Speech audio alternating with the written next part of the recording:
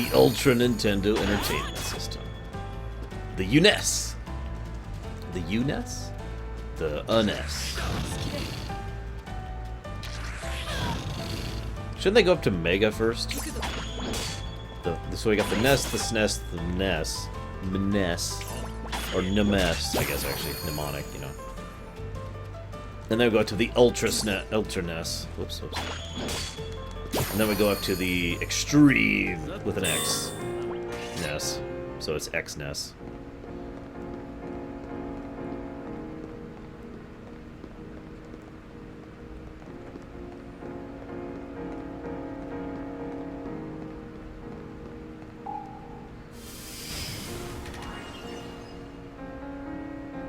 Now this place is definitely natural. We're walking through ruins suspended in a frickin' void. Come on. The Giganess. I like that.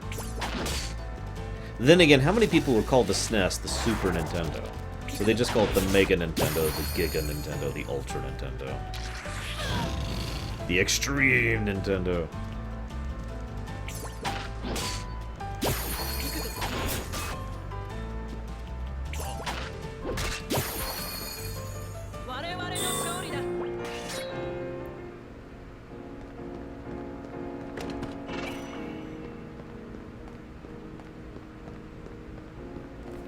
The Gargantuan Nintendo. It's actually a handheld.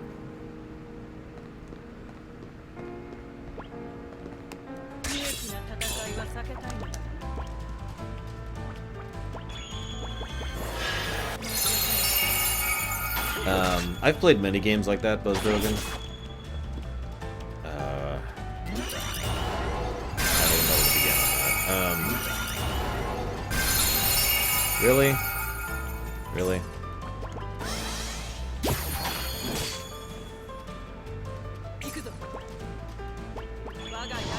Yes, she's a dragoon, by the way. What, did you catch that with the fact that she actually has a spear as her weapon?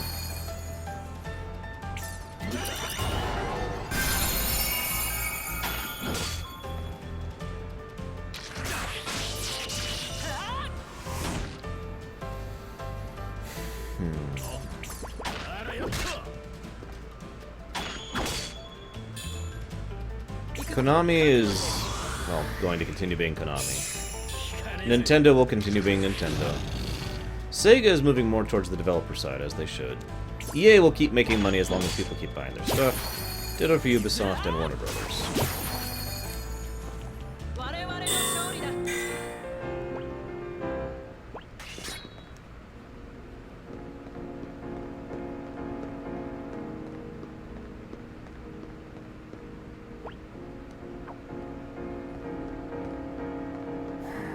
Game made me think, what were these people thinking?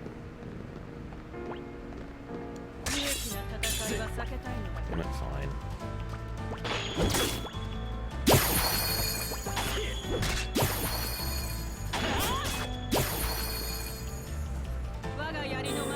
I guess we'll go with the obvious. Ride to Hell Retribution.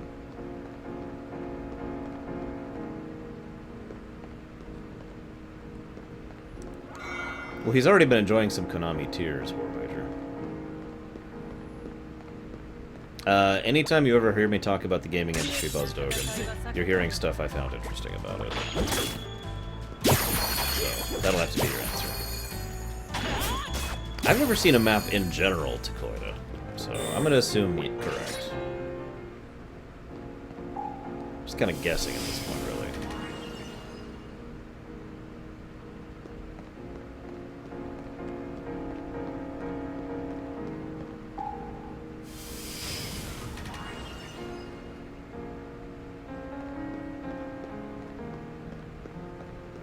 I actually have a decent memory for this kind of stuff, but that also involves me trying, which I'm very clearly not. So, eh.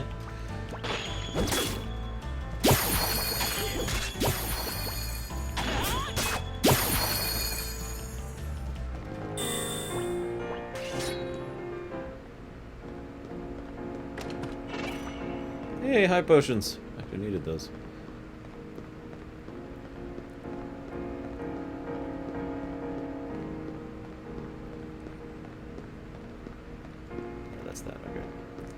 Most useful asset developed in gaming history. The UI. Oh, okay, that's cheating.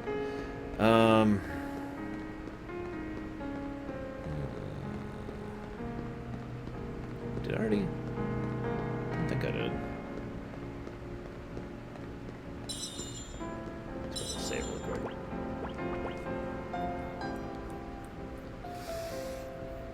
I'd have to go with auto-targeting, which is a very, very old development, but it is something that was incredibly useful. Hey, Corlith, what's up? I have no idea, Deutsch. I don't even know how long this game is supposed to be.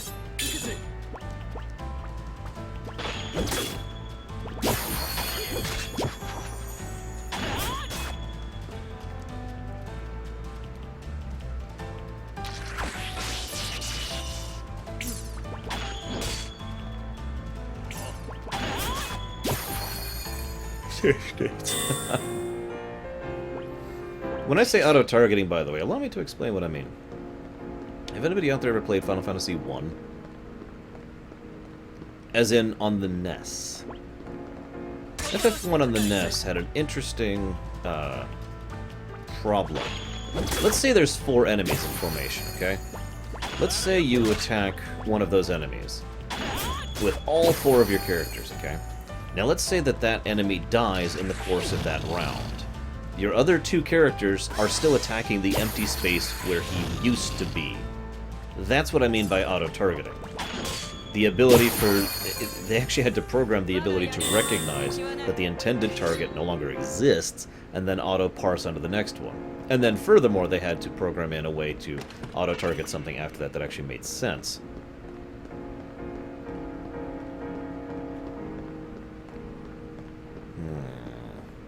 Writing. Random. In terms of quality, I would say. To be perfectly blunt, programming an RPG is not hard. Designing RPG is pretty hard, especially by this point in age. But writing an RPG is very, very difficult. It's one of the reasons why I'm not sure I would ever do so.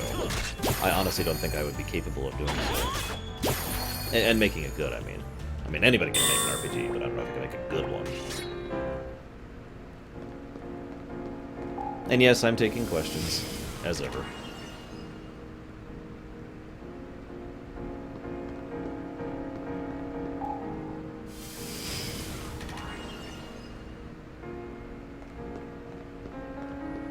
The most despicable version in the video game industry. Peter Hines! I don't know. I can't think of anybody who I think really qualifies as despicable who's still involved. Although I could give that to Mr. Shoot, I suddenly forgot his name. Woda? Wadi? Something like that.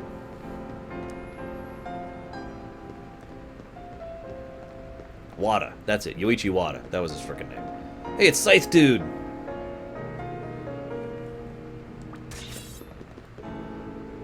I am surprised. However, this time you'll meet your deaths. Hor hor hor. Now he's gonna cast Flare, which kind of sucks, actually.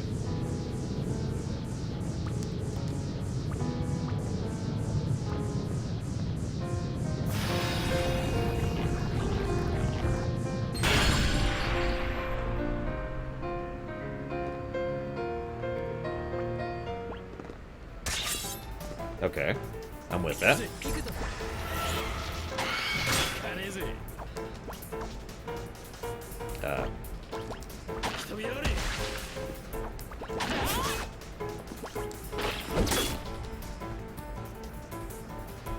What did Wada do? What did Wada do? What did Wada do?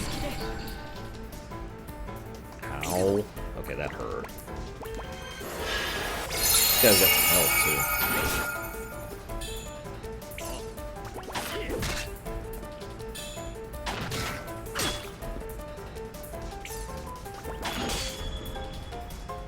Yeah, I think I better save mana for healing. Yep, for stuff like that.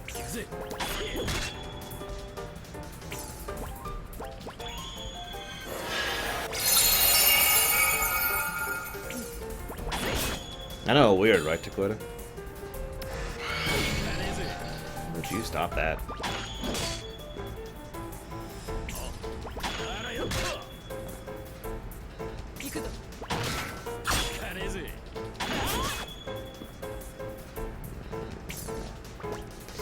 Most despicable character actually in a video game? Hope from FF13. No, I kid. I can't pick out one, but I could pick out several. Hojo from FF7.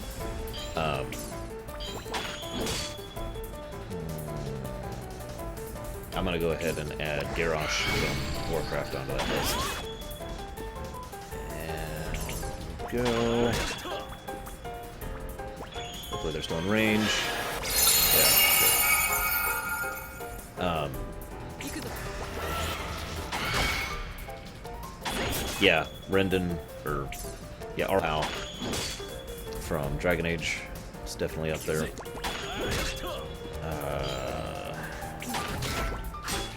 I feel like there's a few that I'm trying to think of that they're just escaping me right now.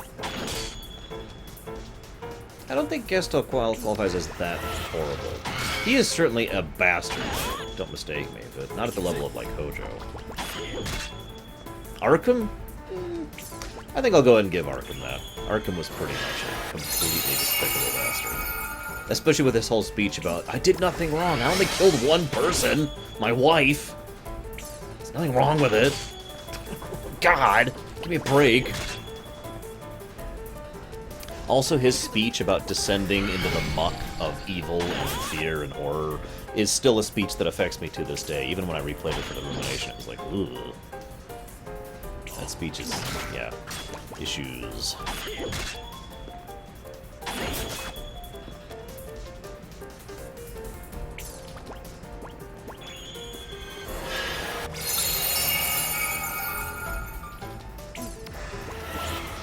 I have never done it for that reason, no Deutsch. Although I have introduced viewers into Primus for other reasons. For example, there's this Lugian named Deutsch. He's an average height Lugian, so he's about 30 feet tall.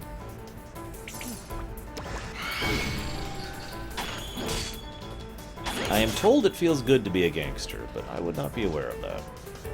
Except during Grand Theft Auto San Andreas, of course, also known as the best Grand Theft Auto game.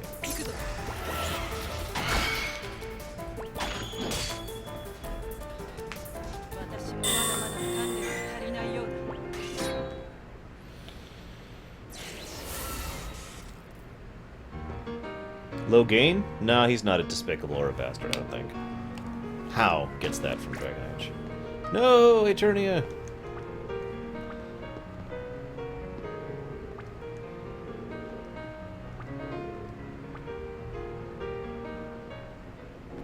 So there's yet another unexplained thing. Eternia was somehow able to conjure a massive amount of magical energy on the fly.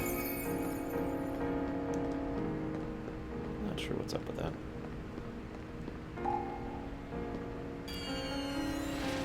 I pity low gain more than anything. Also, hi, Shadow. Shadow. I was actually going to mention Kyubey, but he's from an anime. Is Kojima overrated? Yes. I've talked about that a bunch, too. I have no idea where I am now.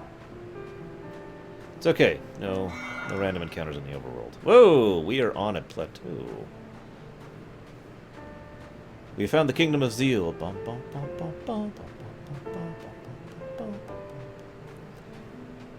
I would also go with Light Yagami, another anime, as an absolutely despicable person.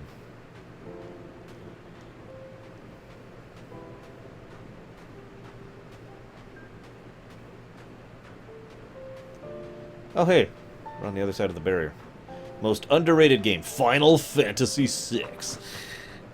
No? Okay.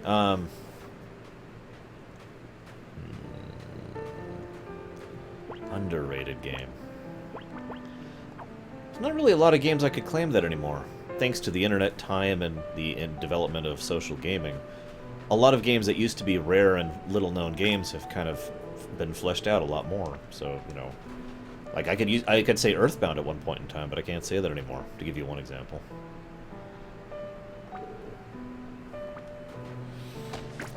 No, Inquisito! We really just have a habit of falling over in this game, don't we?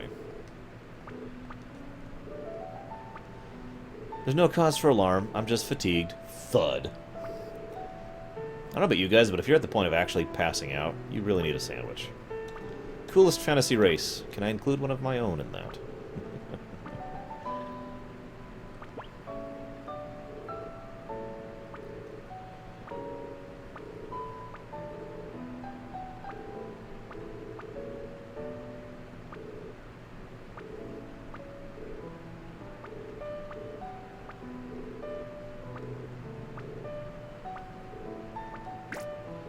So we're in a town where memories are slowly destroyed. And there's a way into the time distortions that are happening nearby.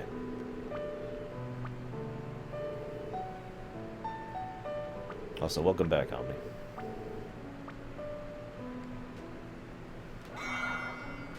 Hopefully it did go well. I'm going to say that again. This is a town right next to a time distortion, and people are losing their memories.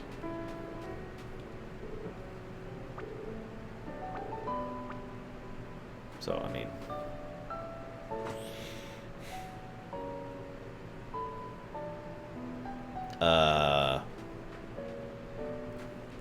I need some limitations, Myron. I can't just pick from all evil people ever.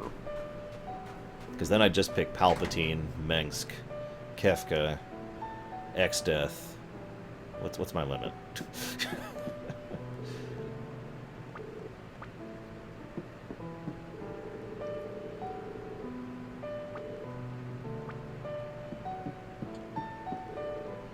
This is an easygoing mayor.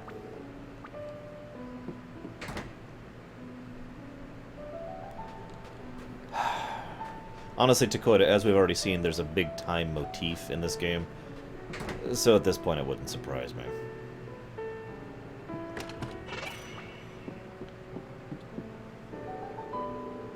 I have to maintain control over them? That really limits me. Holy crap.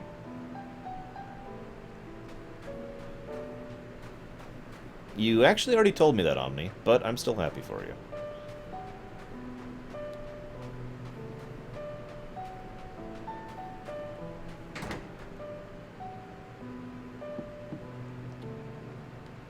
You mean like Matthew? Okay. Oh, thank God. I need potions, like, badly. Oh, jeez, those are so expensive. Buzzdogan, I said, can I include a race of my own invention?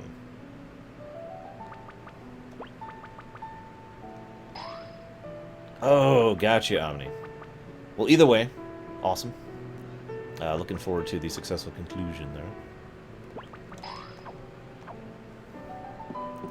Matthew is a character I am role-playing in Fallout 3, who, by some definitions, is a hero.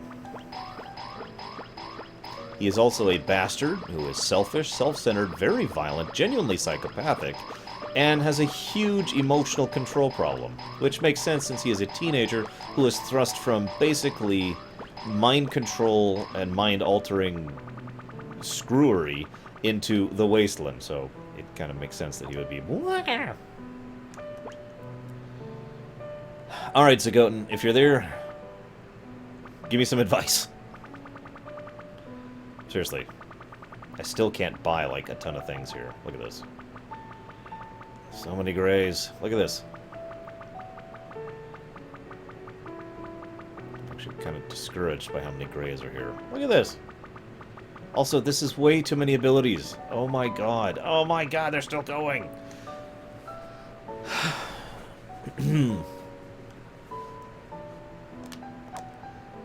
I'll get back to that.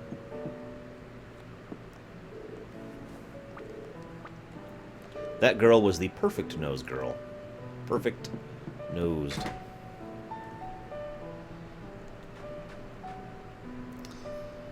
Shadow? Palpatine. And I already have. Anyway, so the race I was going to use is the Verendi. Now, to make this more clear, I refer to my Verendi, not the things they're named after. Of course, explaining the Verendi is actually going to take a while. The Verendi are energy-based beings who tend to be bound to physical nature in a desire to interact with the universe around them. The appearance they can take can vary wildly, as you might imagine, since they don't actually need a body in the strictest sense of the word.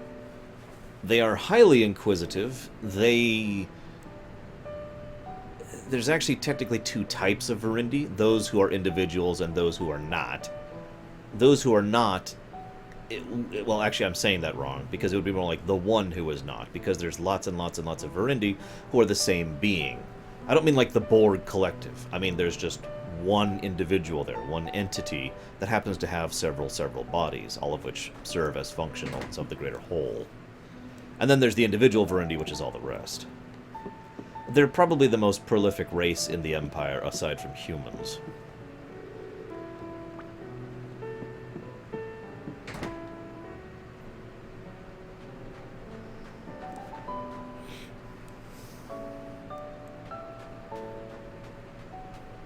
I don't see a vendor here. I mean, I saw someone to sell stuff to, but not someone to buy weapons from. I think... okay, so Zagoten... oh, there's a vendor dude. Yay! This is the other problem I'm having. I could buy Sprit Knight, or I could buy weapons. Like, weapons are so much better in every way. Alright, fine. Let's humor Zagoten. Let's think that he is correct. So is there a way to sort this list? There isn't, is there? Okay, so... enables use of shock. Blade Wave. Who's Ender? I have Aura on my main character. And apparently Wall...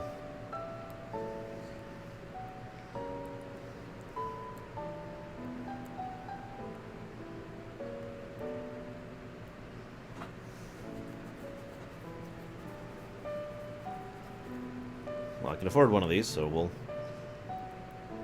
oh, this doesn't cost gold, does it? Oh, that's nice. How do I...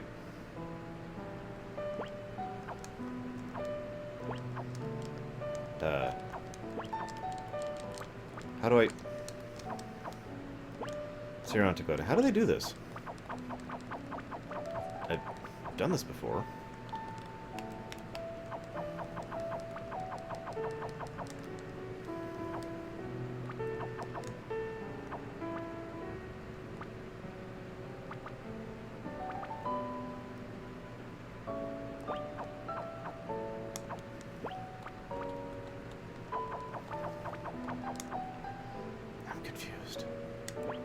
Oh, there we go. I assumed A was this button, not this button. Okay, so one wall. Blade Wave, whatever the hell that is. Meh.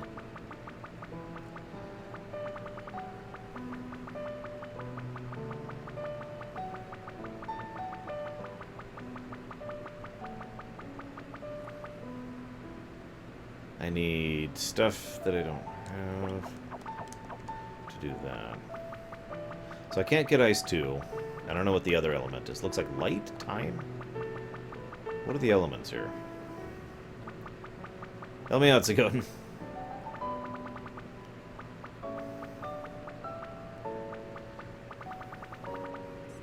Hey, Noralex. I'm trying to figure out this stupid system that is driving me crazy. I guess we'll get lightning, because I haven't yet. So I have lightning 1 and fire 1.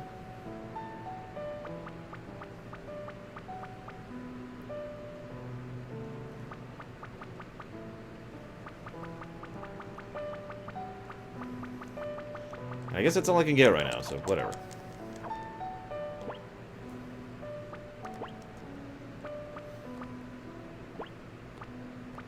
So is he Endir? Is that the person I'm supposed to give Blade Wave to?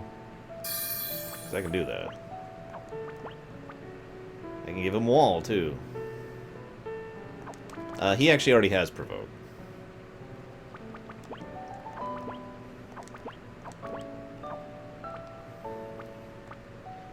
She has charge, which I think we should get rid of there. There's lightning. I can't give him lightning? And I have not played Pandora's Tower, no. So he has fire, but only fire.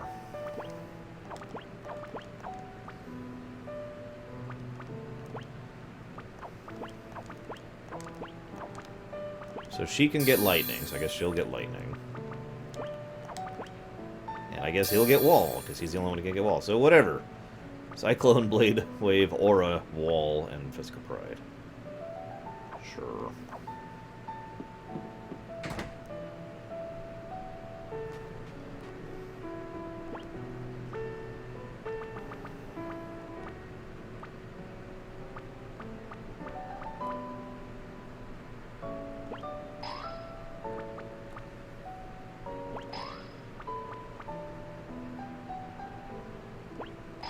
Hit me, Zeiss. Not literally, preferably.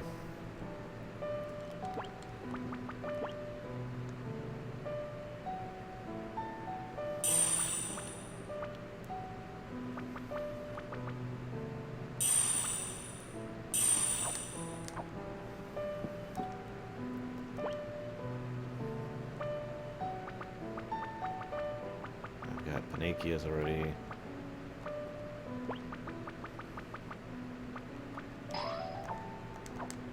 Okay.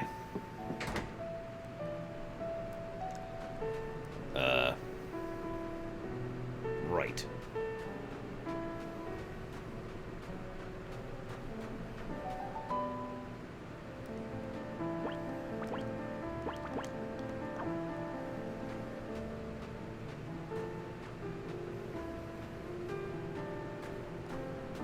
There's that time distortion.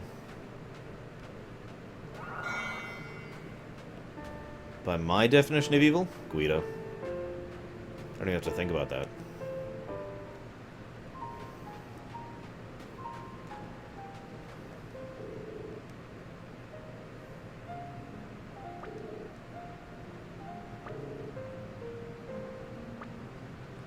Huh. So according to that woman, the humans did something in the past that now requires the sacrifice. As some kind of sin, if you will. And this sin, whatever it was in the past, has required them to continue to make up for this sin in the future. Okay, I'm done. Also, hi, Samurai. I hate you for eating lunch. Most difficult game concept to implement that is not time travel.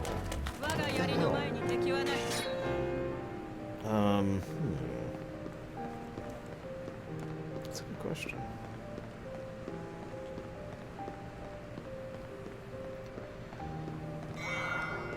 I would say a proper difficulty curve.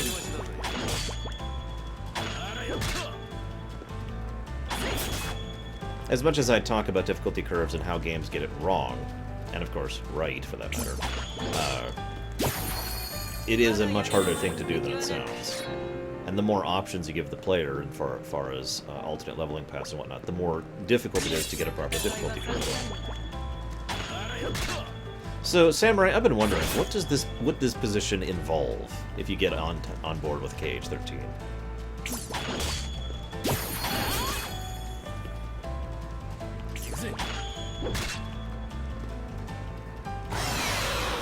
That's a matter of debate, Omni.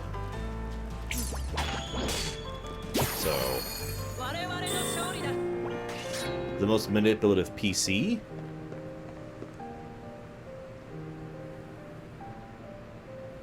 Zerial. Hey, Progressive. I like that jump.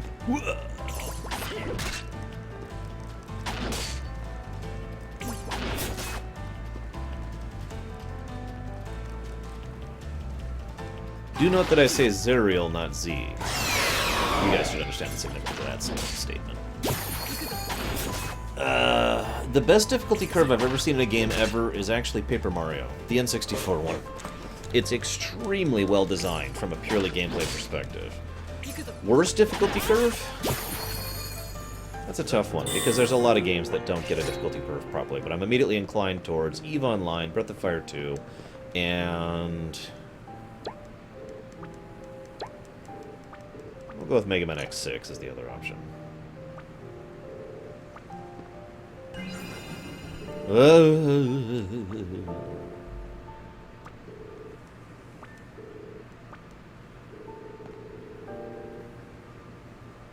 Well, cool, Samurai. I'm gonna laugh if you get a press pass before I do.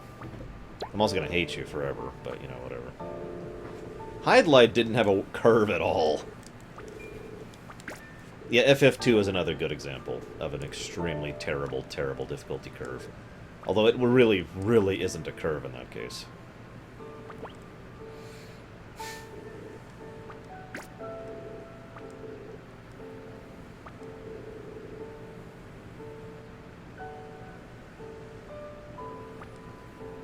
What do you mean, Buzzdogan? And now to leave the cave. We do a lot of entering and leaving caves in this game, don't I? It's almost sexual, isn't it, Smithers?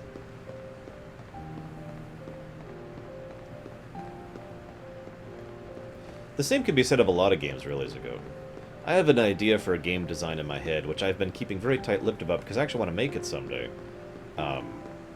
That would not be like that. The game would have the option, depending on how it happens, of getting harder the further you get into it.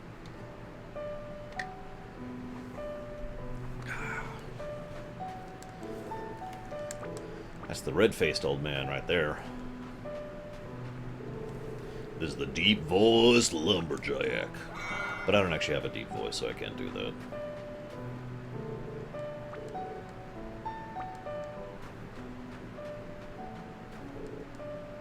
The awkwardly dressed young man who ends his conversation with, "How do I look?" I would call you awkwardly dressed.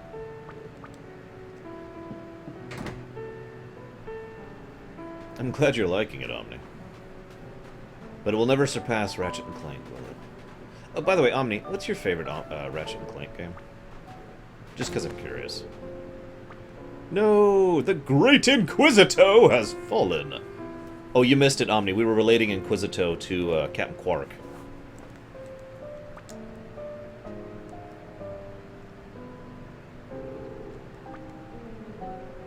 Your favorite Ratchet and Clank game. Yeah, by the way, FF15 got delayed. I found out about that today.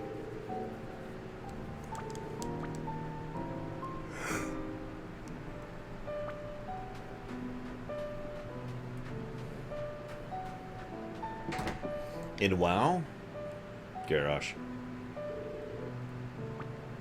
I know he's dead, but it's still...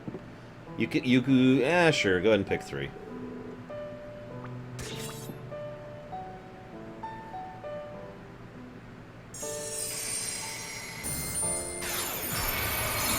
Oh my gosh, super healing magic. You know, she's just tired, right? She just needs to sleep for a bit. But no, let's pump her up with magical energy. That's a great frickin' idea.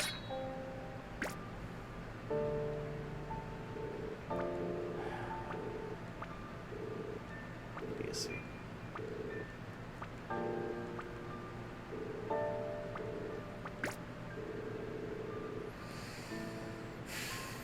A little-known, despicable person in Warcraft.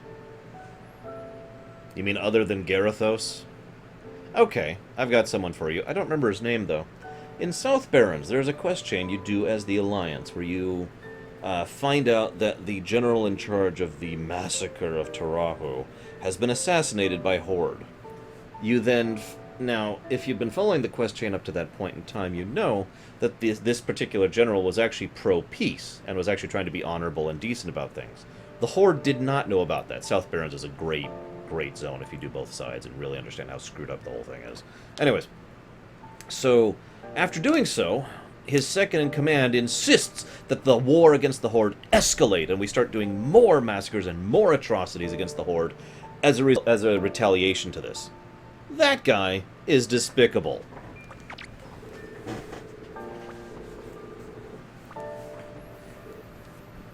Ratchet and Clank Future Crack of Time, Tools of Destruction. and crank up your arsenal. Which one was Tachyon? Because I remember that one pretty well.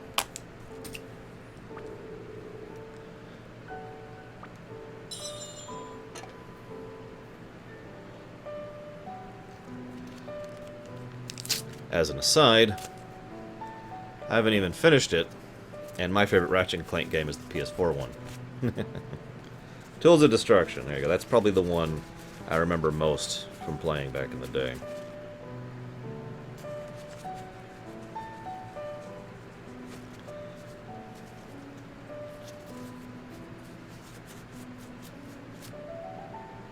And I'm cleaning my glasses, in case you're wondering what I'm doing right now.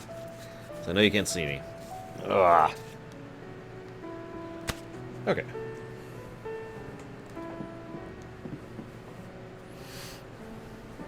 Well, I thought that too, Omni, but apparently that's the game I actually played.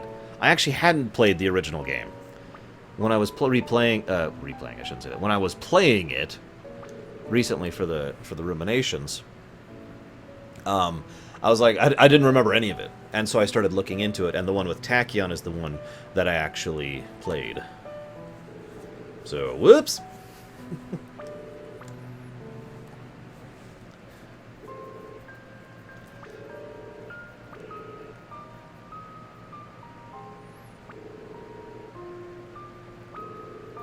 What?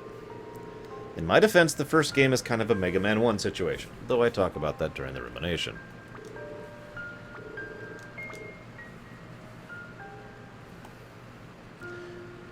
Most disturbing way someone has died in any game I've ever played.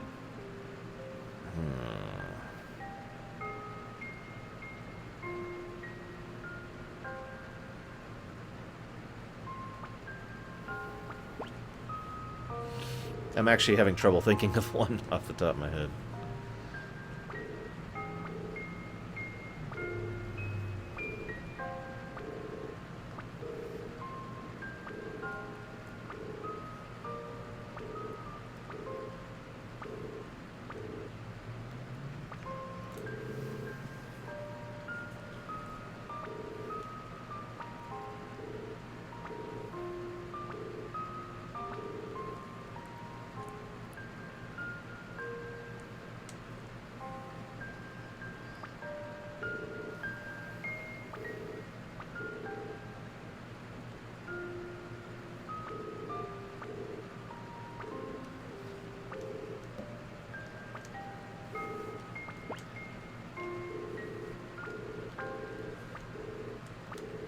This is another example of that theme. I'm sorry, I just realized I'm probably going way faster than you guys can read. So, this woman was actually intended to be a sacrifice of a previous pilgrimage. She actually ended up failing, and her sister ended up becoming the sacrifice in her stead. She lived, but her significant other, the last remaining member of the guard, became the person who sealed off the cave that we were just at. She survived, and has spent the entire rest of her life in regret and guilt, because she believes her life, continuing on, is a waste. That the very idea of continuing to live and being given the chance to live a full life is actually a bad thing. Just think about that for a moment.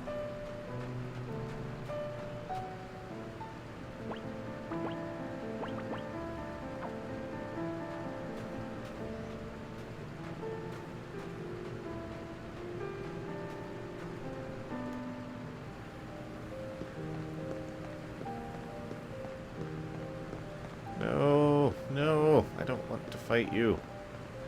Go away. Oh, hey, it's Scythe Dude. Scythe Dude returns.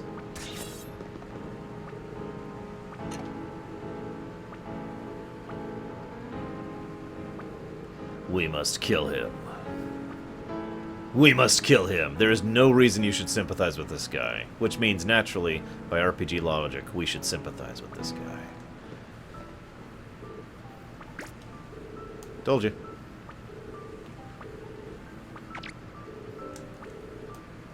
Probably one of my favorite lines in any game ever. I don't understand. I don't understand. I just don't understand.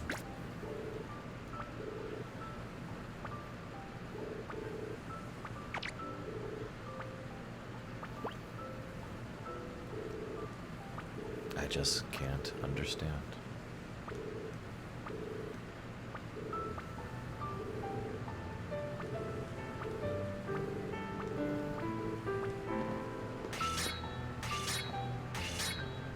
I like how they all have the exact same sound effect for sheathing their swords.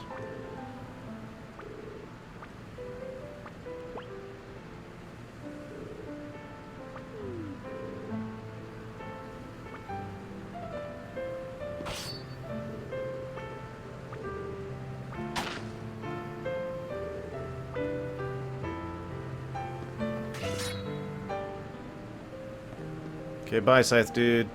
Can I take his scythe at least? No? No scythe. Okay. Did I just lose chat? Someone in chat say something real quick. Say Kefka. Kefka.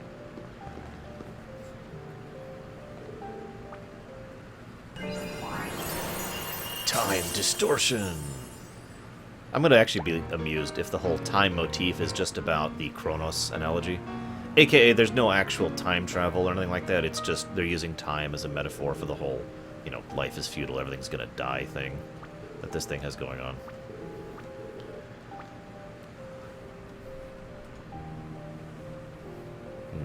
No one said anything in chat. Let me refresh that there.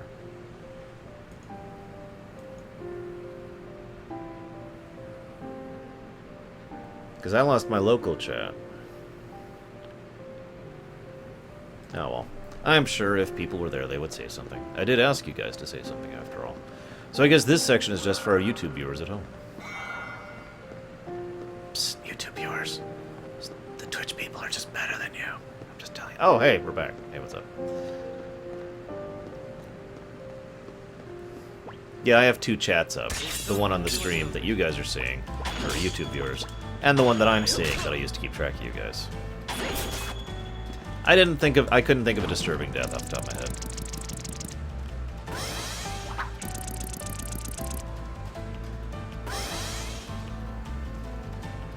It's almost like Tabrin's doing something else right now. I wonder what. No, Omni.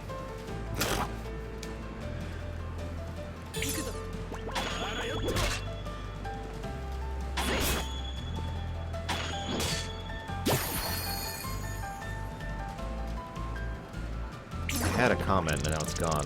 Oh well, whatever. So you want me to make a suicide squad of evil people, but I can control them. Keeping in mind I'm a regular human being who's actually not exactly in the best of shape and has many physical health and illness issues. So I'm not actually sure I'm capable of keeping control of anybody. So my suicide squad would consist of one Rabbite from Secret of Mana and a Goomba from Mario Brothers.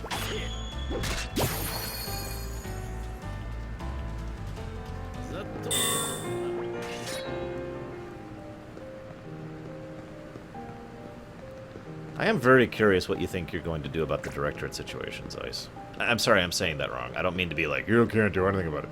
I mean, like, I'm curious what you want to do about the Directorate situation. You know, the Directorate taking over.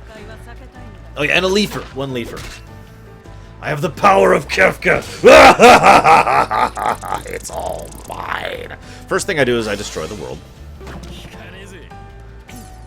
The whole world.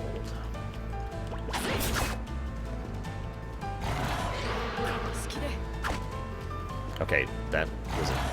Oh god. Oh, that hurt. Why does this hurt so much?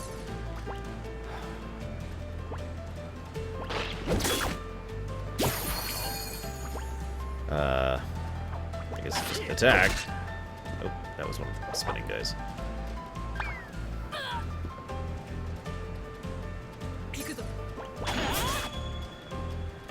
Hang on.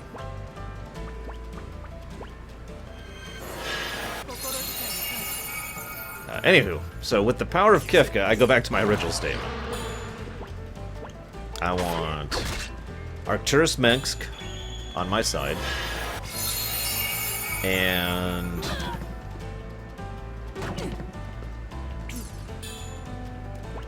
you mean the elites, Zagoten? Like the one that I've died to twice because I didn't realize it was elite and there's no way to run from a battle, so I just had to stand there and let it kill me? No, I have no idea what elites are.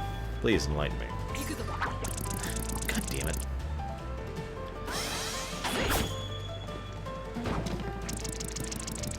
Probably K. I actually haven't quite decided yet. There's a lot of options there, and I've got a lot of other things going on right now, so... Not sure yet.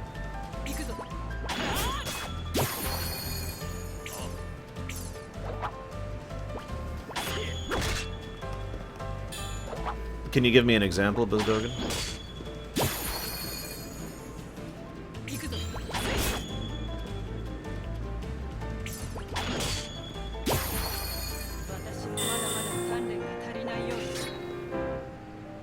Anywho, Arcturus Minsk would be a big pick of mine. I would also want Maiev, Moira,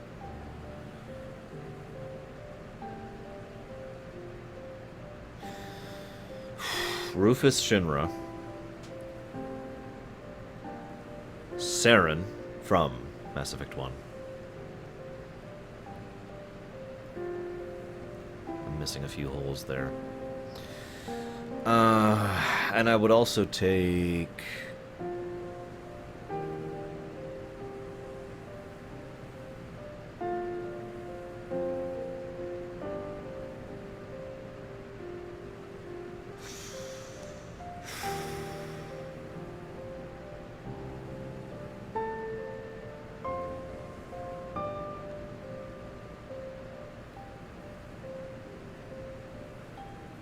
Eris from Lufia, the Lufia series. No, Moira from Warcraft, guys. I'd smack you. And to fill up the final hole in my retinue, I would take Thrawn. Although some would argue he's not a bad guy, but whatever. If I can't take Thrawn, I would take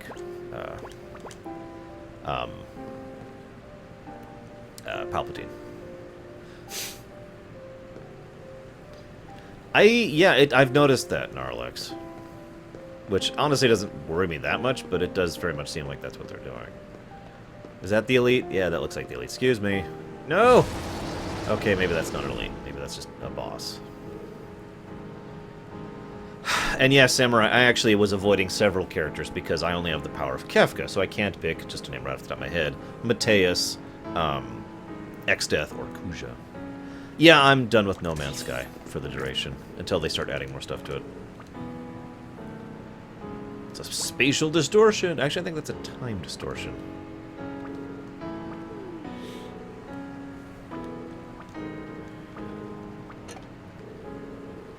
That's up to you, Kamek. I've heard it's not great, but not terrible.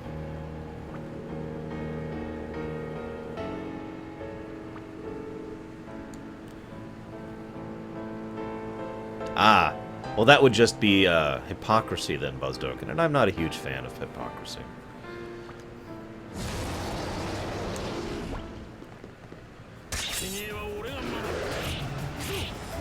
Okay, you can stop hitting me now! Jesus Christ!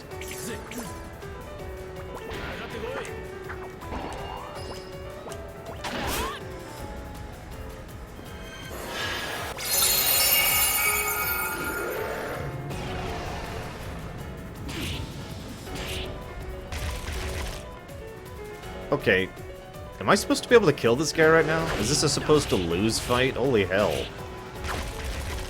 Oh my god, it's attacking twice before I can, and I'm out of mana. Okay.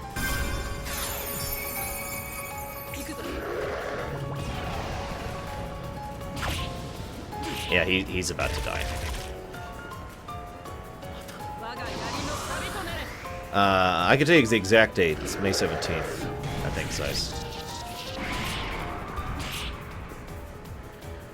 I'm supposed to win. Are you sure? I kind of disagree with this statement so far.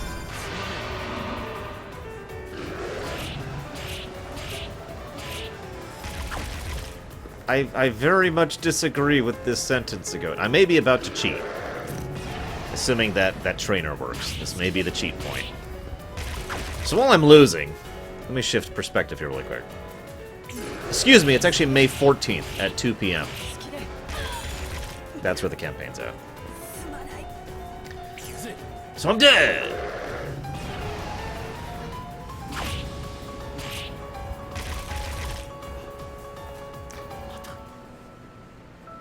Well! Wow! I appear to have died. Yeah, I think that's the moment I'm going to start cheating. If I have to actually go and start grinding... No. Not happening. What?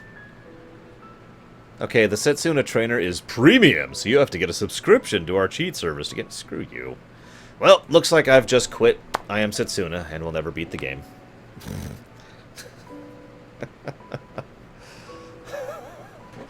I'm not grinding. And apparently I cannot grab that. Give me a second.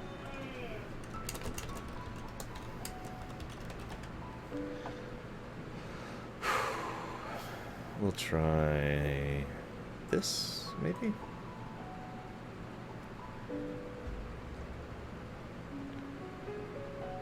You realize I wasn't autopiloting on that fight, right, Sigoten? Like, I was like, okay, I'm going to use the heal, I'm going to do the big attack, because he's going to be standing there, and I got murdered!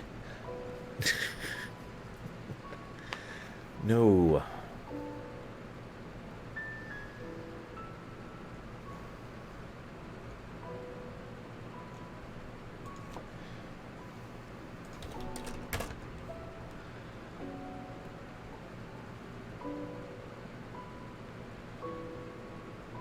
Well, he was being honest, Buzzdogan. It's not the company selling the cheats, to make that clear. It's not Square Enix or whatever.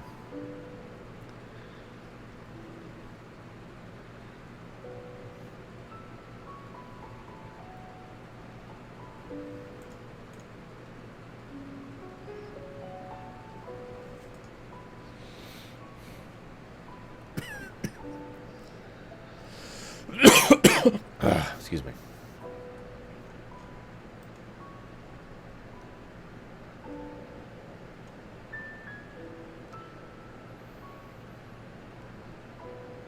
Looks like they don't actually have the kind of cheats I would want anyways, even if I was to drop money on this. And frankly, I'm just not that invested.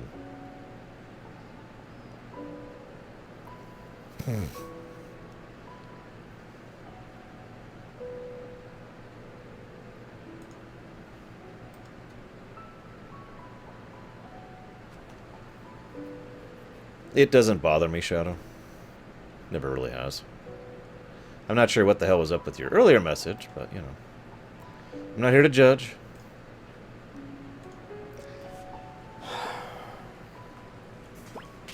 You know, I gotta be blunt. If you hadn't told me to pick up Wall, I wouldn't have. And then I would be screwed on this fight. And for that reason alone, I'm gonna go ahead and call that bad design. If I absolutely... Like, that boss was absolutely mauling me.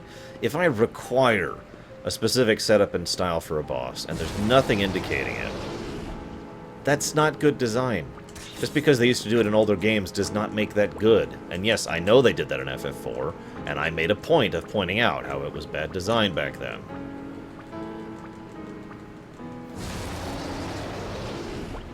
One more shot. I'm gonna die, though.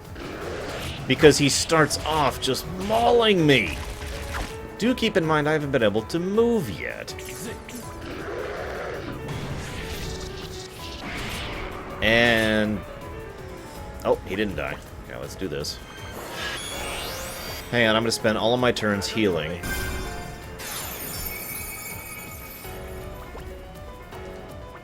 I don't think he really felt like he needed to, Buzzdogan.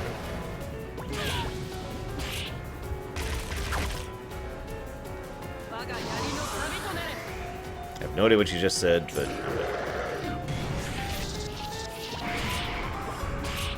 Okay, so now that I've walled...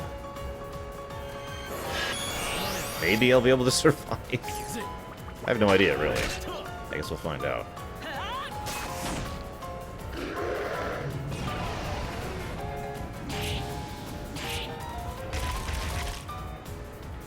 It's okay, he only has, 2,000 more health. And she's dead. Oh, wow, she lived.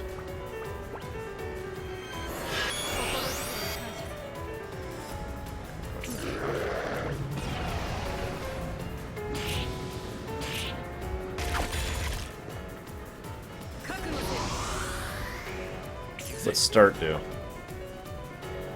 Yeah. Oh, that's start. That's also R2 in my case. Not R2-D2, unfortunately.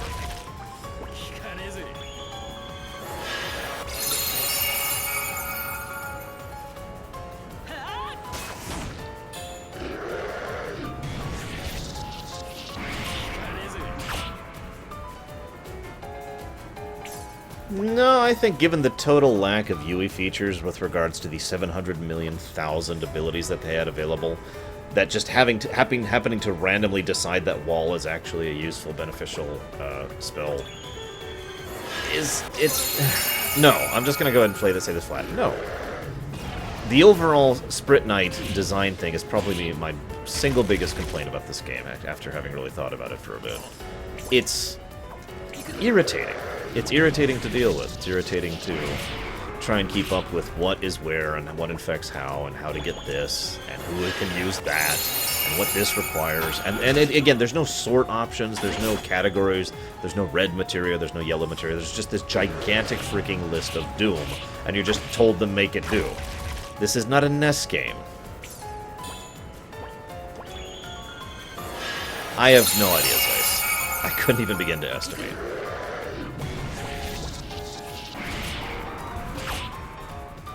Yeah, if they had categorized it, if they gave me sort options, if they let me see, like, just about any, anything that would have helped me to actually get through that list would really, really help out a lot.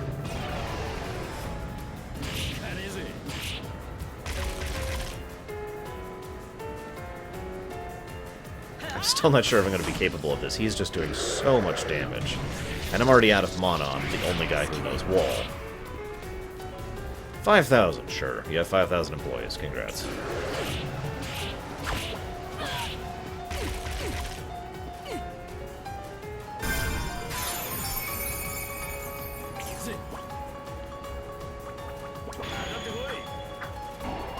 Trust me, 5,000 is not that many. Lands of Lore. No, I have not.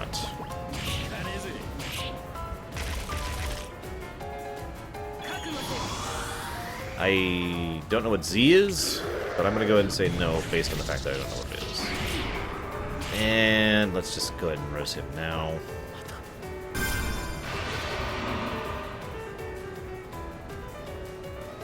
You see what I mean, by the way, by falling behind here.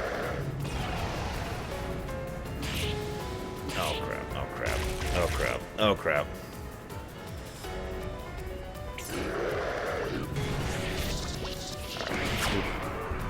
No, no. Okay. Yeah, their military power is a joke. The Exchange does not have military power, let's just say how it is.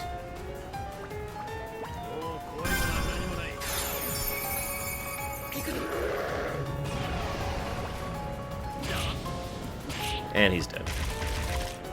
Hey, Schoolmeister.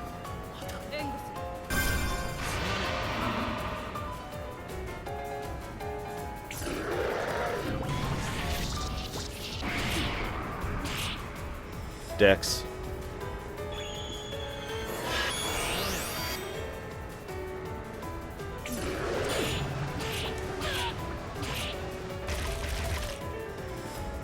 Yeah, by the way, what's momentum mode? Because I thought it's the thing that just happened, and I can't help but notice that it hasn't affected everyone. So obviously I'm just flat out missing something there.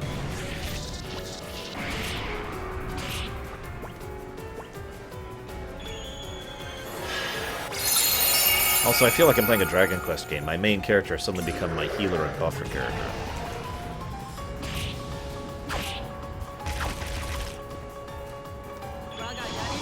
Or, depends on the game. Depends on if archery is actually well done in the game in question. That didn't do much damage. Like in Oblivion, Archer, but in Skyrim, Thief.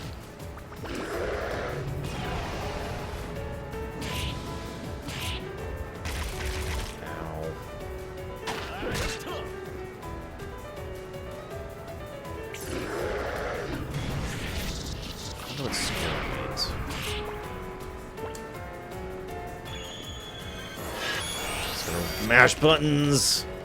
Nope, none of those were square.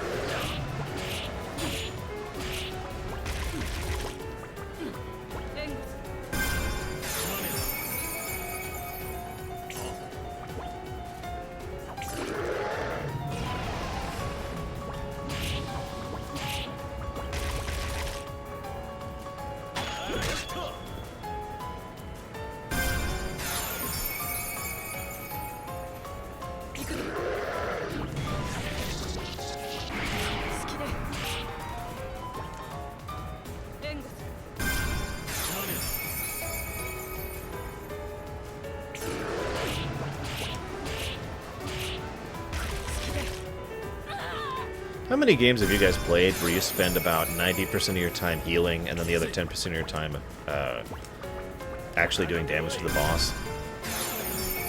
Further question. How many times have you seen a boss like that where it actually has a lot of health, so it takes even longer than it already is taking?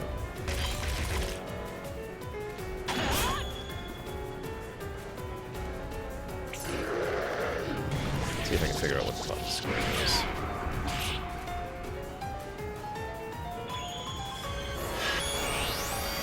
Nope. Whatever. And she's dead.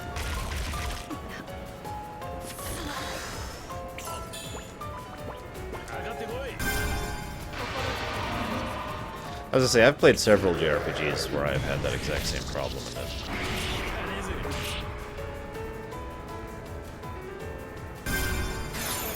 it. Yeah, I get the timing, I don't know the buttons, Agoden. Because it's not triangle, or square, or whatever. It's not Y. So, and it's not A. I've tried that one already distinctly. I'll try B next. Nope. So that leaves X as my next option.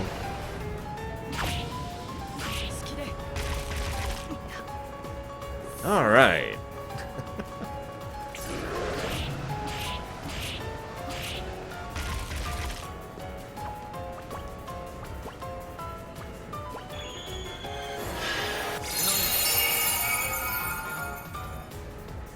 I have no idea, Postdogan.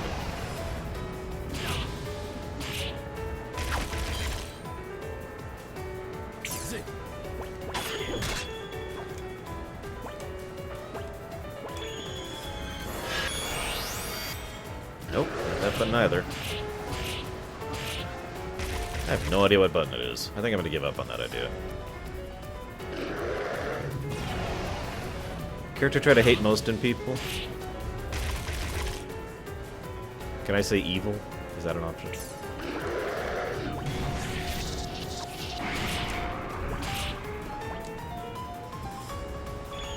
I have a question for you, Buzzdogan. You don't really discuss anything on my stream. All you do is just rapid-fire Q&A questions at me. I don't really mind. Lord knows I'm extremely used to the Q&A concept on my stream. But why is that? What is your reasoning for just rapid-fire Q&A-ing? Yes, I'm well aware of that's what they are, Zigo. That doesn't help me.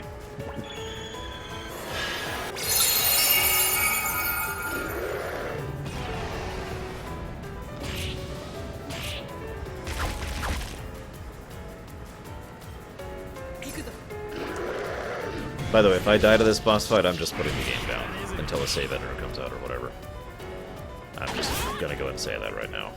I do not have the time to play a game that requires that kind of setup. I don't. It's not like I don't want to, but I just don't have the time. I've got too many other things to work on.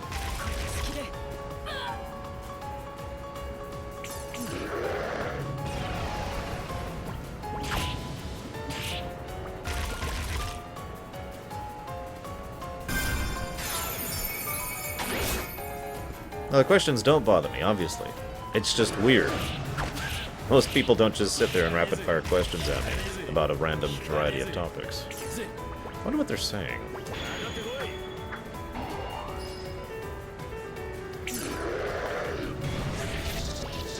This is taking a really long time, yes. Keep in mind, I do have the best weapons available that I'm aware of at this point in the game. So it's not like I haven't been keeping up to date on my damage output. So you can't accuse me of that one.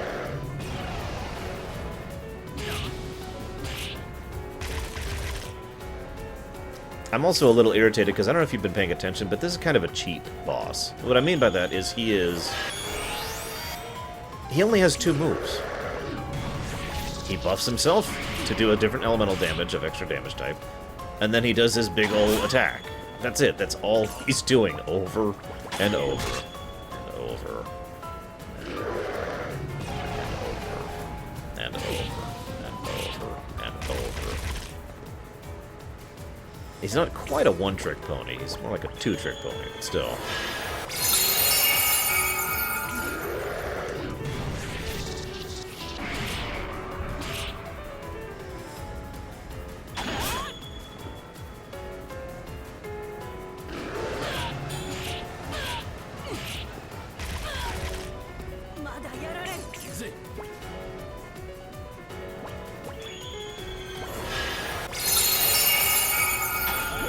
Yeah, what Kemek said is a good thing to mention.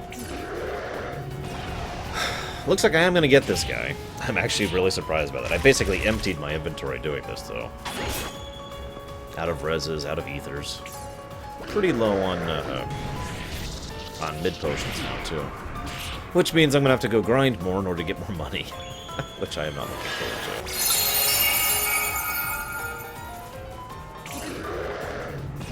And yeah, what Samurai said as well.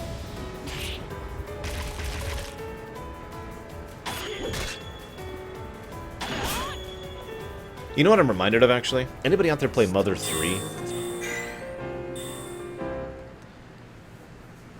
Actually, both, right now, Zaius, I have deliberately designed them both to be exactly equal. In different ways, of course. This reminds me of Mother 3. For those of you not aware, there's this whole musical rhythm aspect to the combat in that game, which I'm really bad at. And made it much harder than that game probably should have been for me. Which is a damn shame, because I liked Mother 3. A lot, actually.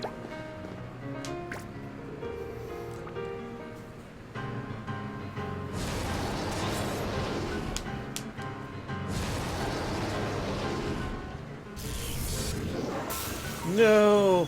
Inquisito! Or you could do that. So that's 2 of my party members who just strangely have super magical power.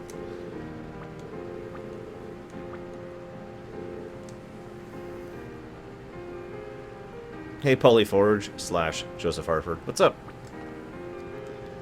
So you forge multiple things? That's kind of cool.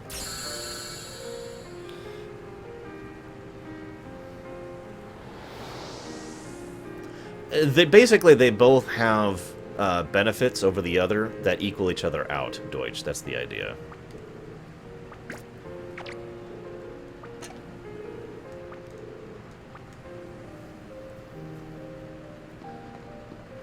You know, I was kind of hoping for like a kick-ass weapon or something. Like, that would have been nice to get something out of that. No? No? Okay. Well, at least I got an HP MP refill, so that's kind of cool.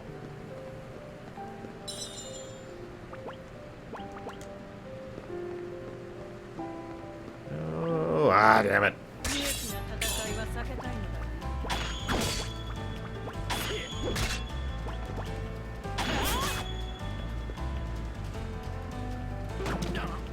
Basically, yeah, Zeiss.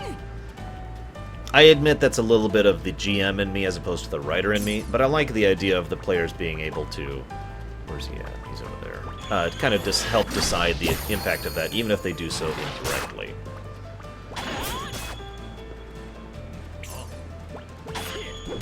So let me ask you something, Zago. Like I said, I'm trying to like this game's gameplay. It's not like I'm trying to be all obstinate. I hate this game. What I usually like to do and prefer to do in games of this variety is I like to have support and then melee, right? Like, if you ever played Guild Wars 1, my most common player setup is I would play an assassin, and 3 or 4 of my heroes who are traveling with me, they would be completely set up to make me stronger. You know, to heal me, to buff me, to make my hits do additional damage, or do additional damage to a certain damage type, you know, that kind of a thing, right? And I also like passives. For example, in Diablo 2, the most common way I would play a barbarian is I would get all of the passive skill ups rather than going ahead and getting, you know, like active abilities. Because that's actually one of the ways I do tend to enjoy playing games like this, right? So what I'm trying to say is there any way to do that in this game? Is there any way to be like, you know, passive it up, basically? Another good example would actually be Warcraft 3. You know, if I get a Blade Master, I'm more likely to raise the crit and dodge stuff. Same with a Demon Hunter than anything else. There we go. And hey, Random, what's up? We just fought a boss that was not well designed. I'm not going to complain anymore about it. I've already made my point, but I do think that was a poorly designed boss. A little too much health, and a few other issues with the system as a whole.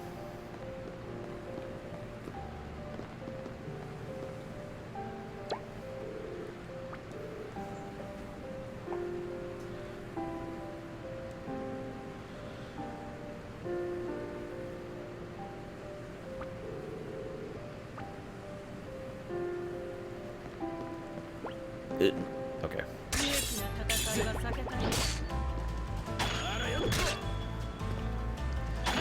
At some point, I do plan to do another video, getting viewers up to date on what's been going on with the other two, the two forum campaigns. But honestly, neither of them have done enough to be discussed in a video yet. So I'm just kind of waiting on that yet.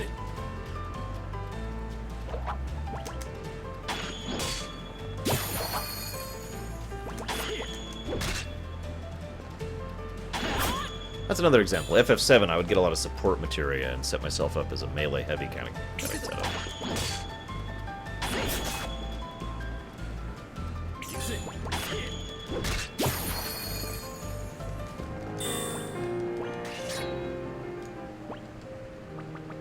Okay, so you say... I'm going to start getting used to that like right now, so let's go ahead and get Setsuna here. Just curing lightning right now. So I need to get something called Cheer. Someone help me remember that. I need to get an ability called Cheer in the future. Yeah, exactly, okay.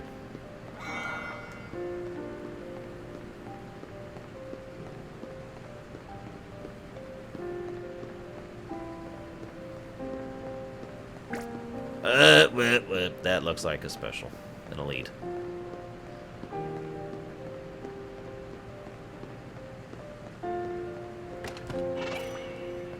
Well, in Chrono Trigger, my most usual method was to get 3 melees and to have them wreck face.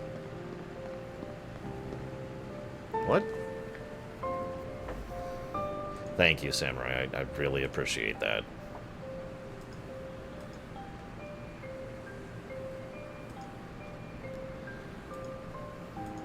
No.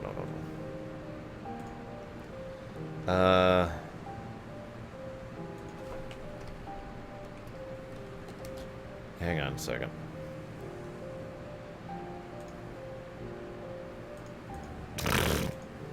I'm sorry, Myron. It came through. I don't know why there wasn't a thing. Hang on. I've been having issues with this lately and having to initialize it, so give me a moment to set it up here, and then I'll pop one on just for you, Myron. How's that? Let's do a quick test here really quick. Push that through. There we go. Okay. So it's now working at least.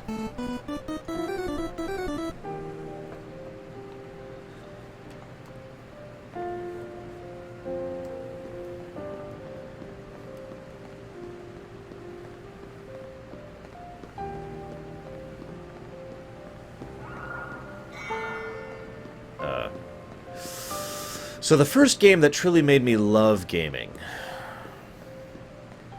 That's a really tough question. I have 2 answers for you, if you don't mind my talking for a little bit.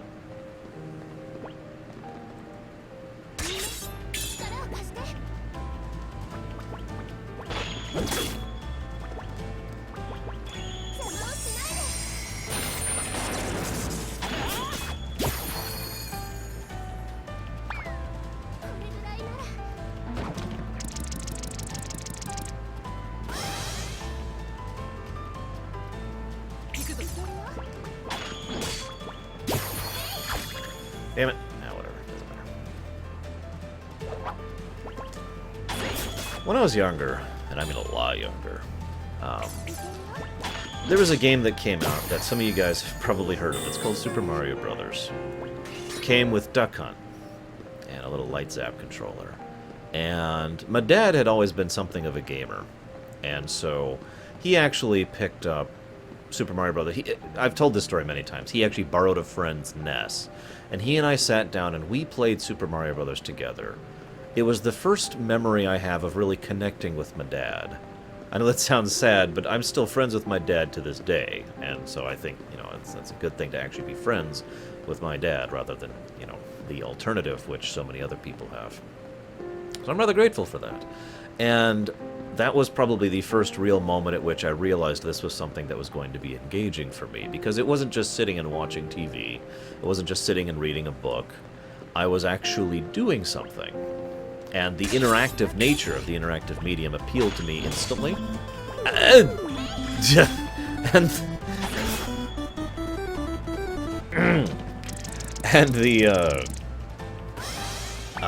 the fact that it was something that I could do to be with my dad was awesome, and I loved that. So, Setsuna's dead.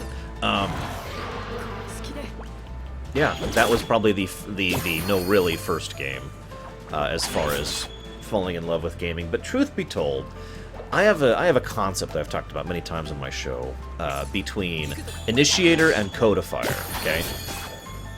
For example, Command & Conquer and Warcraft were not the first RTS games, but they were the ones to actually make RTSs popular, right? They were the codifiers, not the initiators. Make sense? Ergo, the first time that I was codified as a video gamer, the first time that, yeah, if I could ever figure out that buttons ago, the first time that I was ever, you know, truly said, oh my god, I am going to be a video gamer for the remainder of my life, was Mega Man 2. And something about that game just absolutely clicked with me. You know, I've talked many times about the Tetris idea. That was the perfect Tetris block for my brain. And it fit perfectly with the way I thought. It's the first time I really enjoyed music was that game. The first time I really felt myself engaged was in that game, blah, blah, blah. So yeah, that would actually be my no really answer. It is Mega Man 2. No,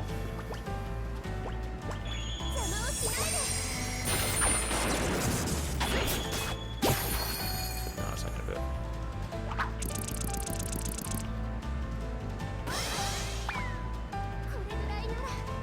Why is Setsuna taking so much damage? Holy crap.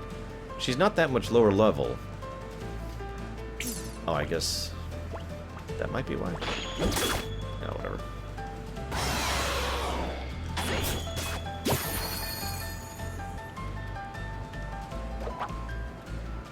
Tell me this, Zagon. What function does that button serve other than momentum utilization?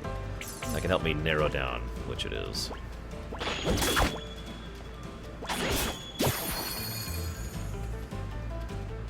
It's okay, Setsuna's died. Mission over, guys, we did it. The sacrifice has been sacrificed. In fairness, these are hurting in general. Even my other characters are getting mauled in here.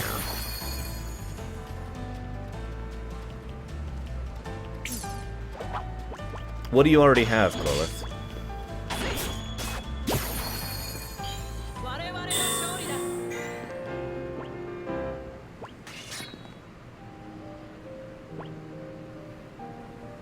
Yeah, I was actually just gonna... Is this it? No. Nope.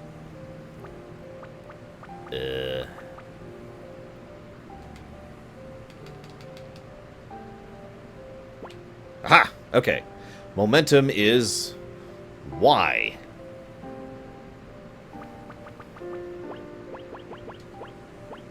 Which is apparently this button. Okay, I figured it out. I figured out what button momentum is. God, that is not what I was expecting. Okay.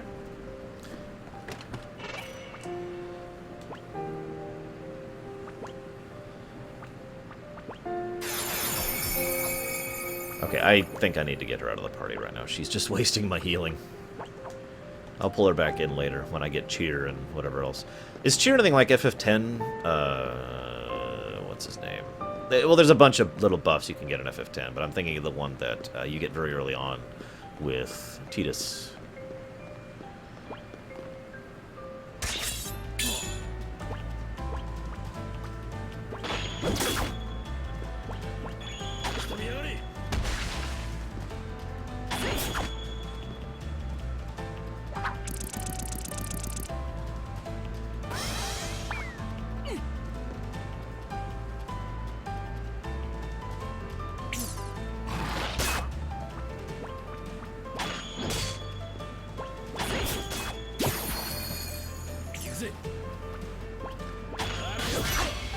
Ha! I did it! Once. I'm not really sure of the timing still. Still working on that. It's such a weird button for that to be.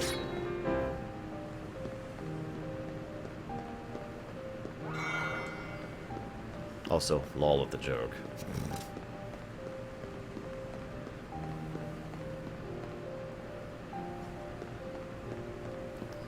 I want you all to picture the scene in episode 1 where Anakin suddenly gets the thing working. It's working! It's working!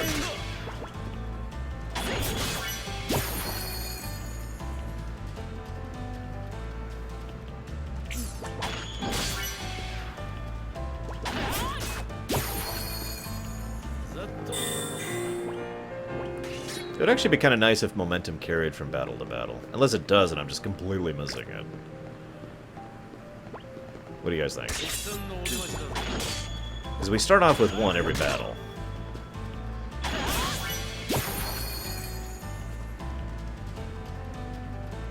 It's working! It's working!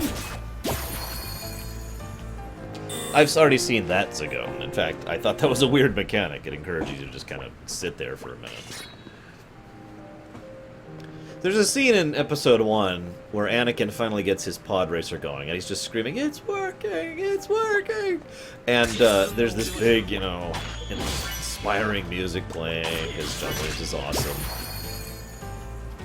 You know.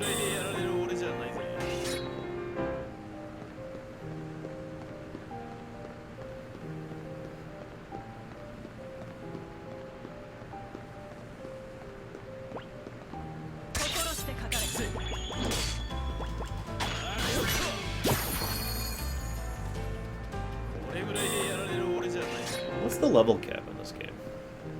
Just out of curiosity.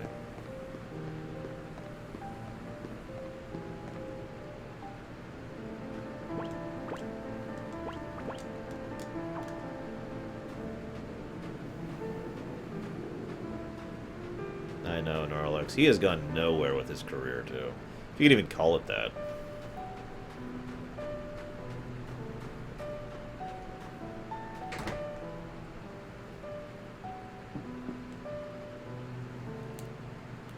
What do you mean, Zagoten? No, I need... Oh, there he is, duh. Sorry. Wrong guy.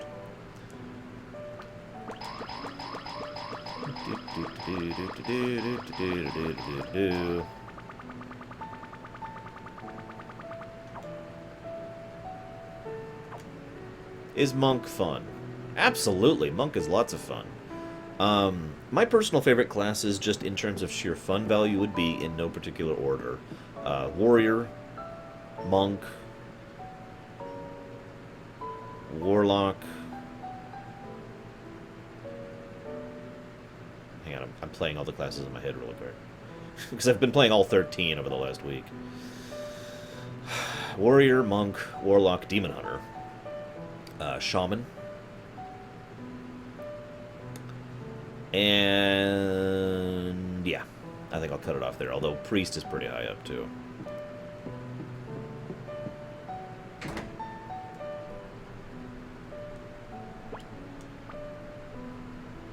Yeah, so okay, this is what I was thinking, but honestly, this doesn't raise her defense by that much.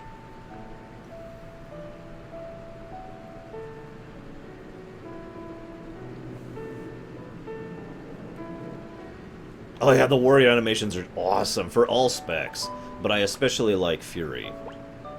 I haven't been Fury in an extremely long time, but holy hell, that is just so much fun. Alright, so now that she's got a better weapon, which increases her defense, by the way, I hope you noticed that, we're going to go and try and slot her in again. And go talk to the consortium guy and see if we can get cheer. Since someone didn't remind me, because someone's terrible. Seriously, there's no sword option. Why is there no sword? Oh, there it is. Cheer. I'll take that. What's prayer? Recovering MP of all allies near the target. Uses 20 MP. That's weird. In thunder. But I don't do thunder damage. Or do I? What kind of damage do I do with my regular swings? How do I find out what kind of damage I do with my regular swings? I do... Doesn't really say.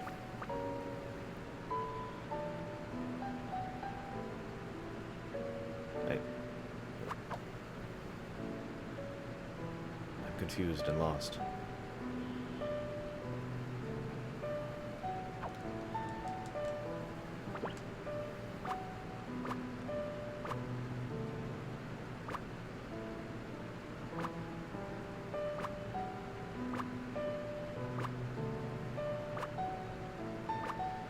Where the hell is in thunder?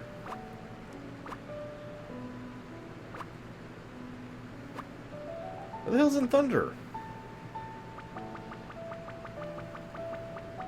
Oh, there it is.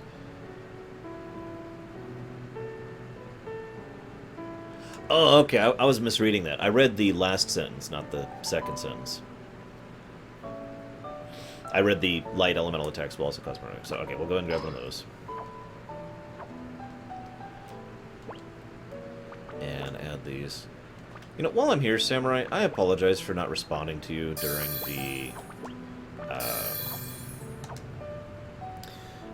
the SGDQ thing. Or was that HGD? No, it was SGDQ thing that was happening recently. I had to actually go to my bed and burst into tears because I was hit by a depression wave so severe I couldn't function properly.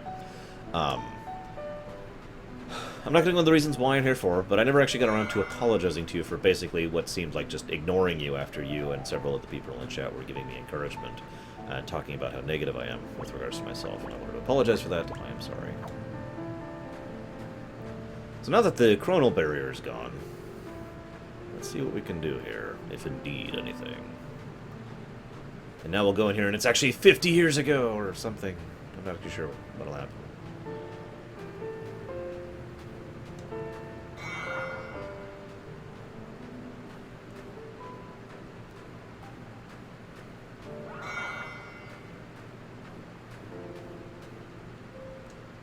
There's a cave.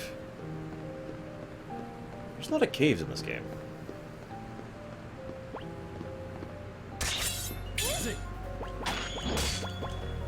Whoops.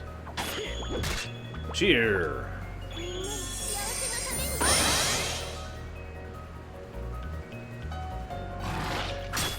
Oh my god, is this a special?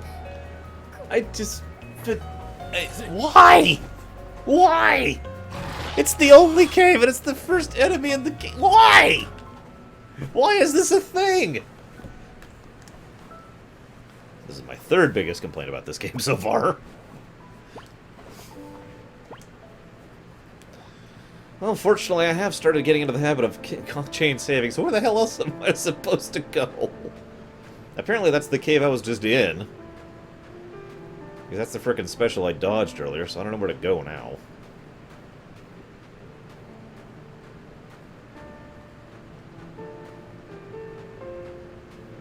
It's okay, he's only hitting me for about 70% of my health every second. There's nowhere else to go. Yeah, seriously, Dragon Quest 1, Final Fantasy 2. Sorry, you went two squares too far to the left. Darn. The southern... Oh, I didn't even see that this was passable. It didn't look like it was...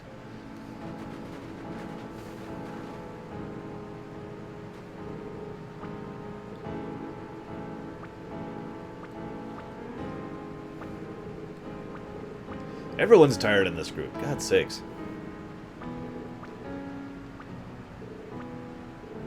So, I don't want to spoil things for people who haven't actually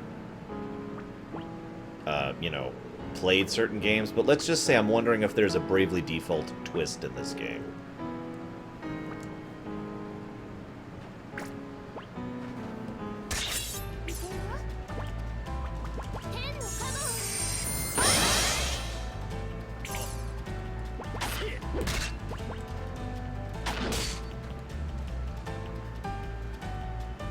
I try, Ren.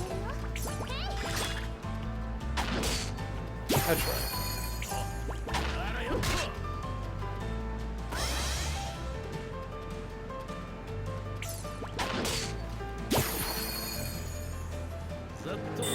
Zagoten, have you played Bravely Default? Just curious. Follow-up question. Is there a Bravely Default style twist in this game? I really don't want to talk about it because I know plenty of people in chat have not played through Bravely Default yet.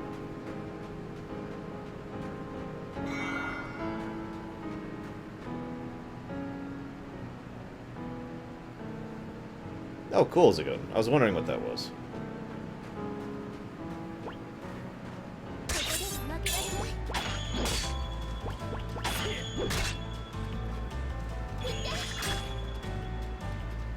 Oh, okay. Like I said, I don't want to spoil Bravely Default for anybody else who's played through it. I'm actually not even to the point yet where the twist happens in my own playthrough. I do think Bravely Default is worth picking up. It is a very flawed game. That being said, everything I've seen and played of Bravely Default 2 fixes all of those complaints I have. Also, best wishes, Shadow. I read the whole thing. You can't see it, but I'm giving you the victory sign. V for victory. There's a reason I keep using that. V for peace.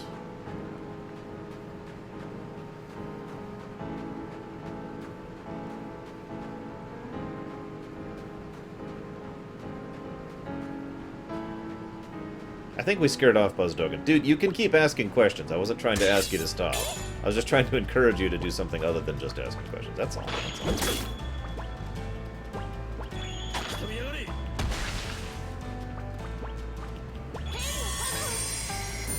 Oh, you're fine, Zago. If I was upset, I'd tell you, please stop backseating. I've done that before. You guys have seen my StarCraft playthroughs, right? Where I'm like, guys, please.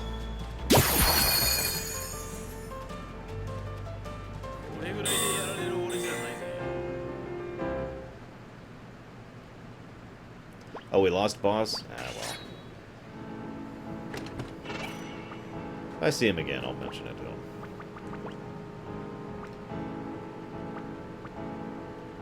Yeah, go ahead, Corlith.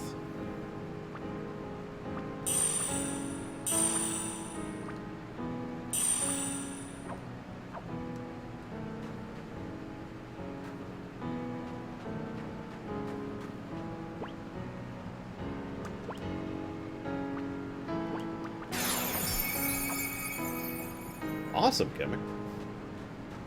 I'm assuming you're enjoying it because you're pushing through it, but maybe you're not?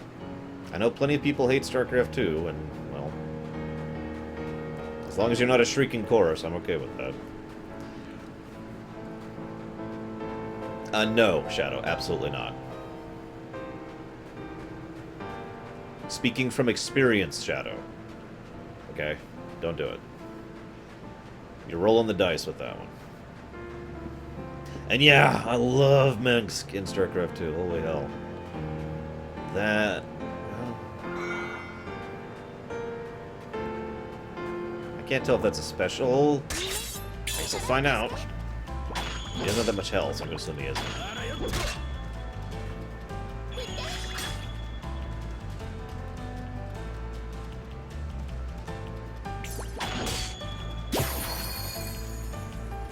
Oh, there's the picture. Let's see what it looks like. Cool. And of course, you went with the correct hairstyle.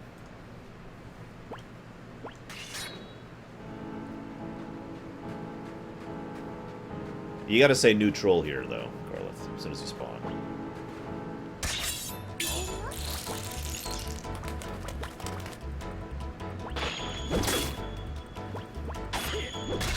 I'd ask what you hated, Zeiss, but I imagine you don't want to spoil things.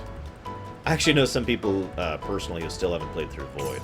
Not for lack of desire, just because they haven't gotten around to it.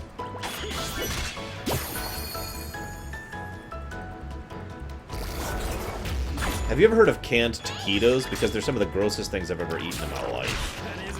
I'm gonna say that again. Canned taquitos.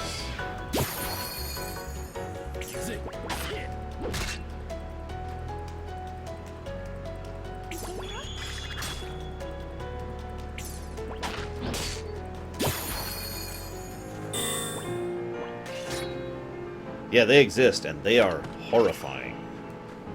No joke, no exaggeration, no ha ha ha. They're horrible. Ugh.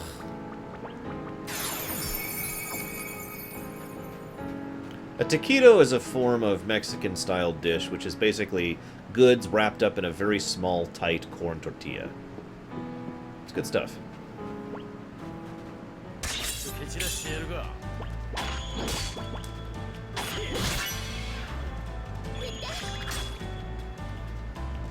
I've also seen canned sandwiches, but I've never had one because it was a canned sandwich.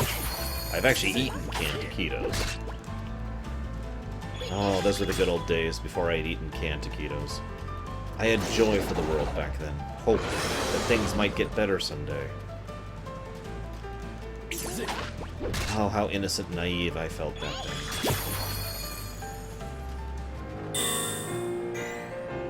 Ah, gotcha, Zeiss. I could understand that. I did like the tiny little additional twist to his character right at the end there. And again, I am avoiding spoilers in my discussion.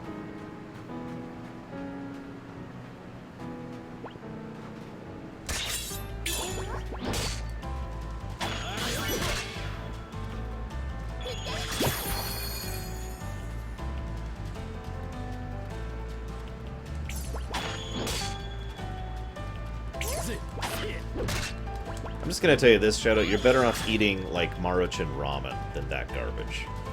And Maruchan ramen has no real nutritional value. Ow!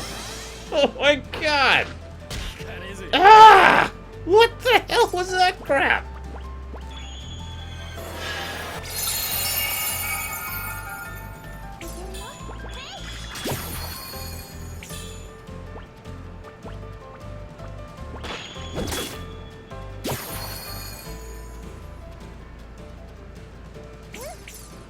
I have had many good taquitos over the years, but honestly, I have a thing for the classical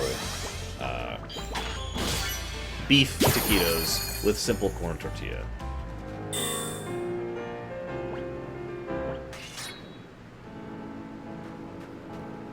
And it's a locked chest, of course, American has.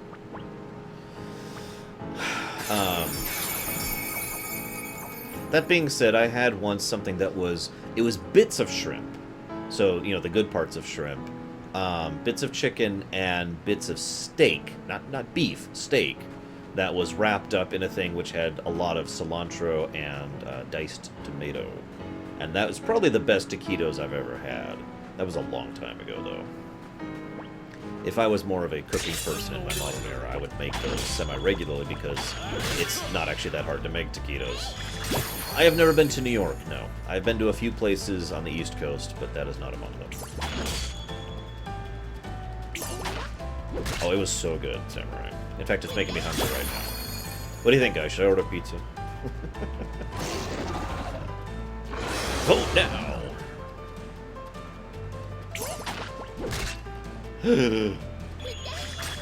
Bragwin doesn't like cilantro. I'm sorry, Bragwin, we have to break up now. It's nothing personal. It's just the fact that you have terrible taste.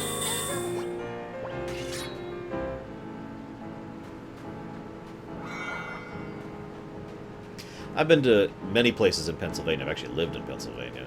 I've been to D.C. I've been to Gettysburg. Gettysburg was one of the more horrifying places I've been to in my life personally. Very interesting, though.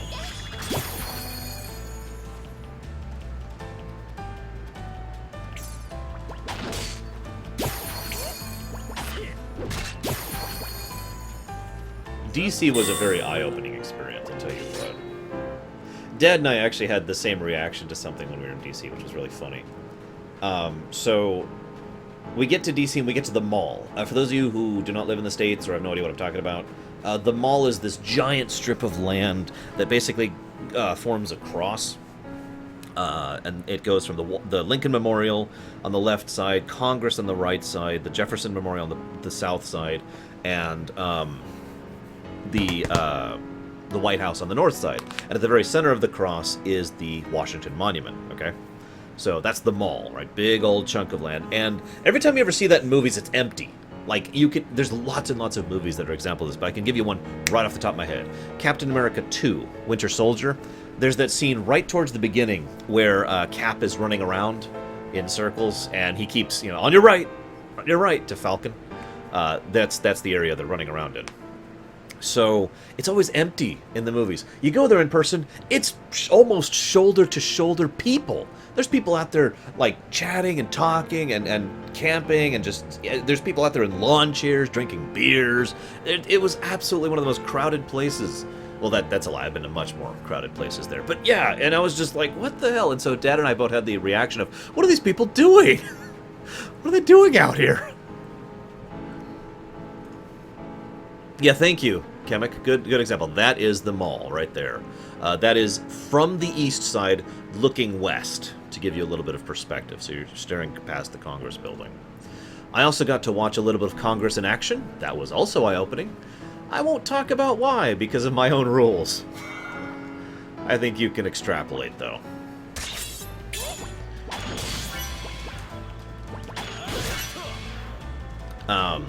Got to go to several of the museums there. Got to go to the Mint, which was actually really, really cool. I learned a lot about the actual construction of currency there. Their currency, specifically, which is kind of cool. I went to a lot of places.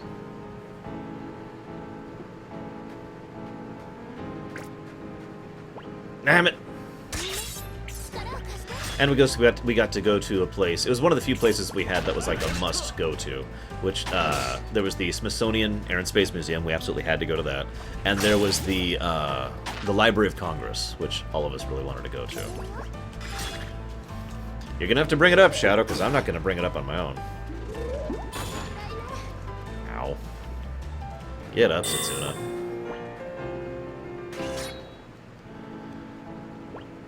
I was just trying to better understand how failed governments work, Raibo, that's all.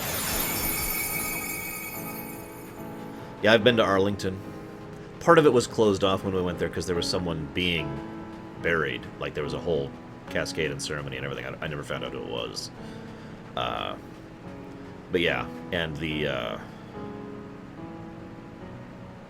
honestly, Gettysburg was a lot more emotionally impacting than any of that, but...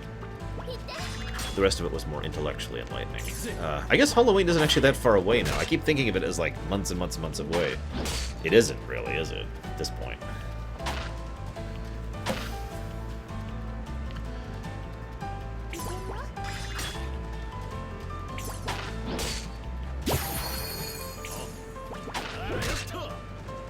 Yeah, Halloween isn't that far away at this point. Normally, I'd say that means FF15 is also not that far away, but obviously that's not true, because, yeah.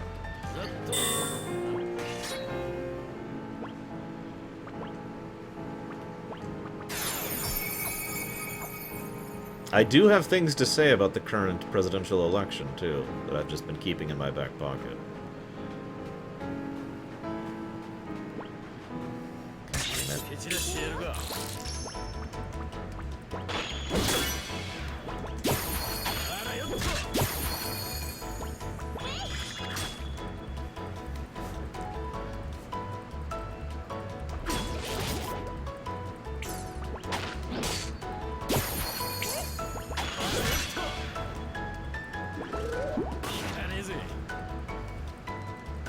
I met a senator too while we were there.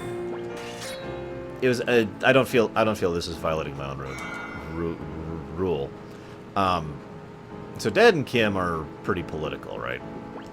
They actually try to be involved and they have strong opinions, blah blah blah blah blah. So they're actually regular constituents, and they actually got tickets from Senator Bobface. I don't even remember who, and frankly, I probably never will.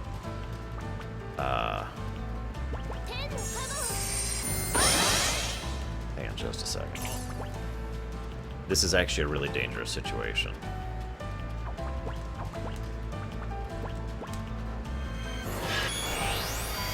Still didn't get it off. You sure that thing goes AoE? Whatever. Anywho, so as we were there,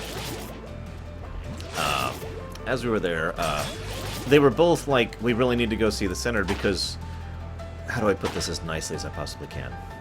They thought the senator would recognize them because they're so regular in the California stuff, and that they're so commonplace, and that they actually like, aha, you're going to be here, and you're going to recognize us, and we're going to talk to the senator who personally invited us, and all that fun stuff, right? Can you guess where this is going? This story is going. I bet you can.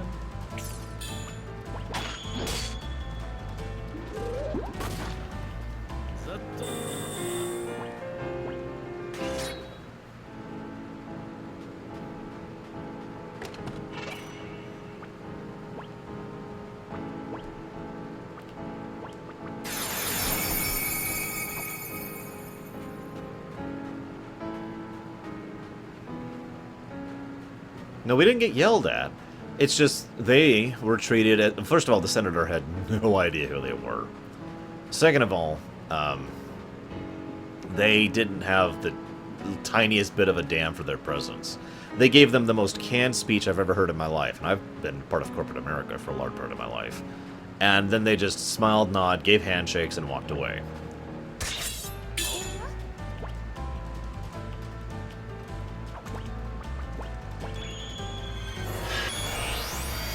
Still not getting it. Whatever.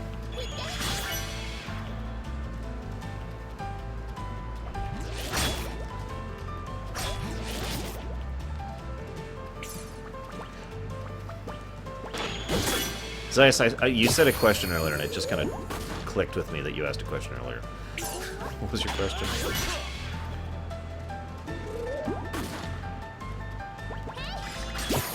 Reminds me of an old, I think it's Eddie Murphy movie, where he plays someone who tricks his way into senatorship, actually representativeship, and then there's a woman who insists she has to meet with him because she's a constituent.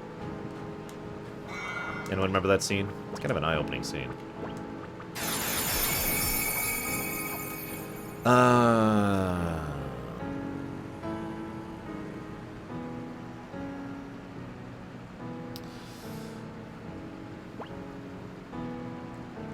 Do I have the Kai Queen answer you? So are you asking her in character, Zeiss?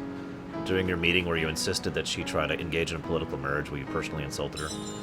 I'm just curious, because I want to gauge her mood before she answers this question.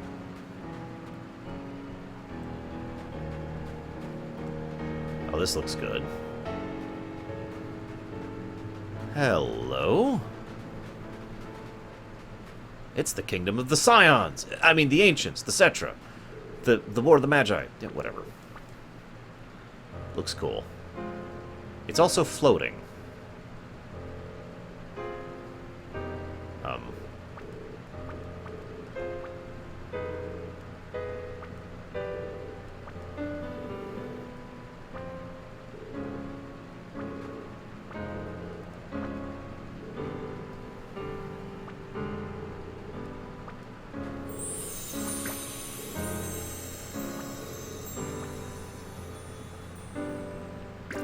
Well, she's gone.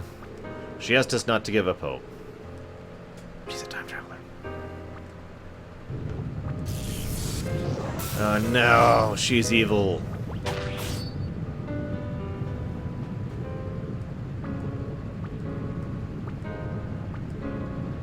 Inquisitor, no!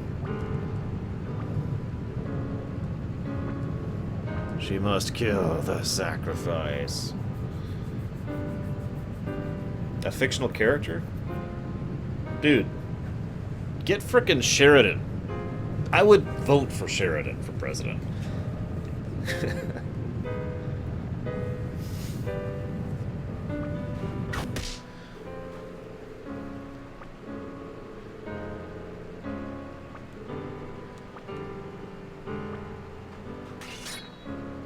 No, wait!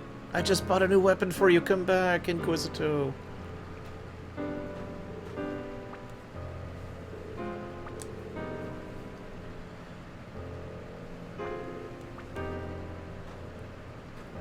Well, crap. So we just lost two of our party members. One of them faded back into time, and the other one is trying to prevent the evil influence in her from killing the sacrifice.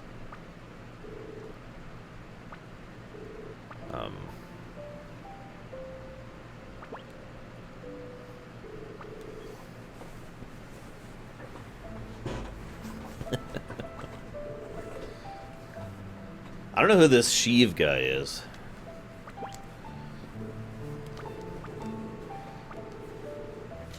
Yes, you still have a duty to fulfill. To frickin' die. Go die.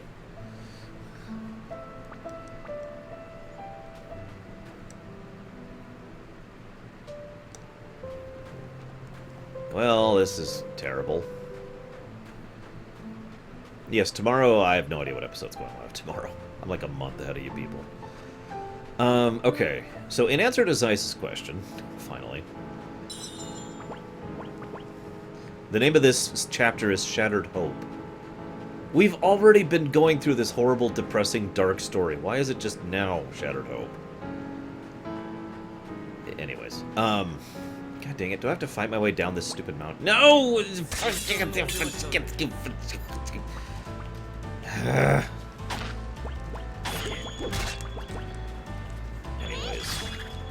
What was I saying? I don't know, random. Maybe we'll name her other personality. Maybe it'll be like, oh, what are their names in, Vampire the Masquerade Bloodlines? The two sisters, Teresa and something? I can't remember their freaking names. Whatever. Maybe it'll be like that.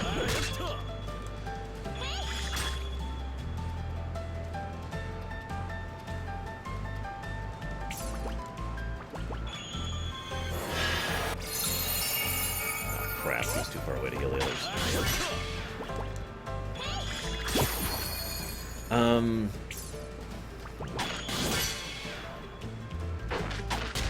I don't think the Queen will tell you her plan.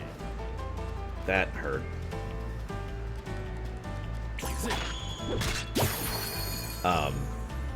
And she will tell you quite honestly that she's not telling you what her original plan was because she does not trust you. And then I'll allow you to try and persuade her.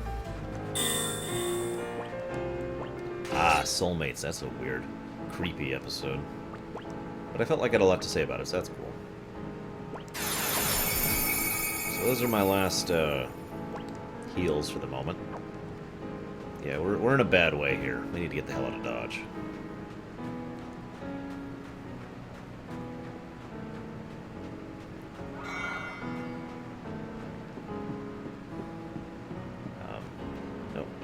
No, don't aggro me. No! Well, I think I'm about to die. There's no flee? There's no getting out. There's no fleeing. There's just, I'm dead. Whatever.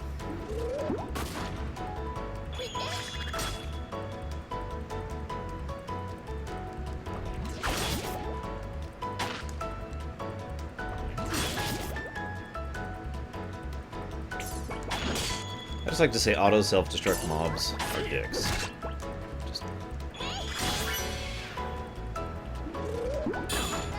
No, I'll just die instead. That's what I really want to do here.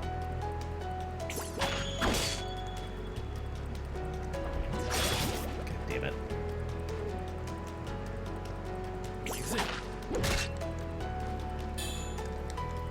Well, apparently I can blow a smoke bomb to get to escape, but God, that is such a lame-ass thing, the auto self-destruct.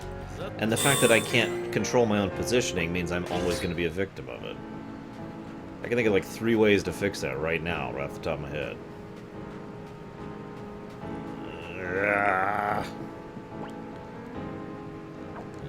Well, at least the ding healed me. Thank God for that. No.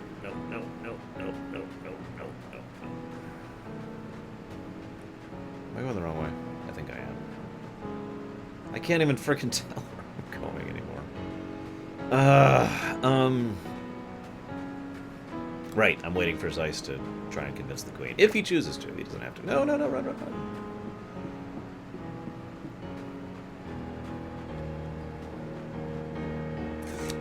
So I was asked recently... God damn it! Do I have any of this item? No. Oh, wait! I do! Get me the hell out of here! I exploded them. I was asked recently how to make politics interesting. So I found that interesting because politics is kind of a generic word. It applies to several different things. For example, have you ever watched C-SPAN? I wouldn't blame you if your answer is no.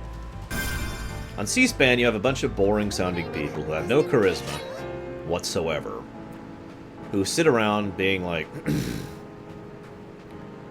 personally, I believe the motion for Section 34B should be changed to apply to all circumstances in which the aforementioned motion is required to be applicable. Given these circumstances, I think it is clear, if the Council will move to venture to look at my latest proposal, that the only possible way for us to move forward with this particular referendum is to have a change in the overall movement for this particular article of the system. Now, and that's kind of how a lot of people have associated politics with lately. In other words, bullcrap, and a lot of boring bureaucracy, a lot of B words there, and other B words I'm not going to say out loud. So, the problem is, a lot of people find politics very engaging and interesting. But that's because what they're finding engaging and interesting is more interesting politics. For example, one of the three things that really keeps Game of Thrones interesting as a show, by the perspective of most people I know who like it, is the politics of it. But that's better presented, first and foremost. In other words, that's politics of, you understand the stakes, and I'm going to move with this person in this kingdom, but if you keep your deal on this end, then this will move here, and blah, blah, blah, that kind of a thing. So that's actually engaging politics, as opposed to some idiot who's rambling on about stupidity. Some people have argued that one of the biggest mistakes that Episode 1 made was the fact that rather than showing the actual politics involved that we would be engaged with, they showed us the boring C-SPAN version of the actual Senate chamber going, I move for referendum, as I just demonstrated. So as a writer, it's really not that hard to make politics interesting. All you have to do is show the actual impact of it and try to demonstrate it rather than show the boring people who are doing the bureaucratic side of things, right? So that's my take on it. You want to make politics interesting, just really show it and really show the impact. Don't try to bog it down. Especially don't try to get into minutia. That can be interesting if properly presented. But what's more interesting? So, let me use Episode 1 as another example. So, Episode 1, there was trade negotiations. Now, that doesn't sound interesting. However, I can name several games and works and books that have actually made the concept of trade negotiations interesting and an interesting point of political discussion. So all you need to do is show the impact of that, demonstrate how the people are being changed by this. Try to show the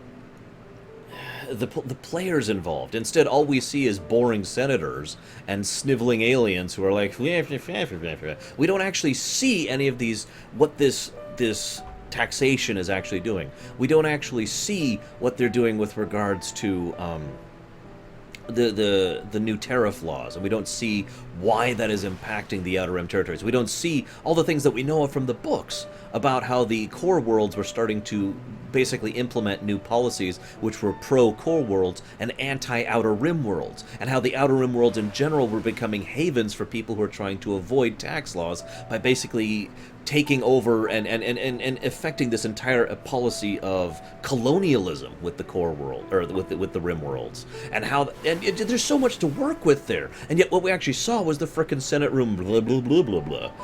You already had something interesting. It wouldn't be that hard to go somewhere with it, Anyways. So, back to Zeiss's question, really quick here.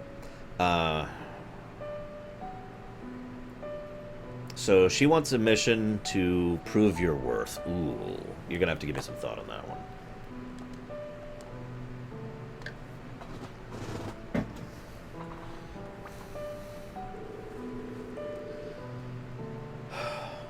Yeah, several of the episodes of the Clone Wars did a much better job of the political thing.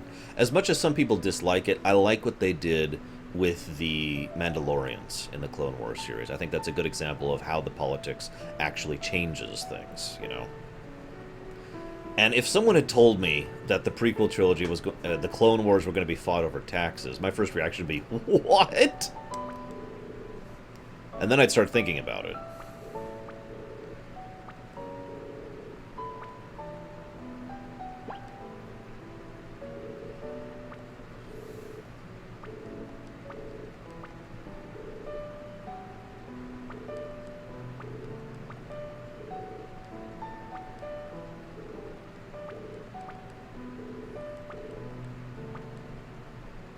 We're already calling it the Vanished Lands.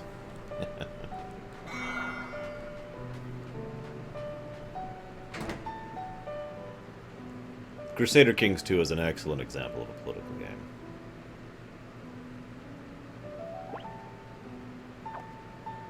Oh, wrong guy, wrong guy. I always talk to the wrong guy.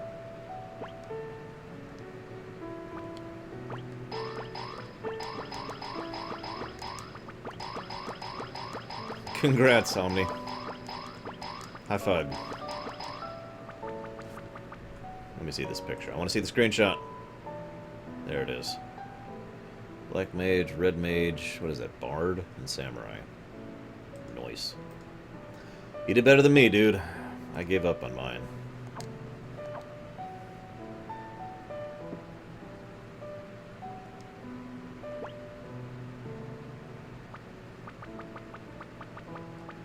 Ranger, that's what that was.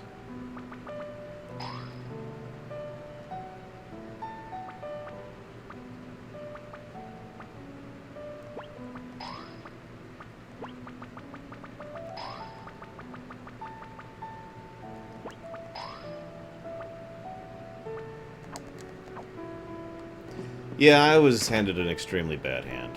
I know I could have finished it, but it would have just involved grinding, and honestly, I didn't feel like it. I kept thinking about going back, and every time I thought about it, I was like, that's just going to take up time, and time is not a resource I have in abundance right now. Screw it. Sorry, anyways, this is about you, Omni. Congrats, dude. I have no idea where to go now. Zagoten, where do I go? Seriously, I actually have no idea where to go now.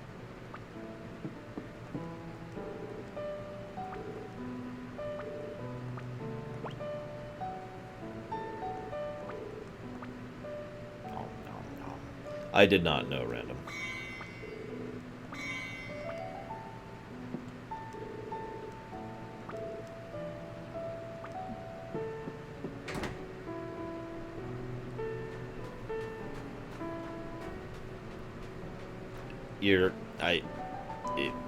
Someone go smack Samurai for me, real quick.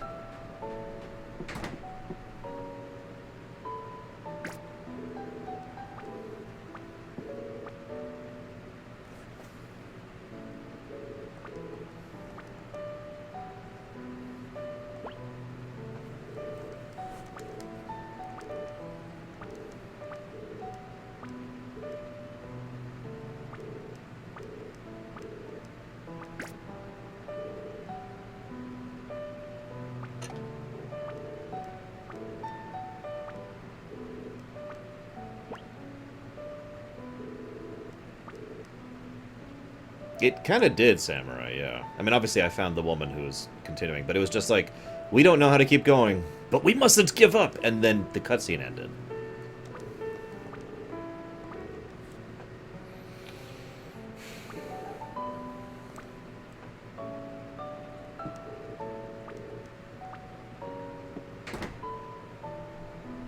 What species is fillfish? Some kind of plankton.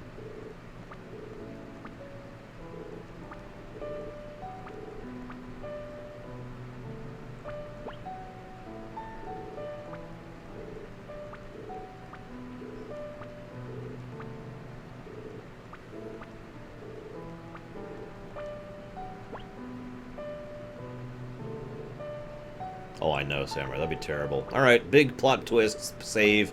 Walk away for a few weeks. Come back. What the hell was I doing?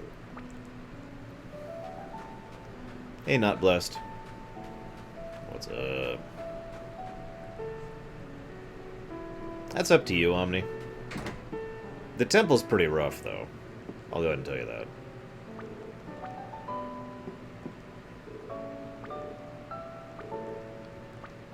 Okay.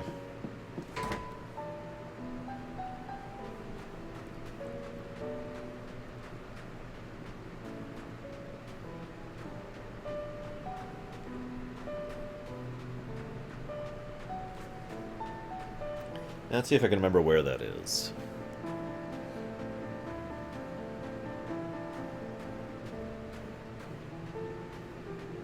Yep, oop, I saw that. I'd say it's good so far. I mean, I'm still playing it. And I still want to keep playing it. Gameplay's not selling me, I'll be completely honest on that. But the story has at least been interesting so far. There's been a fairly large amount of foreshadowing so far. Hey, a cave! So, yeah.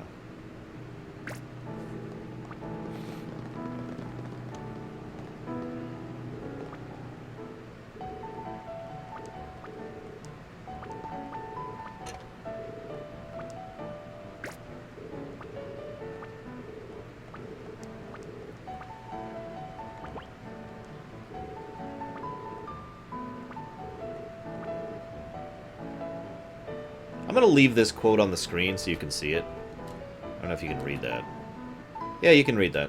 Go ahead and read that. This is his explanation for how he managed to travel the same way we did without guardians.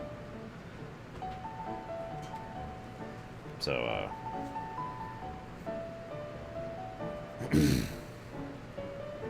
now picture the smell. Now picture that it's frozen, because everything here is frozen. But don't let it go.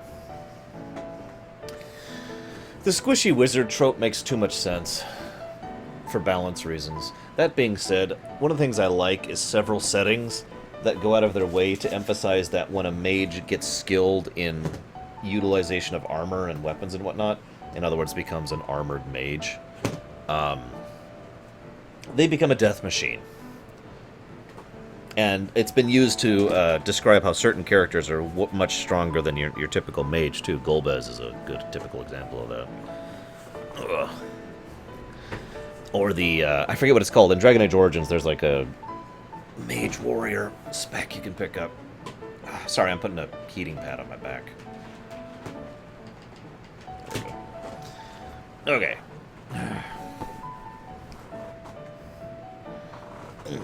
Okay.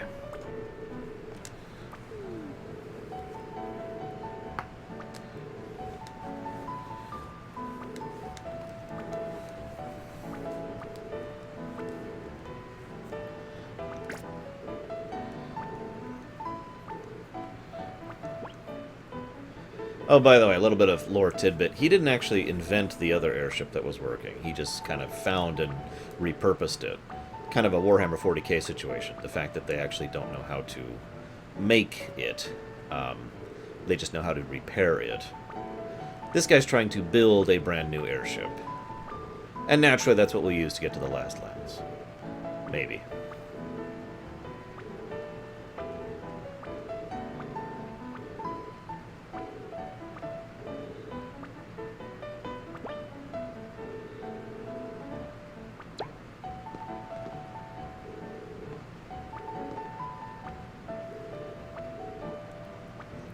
So this is what we would call the hope spot, theoretically, at least. I say theoretically because a hope spot in storytelling terms is when things look like they're going to be good and then turn out to be much, much worse than they are. So we'll see how things actually turn out here. And things are actually horrible. This might be actually things starting to get better. Or this might be things turning out to be much, much worse than we thought. We'll see. Why have I not... Hang on.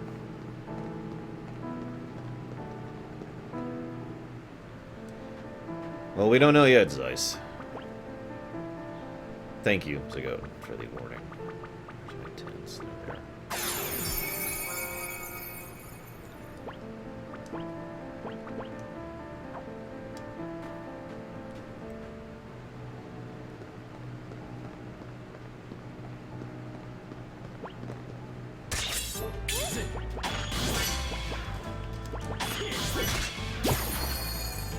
Actually, there is, Bozdog. I've talked about that extensively. And in fact, I had to yell at some of my viewers for getting a little bit too negative about that subject. It's very simple. I want you to imagine a typical game that you produce. Now I want you to imagine a much more complicated game than that. Now I want you to imagine the most hideously complicated game you can think of. And that's what Bethesda games are. I've said it before and I've said it again. From a purely programming perspective, I am actually amazed that Bethesda games are as bug-free as they are. The fact that they are as functional as they are is a little bit amazing. And I mean that sincerely.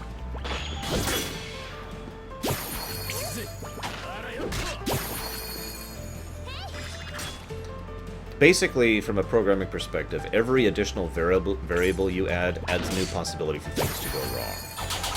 Now try to picture for a moment how many variables are in a Bethesda game.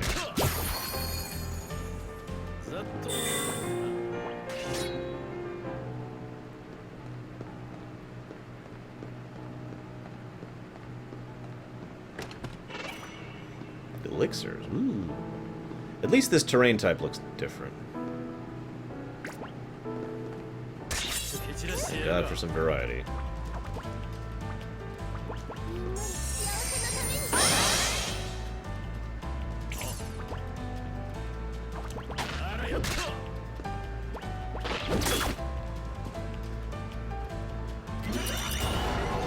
By the way, I'd actually already pre-ordered it for 15, so that's kind of amusing. Oh, crap.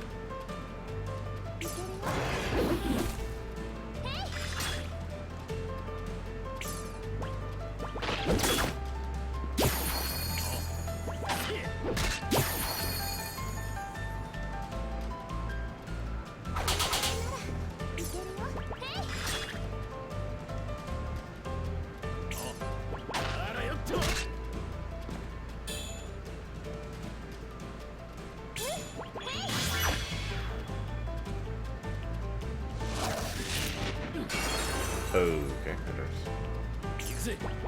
Well, I didn't pre-order it for myself, Samurai. Sorry, I should clarify. It was a gift for a friend.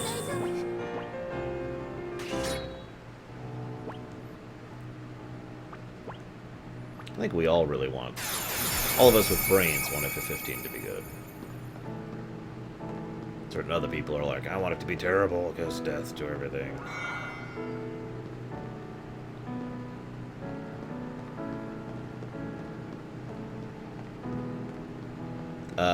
Sure, Zeiss, why not? Not how I pictured it, but sure. Yeah, sure thing, Samurai. I need a donation of $60 really quick, though.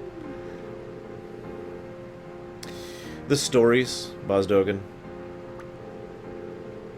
They are very, very character-centric, and for the most part are extremely well crafted. They are engaging, they are thematically significant. They have tons and tons of great characterization and great character growth. And the plots are things I enjoy. Most FF games also tend to be have complicated plots without having convoluted plots. And I feel like a lot of modern games, and especially modern JRPGs and animes, tend to get a little bit too convoluted, forgetting that there's a difference between convolution and complication. So all 5 of the story points of the FFs, from I'd say 1 to about 12, with some exceptions, are all good. On all 5 points.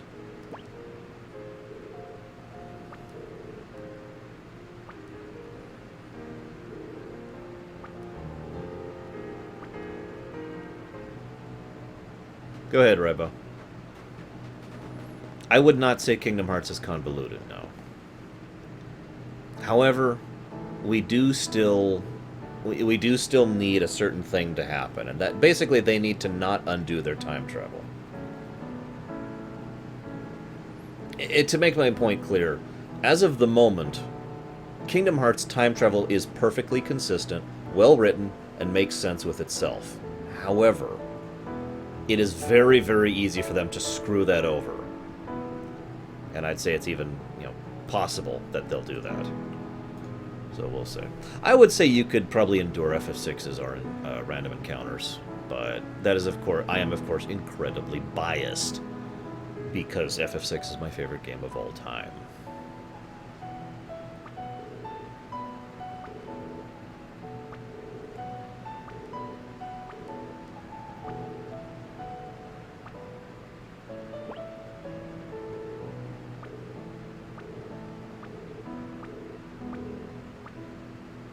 It's okay, he'll be okay. He's smearing feces all over himself. He's safely tucked in the demon's asshole. That's a reference for any of you who actually get that.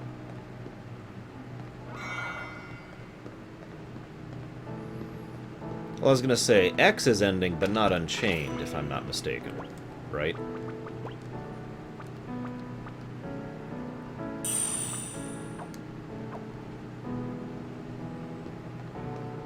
Hands on his helmet.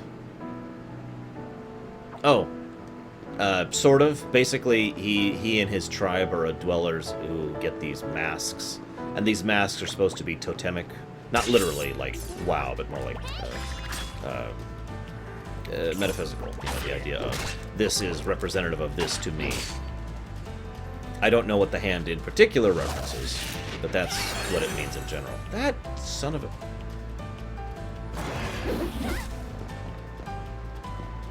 It actually isn't Zeiss, believe it or not.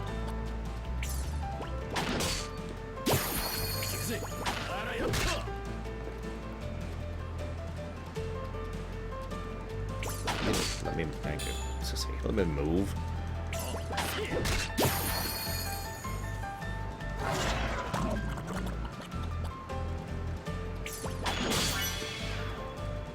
Now I'm fighting fungus-infested Moon Kid and Marlboros. Sure.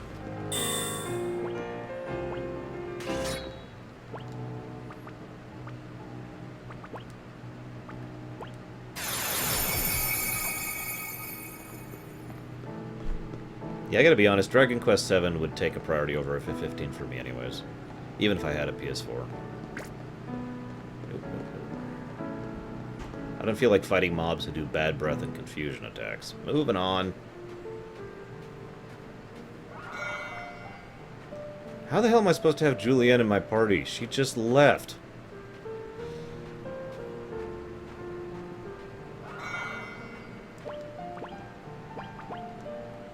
Oh, right. I'm going to go visit her right now, aren't I?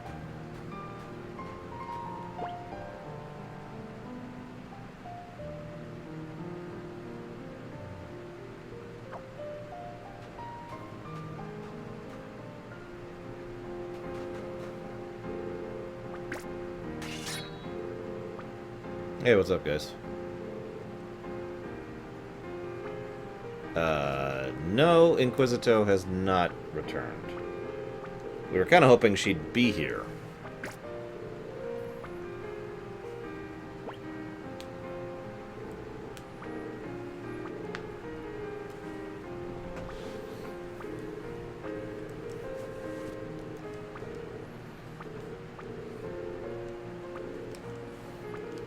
Wow, they're actually using tactics now. The monsters are, I mean.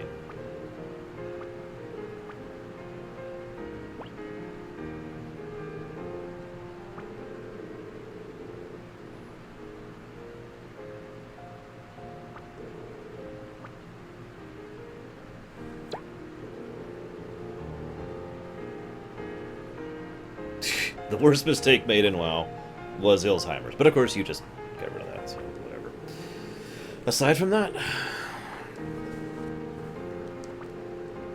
the decision not to continue and support Warlords was the second worst decision they made.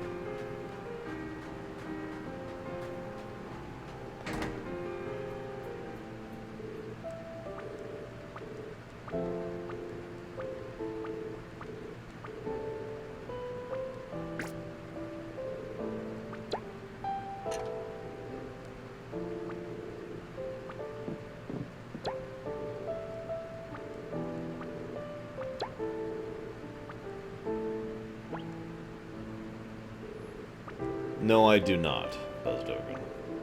I was willing to at least tolerate it, but they didn't really do anything interesting with it, aside from getting alternate Gul'dan, which I am in favor of. Mainly because they've done something with him. They've really pushed his character a lot.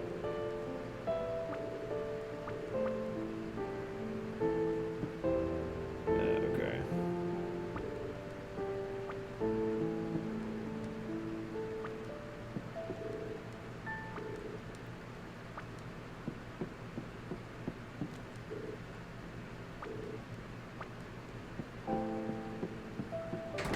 Ten to 1, these kids all die. Song in a video game that always makes me feel emotional. The ending theme to Lufia 2.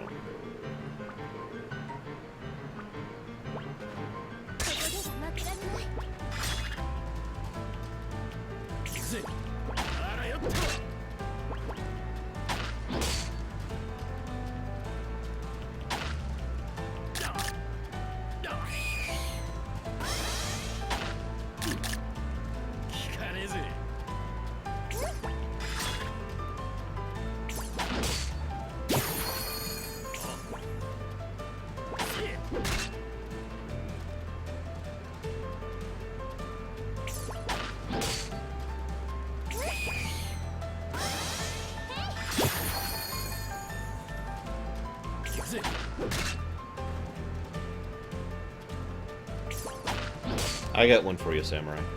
Looks like my summer vacation's finally ending.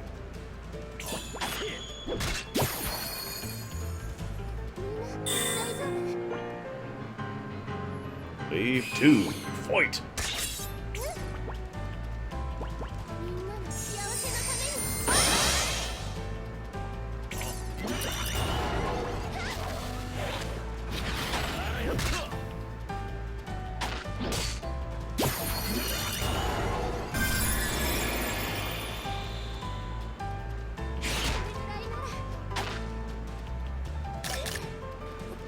Well, she's dead. Killed by giant penguin. I guess that's a shrunk penguin. Whatever. Killed by penguin. That's the part that matters.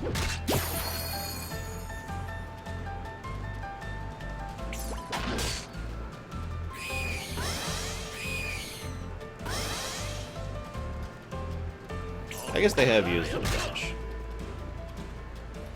Admittedly, that's not one for me either. Shion's theme, on the other hand, that one hits me.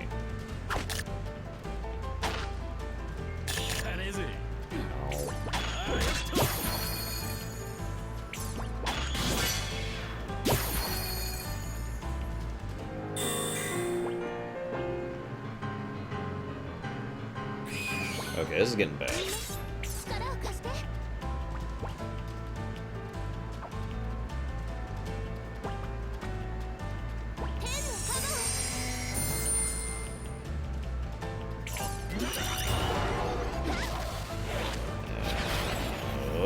Okay. Hey, Zagoten, is this a supposed to lose fight? I'm just curious. No reason really.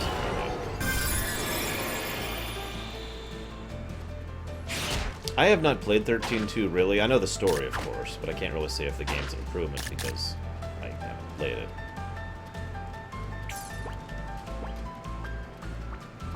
They're all at full health.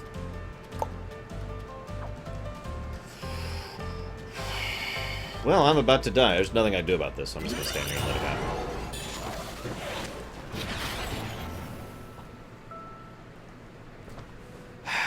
happen. One more attempt. That's all I'm giving this.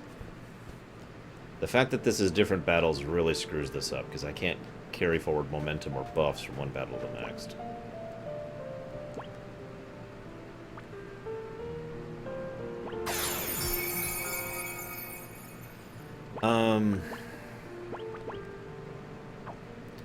Honestly, I can't think of any particular reason why 13 was more successful there than here.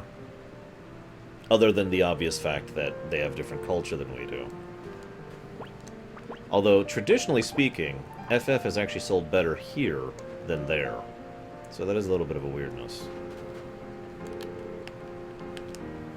Is there a skip cutscene button? No, it doesn't appear to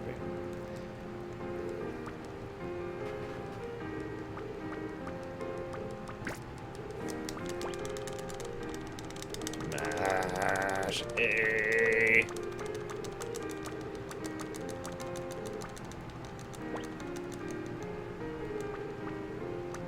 Also, what game are you referring to, Random? Oh, I do own 13.2, don't I? I think? I don't know. If I do, it's on Steam. I don't have the PS3 version.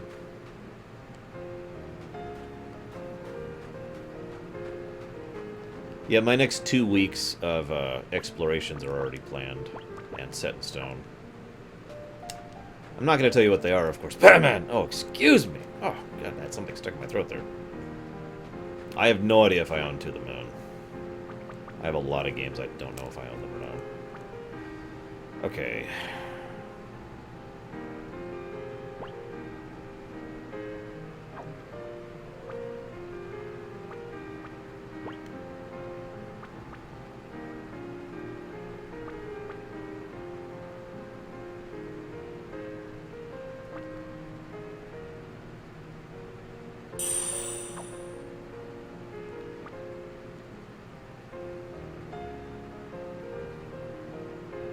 There's only one Batman that's relevant right now, so I'll give you a hint.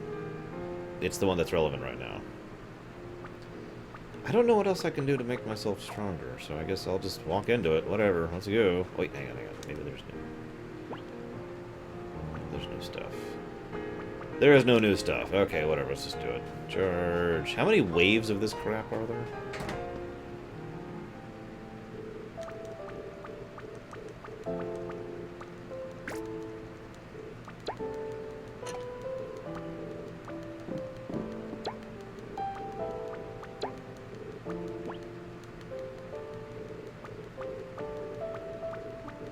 Cool quotes. If life is to change, let it change. Or if history is to change, let it change.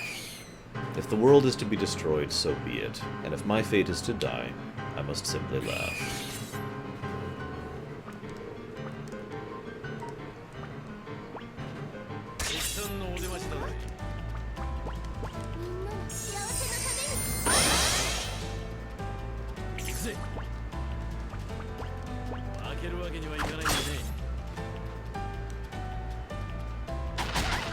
God damn it. Really? And they all focus on her? Really?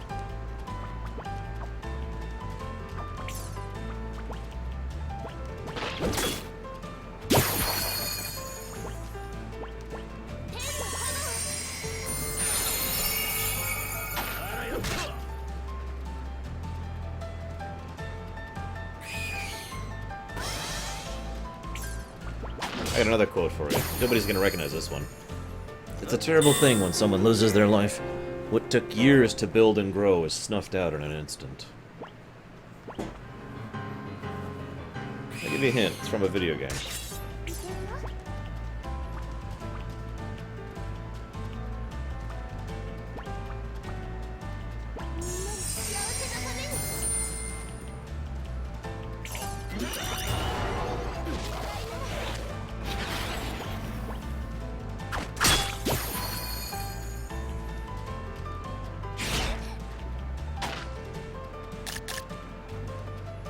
Part of the problem is 13.3, like, okay, 13.1 and 13.2 both directly relate to 13.3, even if 13.1 doesn't relate to 13.2.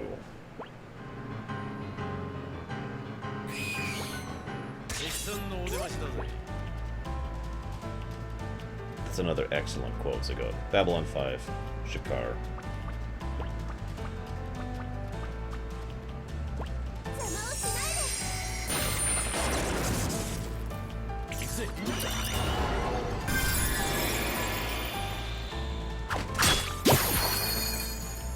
I'll go and give it to you. It's from Illusion of Gaia, actually.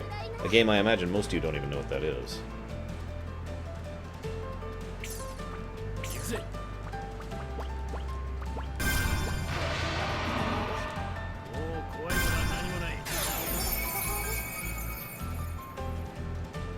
See you around, Random.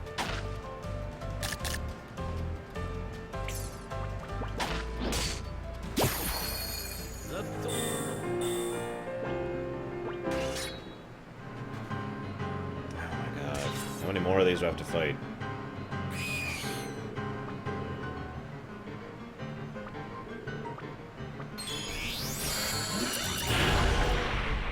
I have that spell? Oh, hey, Eterna. Eternia, excuse me.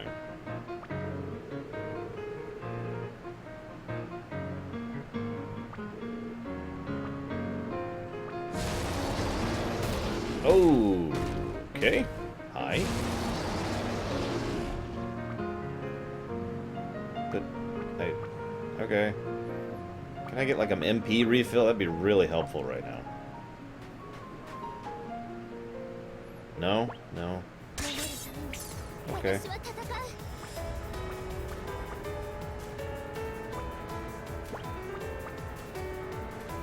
Actually, let's do this. It does look like that Buzzstone, yes. Oh.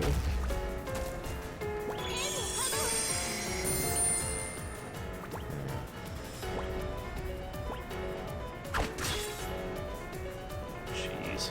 Okay, that's not the kind of damage I was hoping for.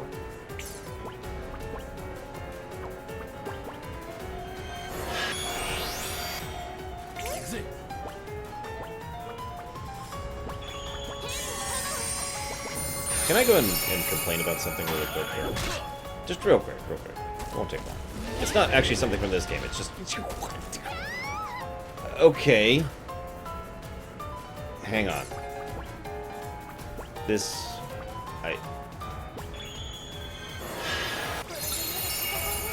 Hang on a second, I just got mauled by a single attack. Give me a minute.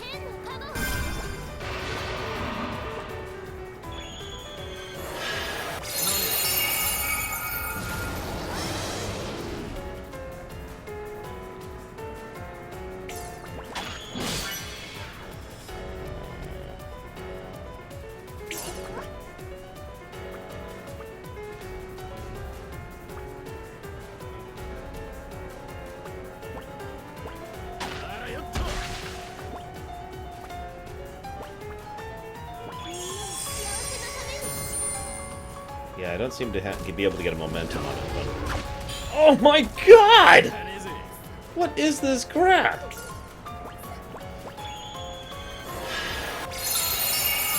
The fact that she's over there means she's just staying dead. I can't keep her up. I'm not gonna try. I'm gonna try this one more time. Nope. Whatever.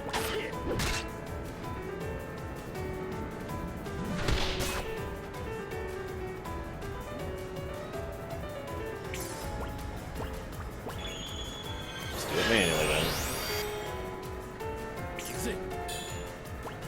Oh my god, he's got 4,500 HP. He has 4,500 HP. I want to give this up already. That's insane.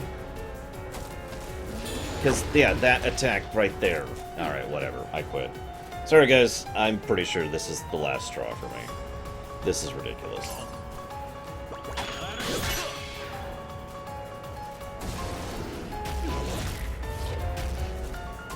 You imagine him doing the stamping attack. Hey, JR.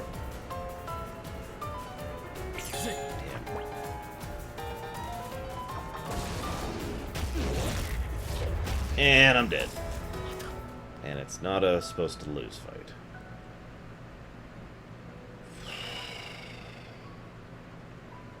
Yeah. That's a thing that just happened.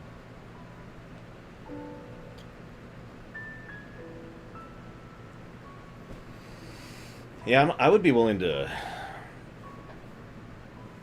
I'd be willing to keep going if he had about a third the health. 4,500?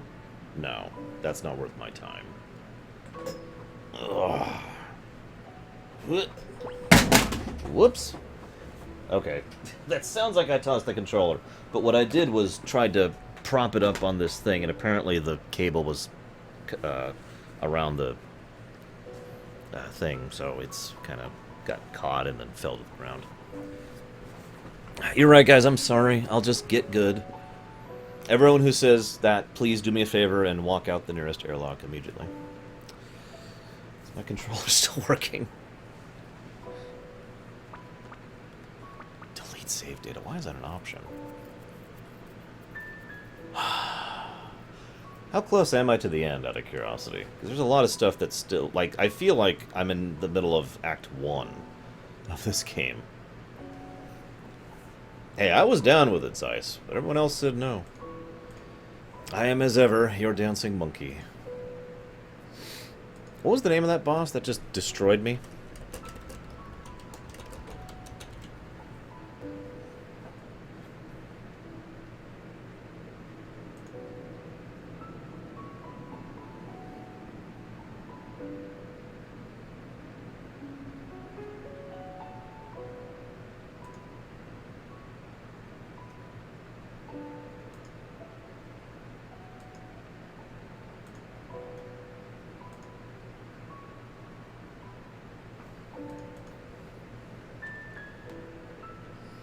I guess that's true, Samurai. I feel like I've gotten nowhere because there's usually a big visual distinction to let you know when you've shifted acts. A good example of this is actually Final Fantasy VII. It's very immediately visually distinct when you leave the Midgar area. But actually, the Act 1 of FF7 doesn't actually end until you leave Calm, which still has the same overall visual aesthetic. From that point on, the visuals change significantly.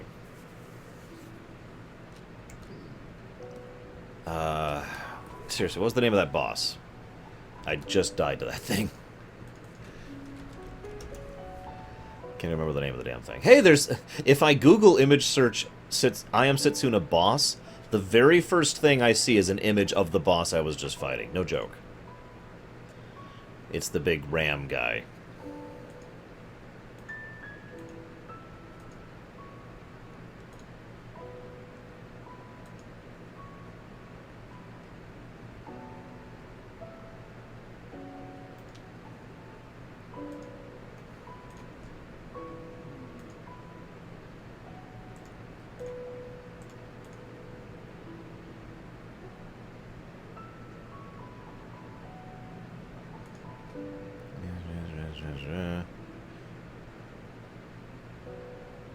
There's a lot of people asking for help on the boss I had trouble with earlier.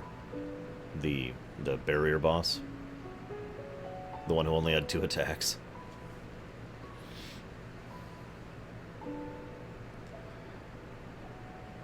I have only played a very small amount of Fez. If that's the one I'm thinking of, which I'm pretty sure it is.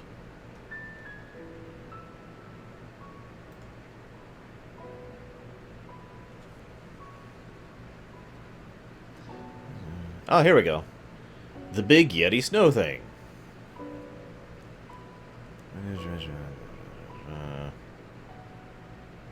Hey, Qualitas. Just be there. Endure, dear. Endure and care. Just keep going. Diffuse. What the hell is diffuse? Alright, hang on. I gotta see what the hell diffuse is.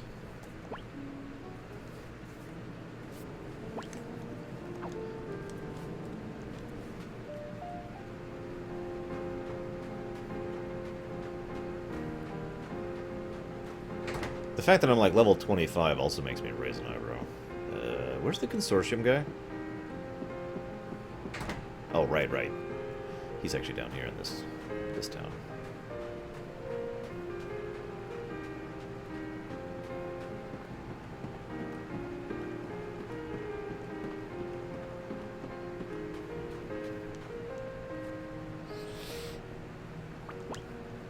Diffuse.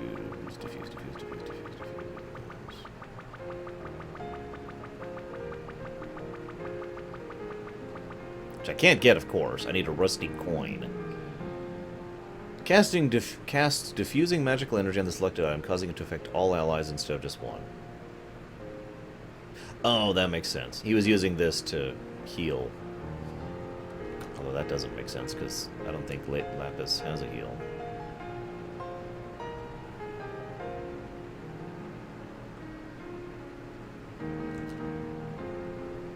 No, not that I can tell. As far as the alphabetical thing. Oh, Aura, yeah, Dur. I already did do that. Setsuna, yeah. None of that helps me at all.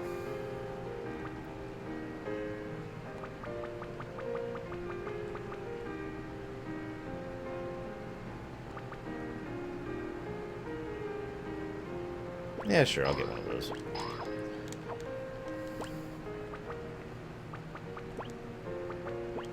Even though everyone recommends using Setsuna, we'll go ahead and use Kirk, who I don't think I've used, like, at all.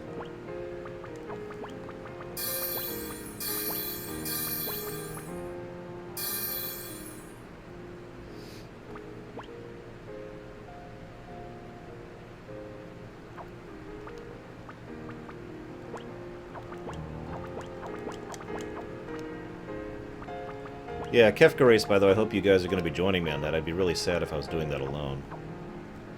Best job class in FF6? Sensor.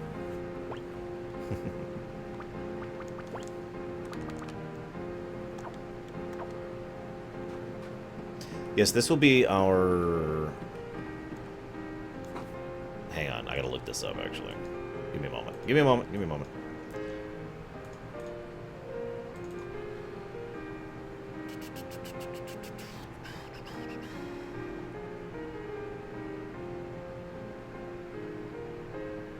I wrote this crap down for a reason. Somewhere.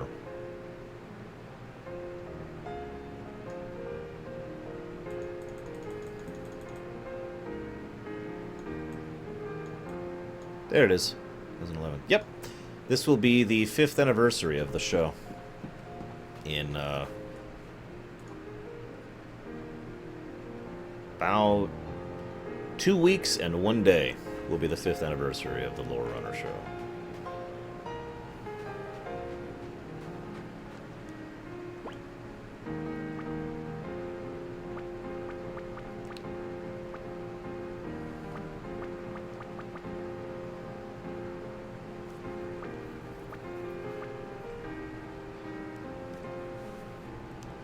Yeah, 5 years. Weird thought, huh? Okay, none of these look like they're any good.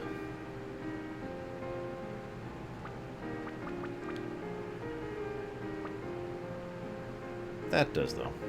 A Kefka race is when you play FF6 until the first point at which you defeat Kefka, and then that's when you cut it off. It's a race to that first battle. And I actually did a lot of runs of that. And since FF6 has special meaning to me and to my show, along with Mass Effect 3, it felt like a good thing to have the anniversary.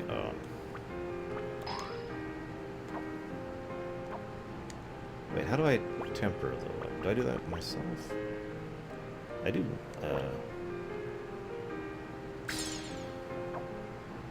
Okay. We are tempered. We have new Sprit Knight. I don't know what else to do to buff myself other than just go grind my face off, so let's do it. This is what we call a gauntlet boss, by the way. The entire purpose of this, design-wise and balance-wise, is to wear you down on a bunch of trash immediately before you fight the boss, not giving you a chance to recover before the boss. And this is a fairly common concept in video game design philosophy. In fact, WoW itself usually uses gauntlet bosses. It used to use gauntlet bosses all the time. Almost every raid had at least one gauntlet boss in it.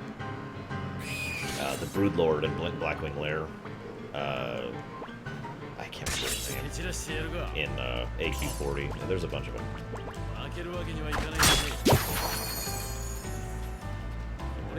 When and why did FF start to go downhill? That's always going to be a matter of opinion, and a lot of people are going to disagree on that one. But most people would agree it either went down after 10, or excuse me, after 9 or after 12. I would personally say after 12. As for why, that's actually pretty easy to answer. So many of the developers who've been working on the franchise moved on and started working on other things, and Yuichi Wada was an idiot.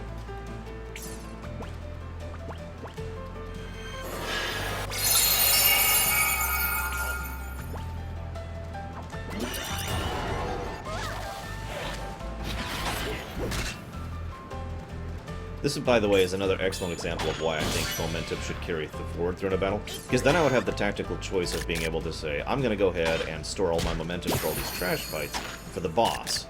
Instead, it's going to get reset each frickin' time. And since I can't get a provoke attack, or whatever the hell it's called, to start with momentum, I'm always going to start with momentum, which is always going to be set.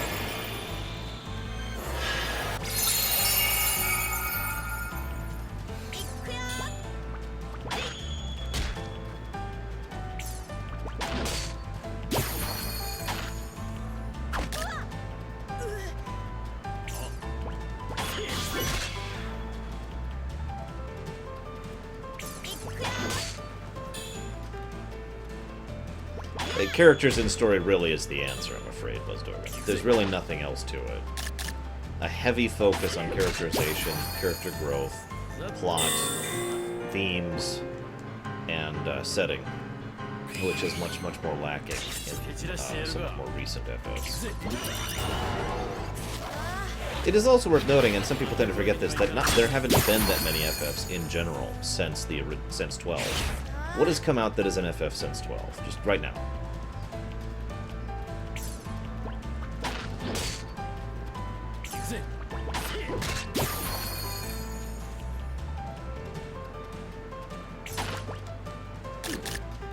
God, that hurts.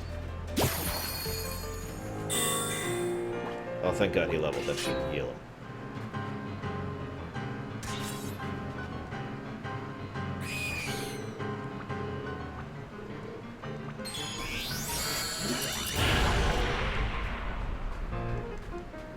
Can you one-shot the boss with that, Eternia? Because that'd be really helpful right now.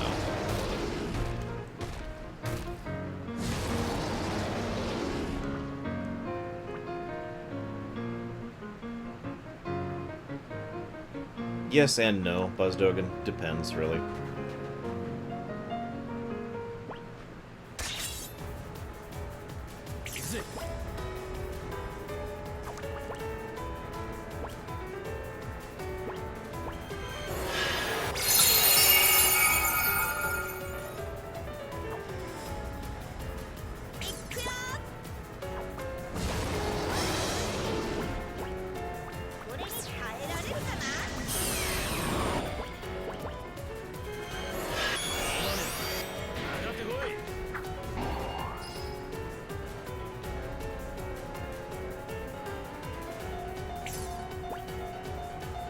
No, I don't mean FF in the name. I mean a Final Fantasy game.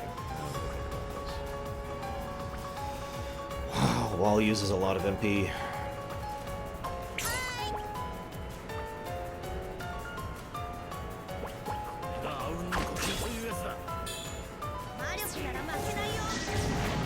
That's it? Fire 2 does 135 damage? That's it?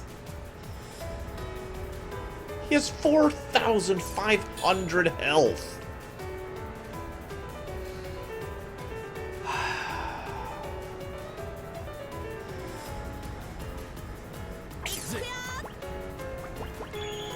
My big attack does 290.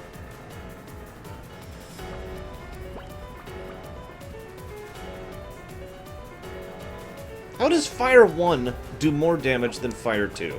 Explain that to me.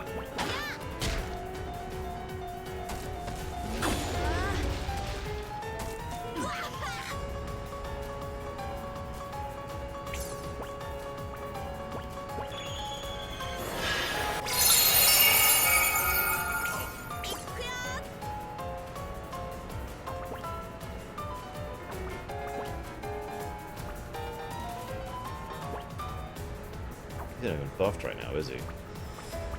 Nope. He's called the Stout Sheep, by the way.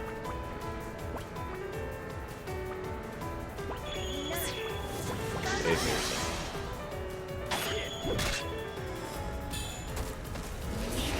Ow, ow.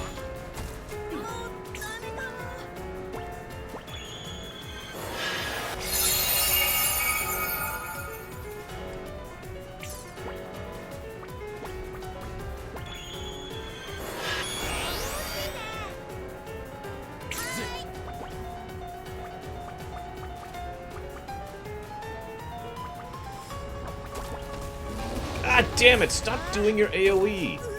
Why are you evil? Why are you evil? You notice all of my damage is doing way less damage than it normally would on this guy, by the way. Congratulations, Kay. You are, I think, the 87,000th person to say that. Oh my god. I am in shock of how stupid this is. And the kid's dead.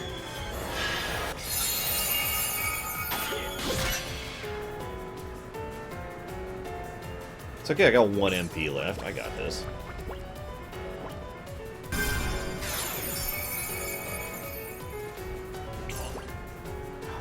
I've done like 300 damage to this guy.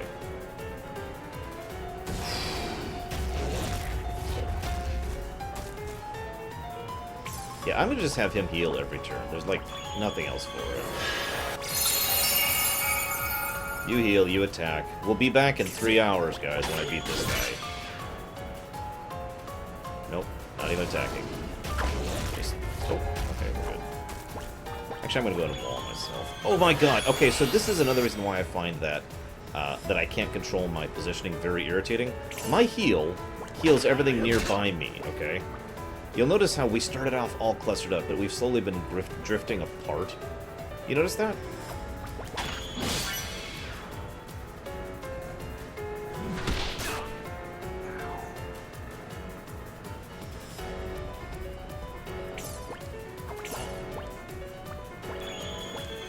Now, we've drifted back together just now, but it would be nice to be able to control that. And I just lost my Dispeller, so I can't do anything about that. I'm gonna have to go ahead and get him up and hope he has a round of Dispelling before he dies.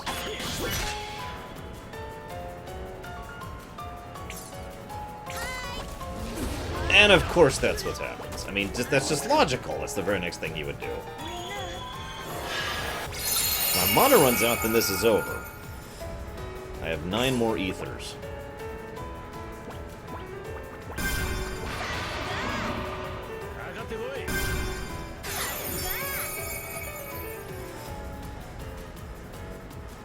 Balance reasons is the biggest reason why, Myron.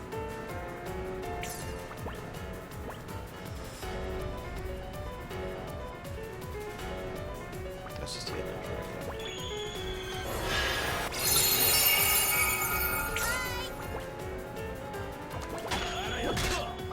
Get that crap off it.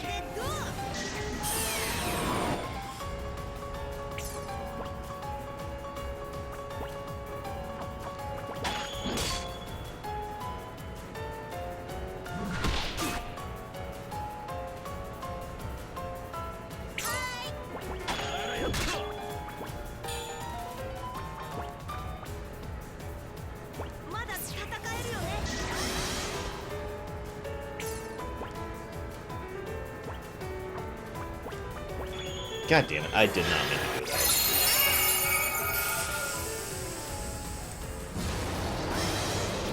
Okay, that's not too bad.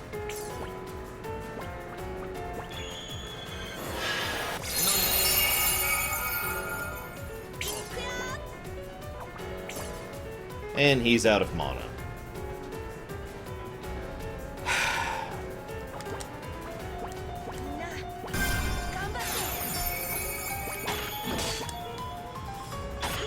I absolutely hate games where I can't see the enemy's HP. I know that there's some reason for that to be a good thing. I understand its purpose as a gameplay design thing.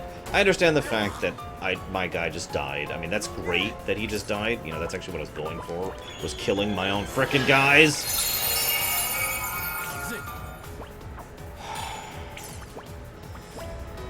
But anyways. But I hate it. I cannot stand not seeing my enemy's health. It drives me bat.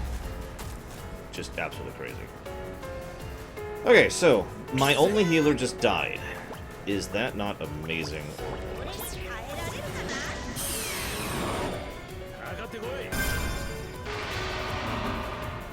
And the best part is now everyone's spread out, so that AoE, even if I had lived through that, I can't heal that. Yep, I give up. I give up. Screw this game. So anyways, that's I Am Setsuna. I cannot spit enough bile at this overall system. However, as I've often said, I don't want to just complain about something. I want to give possible ways in which I can make it better. You know, constructive criticism. So, constructive criticism. It would be nice if I could control my positioning on the field. It would be nice if certain aspects of the materia system were a little bit more organized. I've already talked about that. It would be nice if the boss wasn't a health sponge. I have spoken against health sponge bosses for years and years and years, since long before I ever started doing the show. And what else?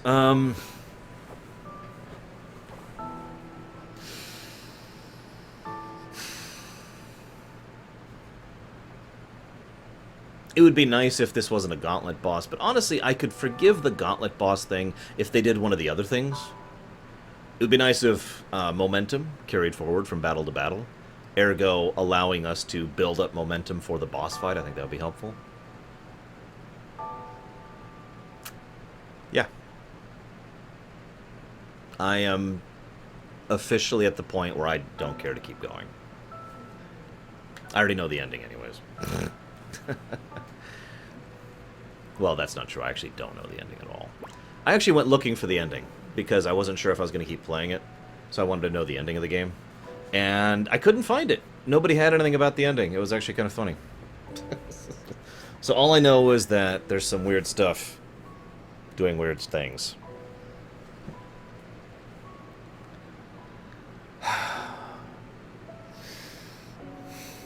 I'm going to go ahead and say that this game is a net negative, yes.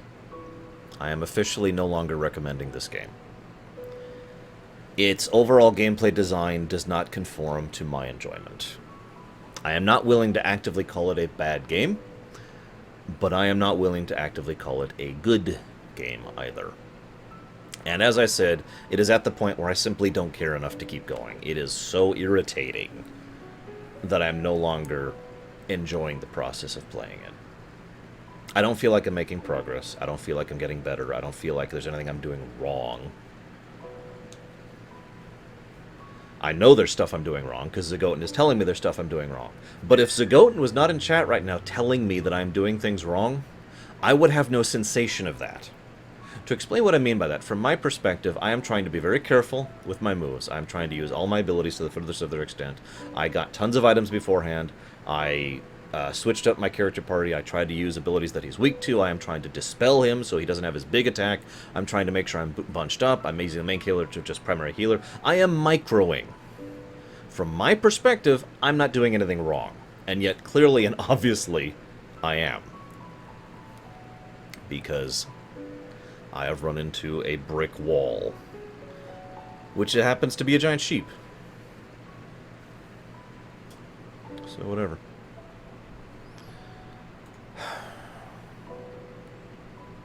And that sucks. I was really looking forward to finishing this game today.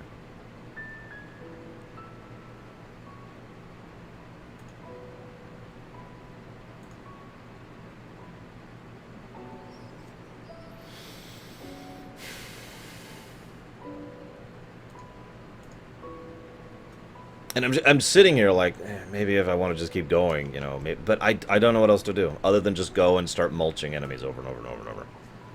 I could just go and start grinding. I don't know what else to do.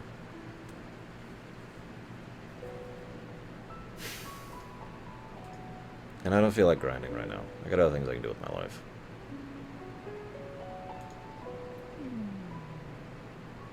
The most rage-inducing game for me? Oh, I don't know. Mass Effect 3. No, actually, Neverwinter Nights 2 actually probably hits that a little bit more.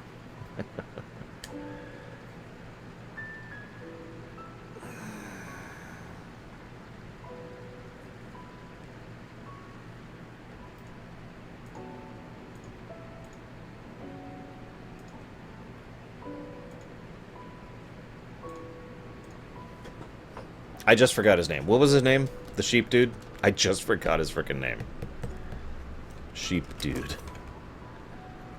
Stout sheep. Oh, hey. Apparently if I Google search for sheep dude, I get stout sheep.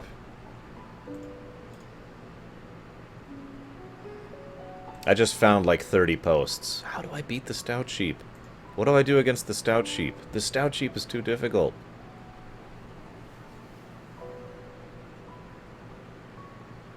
Apparently the stout sheep can heal.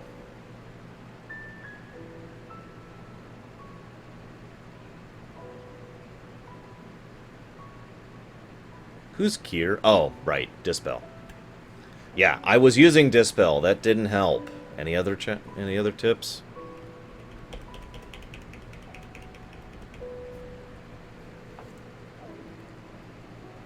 Sure, Shadow.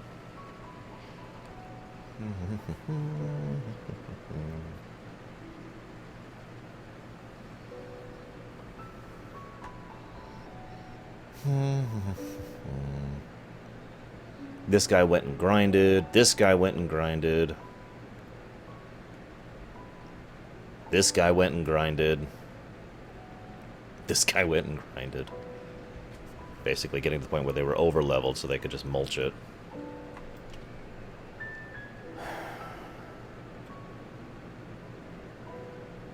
Use Cure for Dispel. Yeah, thanks. I already picked up on that.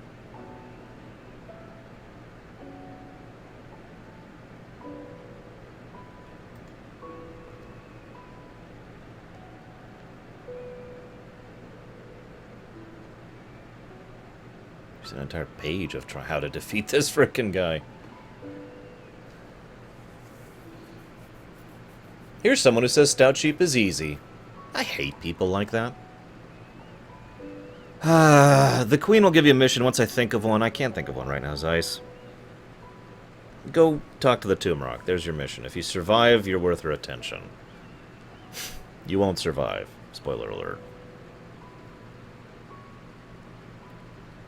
Seriously, though, I hate people who, you know, there's some difficult boss or some difficult whatever, and they just say, oh, it was really easy for me. That was such an easy fight. I hate people who pull that garbage. It's just another form of elitism. And I hate elitism.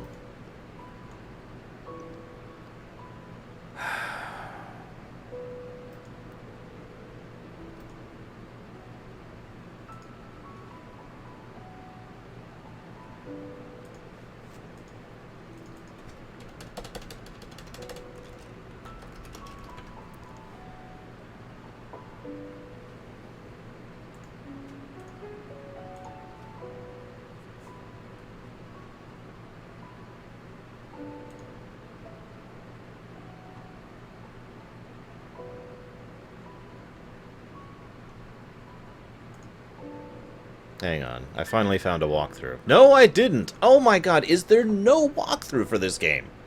There is no walkthrough for this game. GameFAQs doesn't have anything. IGN doesn't have anything. I just tried Googling and I didn't get anything. Like, I see impartial walkthroughs, but most of them end before I am. Like, back during the frickin' fight with the barrier boss I mentioned I struggled through earlier. Oh my god. And this guy cuts off 2 things before that. What the crap? What the hell? Why?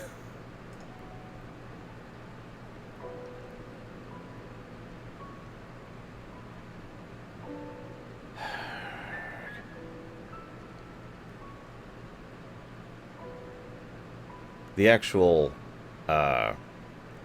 there's several things where you can pop onto Steam to pull up a walkthrough. That's not complete either.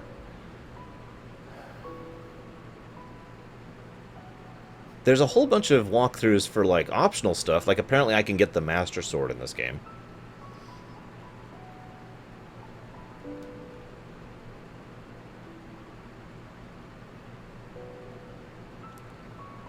Apparently Scythe Guy joins you later. Spoiler alert.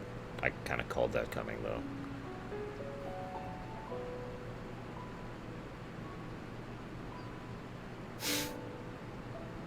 This person grinded to 50 and still had troubles in the last boss. That's encouraging. I'm level, like, 22, by the way, for reference.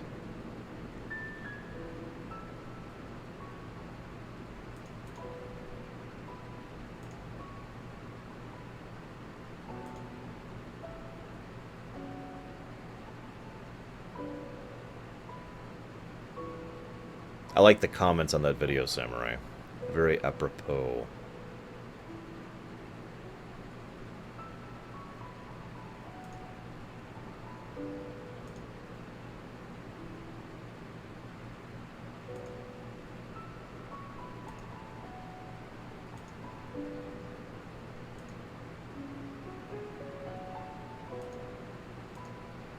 Oh, there's the fight. I was gonna say, where the hell's the boss fight? Alright, let's see what incredibly complicated and in-depth strategy he uses. I'm waiting for it. He's got the same party setup I do. He's about 5 to 7 levels higher than I am. That's not encouraging. By the way, one of the comments is that one of those people is closer to about 7 to whatever, 10 levels higher than me. Which, you know, are people who are also having trouble biting this guy. People who are in the level 32-ish, I guess that would be. And they're having trouble beating this. That's encouraging. So, he's attacking. Okay, this guy is 5 levels above me, and he's hitting for about the same I am. What the crap? Okay, so she died horribly to his first angry stomp.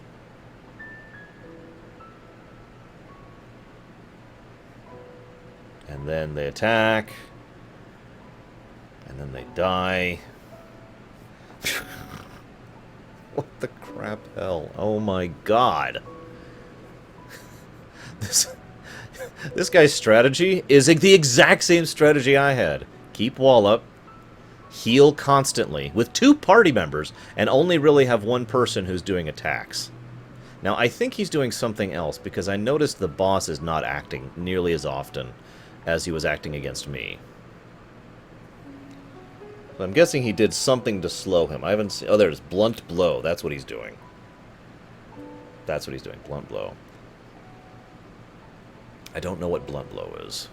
I'm guessing that's the slow. Because he is doing the exact same strategy that I just employed, other than the slow, in order to beat him. That's all he's doing. I'm watching him.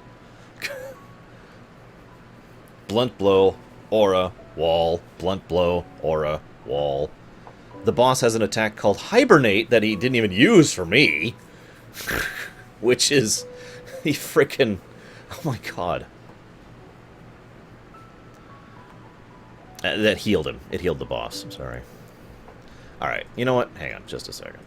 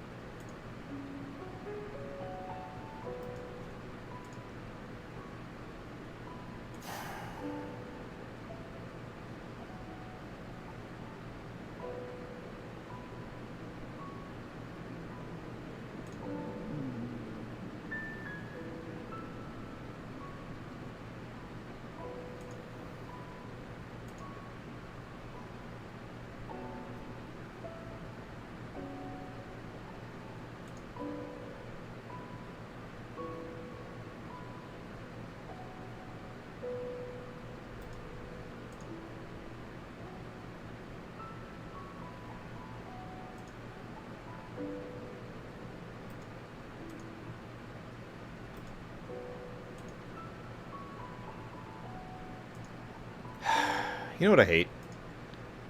How game trainers, which may or may not work, by the way, are buried behind obvious malware and adware and other bullcrap. I want to see the end of this stupid game. I'd be okay with just watching it on or reading up on the ending, but I haven't found anything like that yet.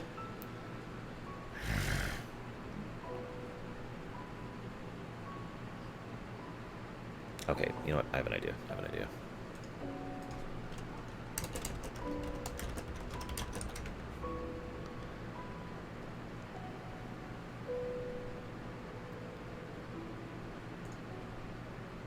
I'm so sorry, Bragwin. Of course, I don't actually like that show, so... Weird thought of the day. Enjoy the title screen. Frickin' game.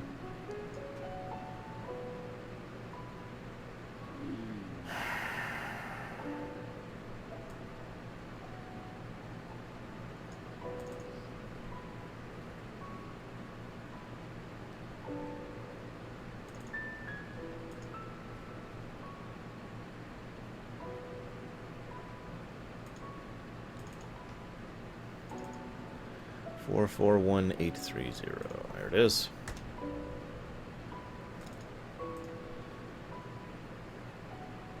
Found my save file.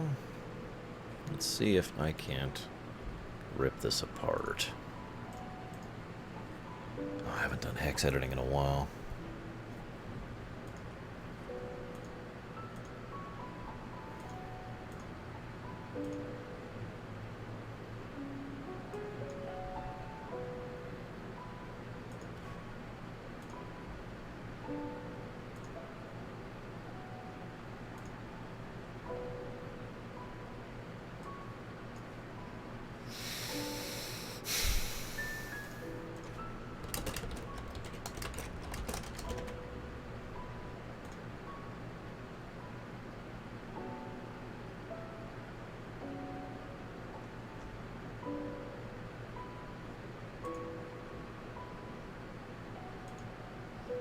I can just pictures of Goten over there. Why are you willing to go to this much effort to cheat when you could just grind?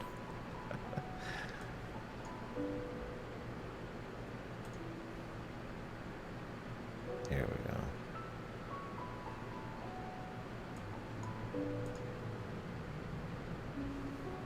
go. Init. Mock update. Mouse confirm. Battle manager. Okay.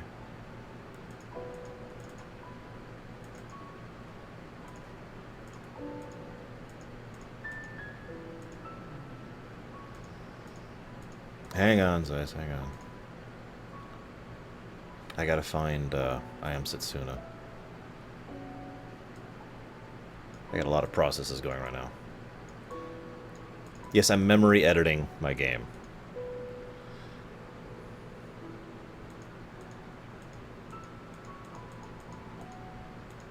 At least that's something I can actually do.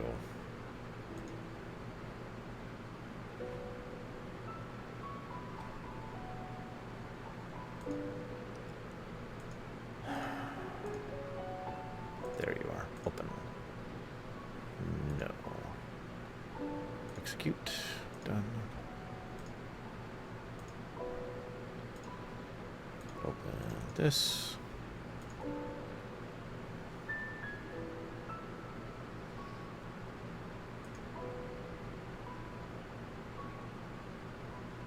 No, I don't, Shadow.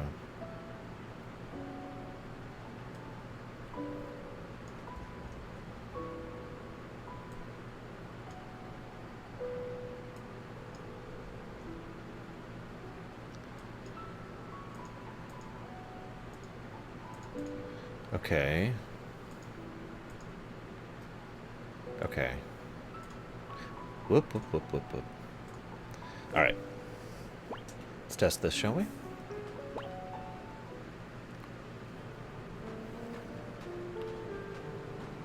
I can't quite see chat. I can only see a little bit of chat, so if I'm not responding, it's not that I'm ignoring you, it's just that I'm having trouble seeing chat. Just a heads up.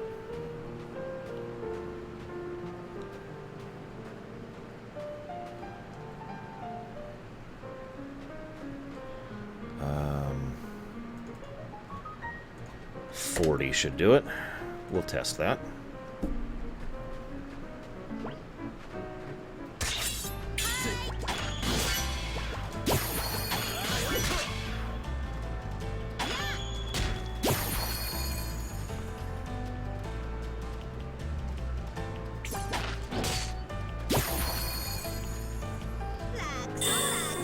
That's a little better. Okay, that was 4,000 exp. Why don't we increase that a little bit, shall we? By a factor of 1,000.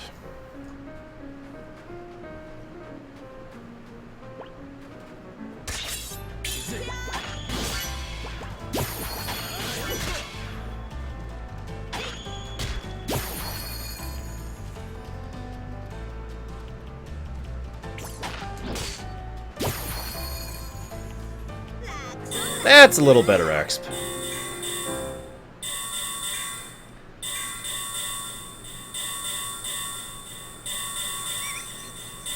The power! Unlimited power!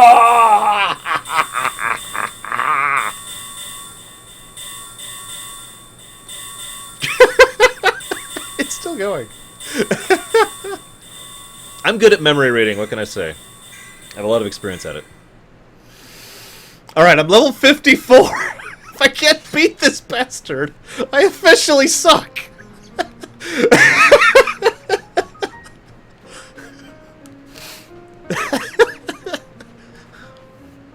I can hack the game! I am experienced enough to do that.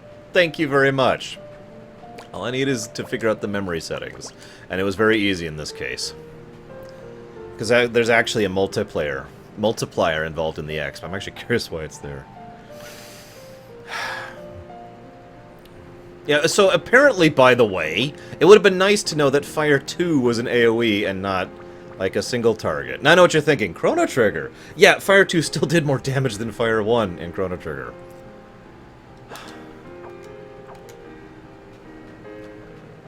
God damn it. I could get another 40 levels. I could frickin' do that. I have that power.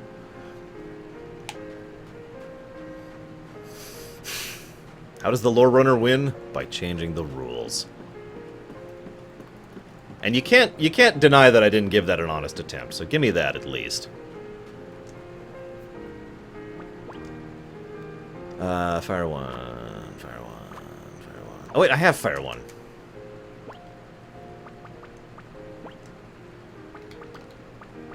I actually already had it right there.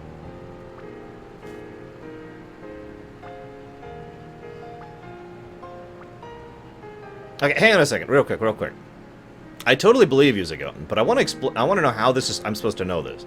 Enables use of fire, shapes magical energy into flames that cause magical damage of fire type to all enemies near the target. 12 MP, usable by Kirk. Fire 2 enables use of Fire 2. Use vast amounts of magical energy to create an explosion that causes magical damage to all enemies. 24 MP. Granted, I'm an idiot, but everything about Fire 2 screams that it would be doing more damage than Fire 1. Again, the Chrono Trigger parallel I mentioned earlier. Yes, Kirk inspired me. I'm gonna save before I go do this fight, actually, because if I still can't do it at level 50, I officially am terrible.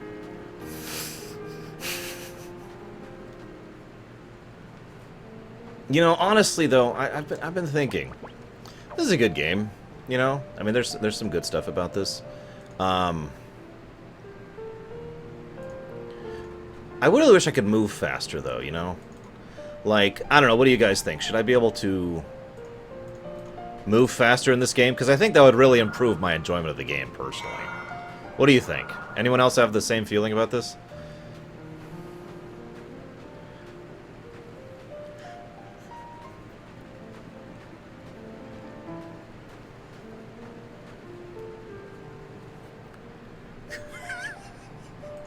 I'm gonna turn that off. I just noticed there was a consistent variable moving as I moved, and I'm like, you know, I bet I could switch that. And yeah, I was going so fast, the game didn't know how to handle it, so I was clipping through mountains and water. Oh, that's great. Ultimisha can go screw herself. That was such a cheating goddamn boss.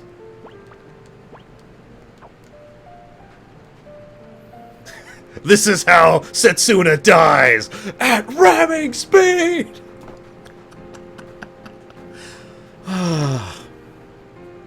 I'm pretty good at breaking games. I have a long habit of doing that. I'm hungry. Do you guys think I should order a pizza? Honest question. I want your honest opinion.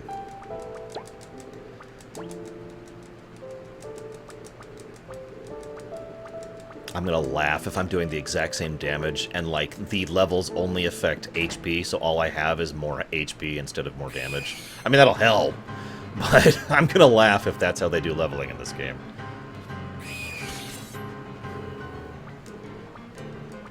There is no other option here, Zeiss. Even Jimmy John's doesn't deliver here. Well, I'm doing the same basic damage. I'm basically twice the level I was. And I'm doing about the same damage. Hang on, now that I'm in battle, Let's see what variables we have here. Hang on, let's pause things for a moment. Oh, what's this?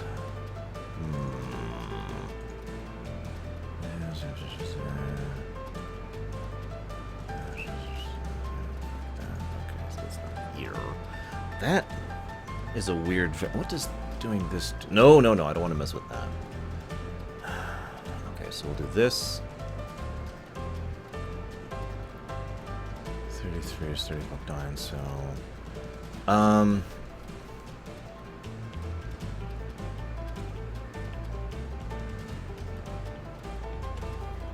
We'll see what this does. Fiddle, fiddle, fiddle.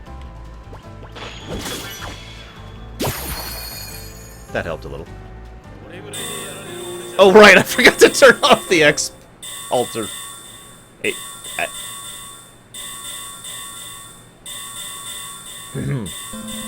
ah!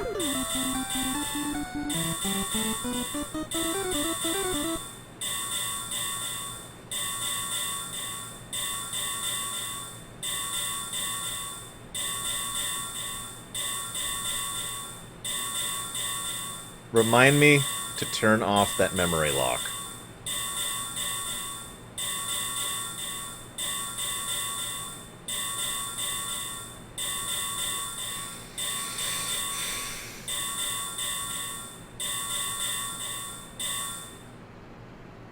Oh, hey, we're done.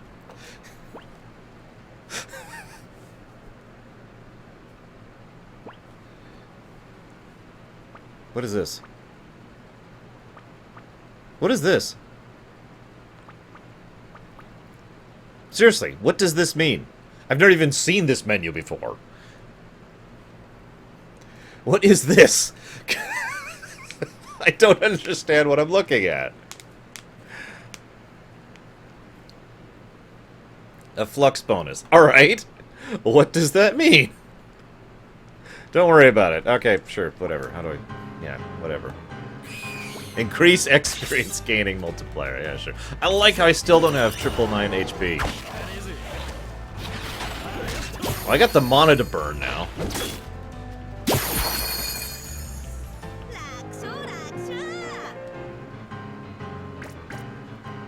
Oh, yeah, I need to see if this affects them, because I think it does too. Let them hit me. Come on, hit me, hit me! Yeah, it does. That's what I thought. So there's a generic multiplayer for the, what I'm going to assume... You know what, it doesn't matter. I'm just gonna kill them. I'm just gonna kill them. This is so cathartic. You have no idea. Look, I just one-shot all of those. I don't really need your help, Eternia, but thank you. Ah, gotcha's a goat. Okay, that makes sense.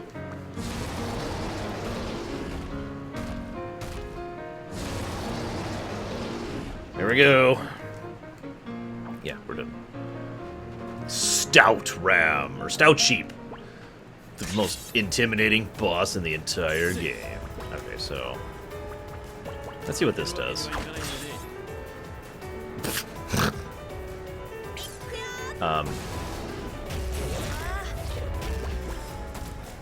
Yes, that's a boat anchor.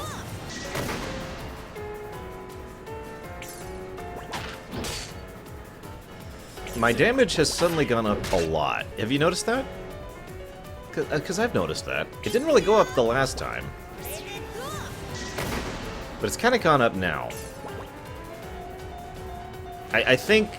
I was expecting the same thing, Jaywalk, but I think this is going to be a little bit more one-sided than I thought.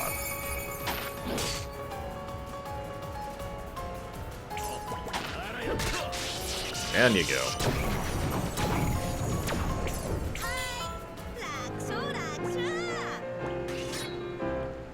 Maybe Bregman? I don't know.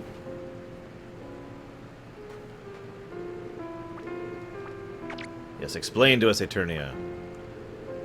Look, I don't care if you're my enemy or not. You need to explain everything.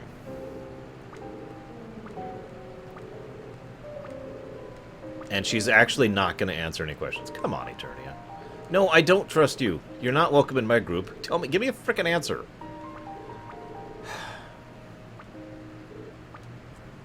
They are ants, Random. They are ants.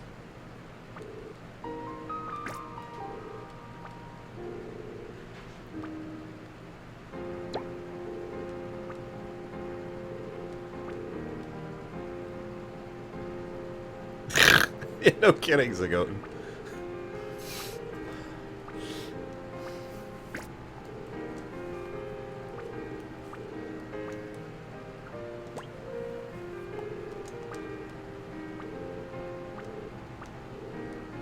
Okay, so he's part of the royal family, so he actually knows a legend about the crest. And the crest can only be opened by one with royal blood. That would be Inquisito, the last remaining woman of royal blood. So we gotta go bleed a knight.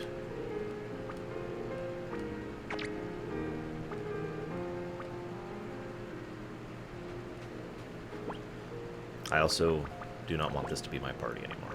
Get out of my party.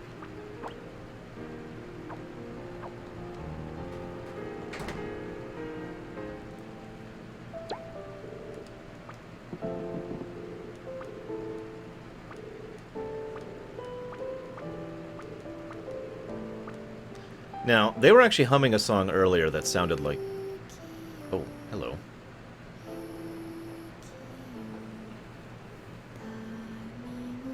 I don't know if you can hear that.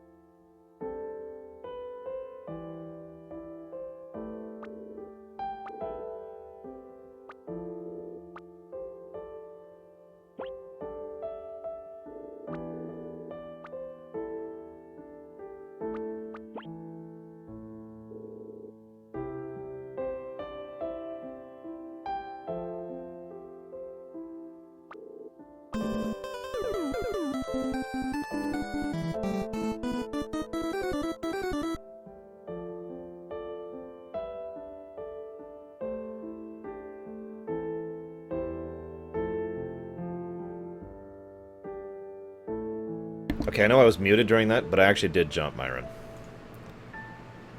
So. No, I didn't, Fearsome. In fact, I have no idea what you're talking about. What are you talking about?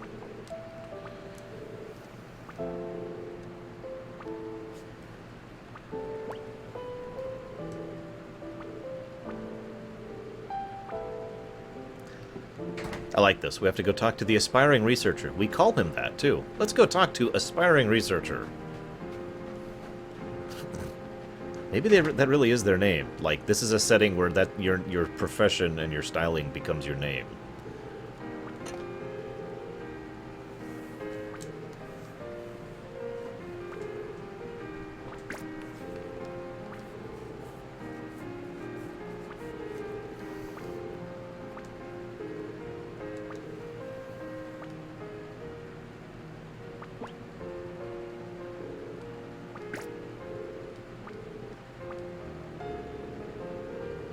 Thank you, Myron.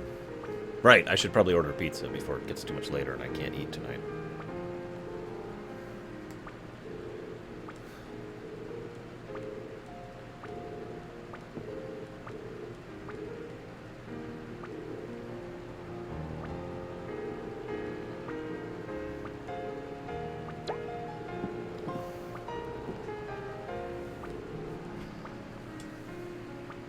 I'll make her do what I say. I'm not picking that.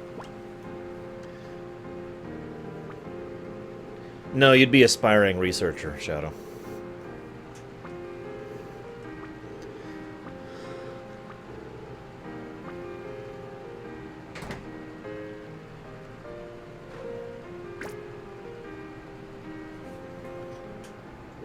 Oh, he's right here. That's actually convenient.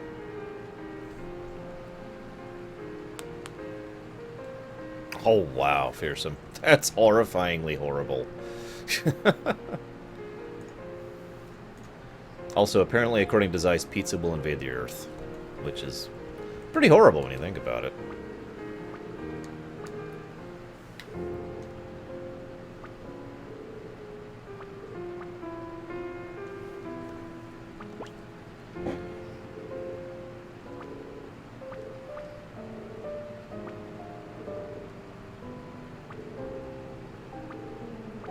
What remains of Inquisitor? She is no longer Her Highness. She attacked us, cloaked in a sinister aura, more monster than human.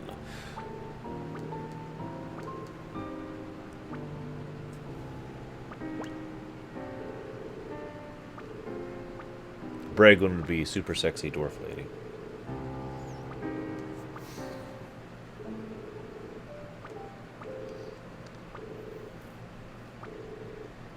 Now that's interesting.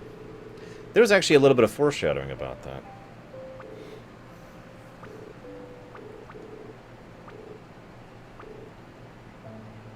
So she survived off of the flesh of monsters, which is functional, but as was mentioned earlier, blood of monsters is extremely toxic and can negatively impact someone on a metaphysical level rather than just a physical level. So when she ate dead monsters, she also ate their blood, and that is why she is cursed. In fact, the mere fact that she's alive is only because of her severe willpower, etc., blah, blah, blah. Say it, Bragwin. Say it! We must cure Inquisito. And then get Magus to join us. By the way, I'm pretty sure we're going to get one more party member.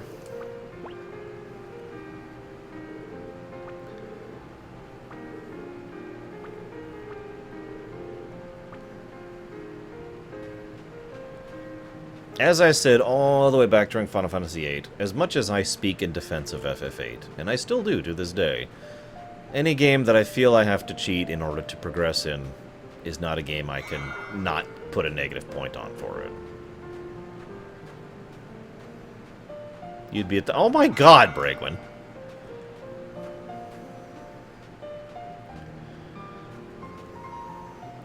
I don't know, random. Tell you what. If you can... Oh, hang on. I want some revenge really quick. Just give me a moment. This won't take me too long. So anywho, if you can... Wait, why is she only level 24? Oh, because she wasn't actually... Okay, yeah, I'm sure. Setsuna is only level 83? What the hell? Oh, whatever.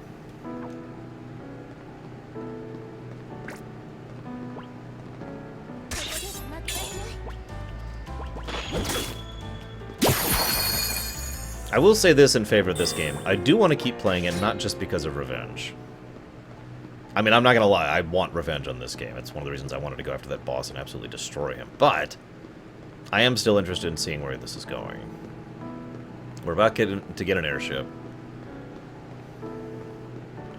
And then we're going to go zoom and kill. And then we're going to find the final boss, and we're going to figure out how to do the optional mode to fight the final boss.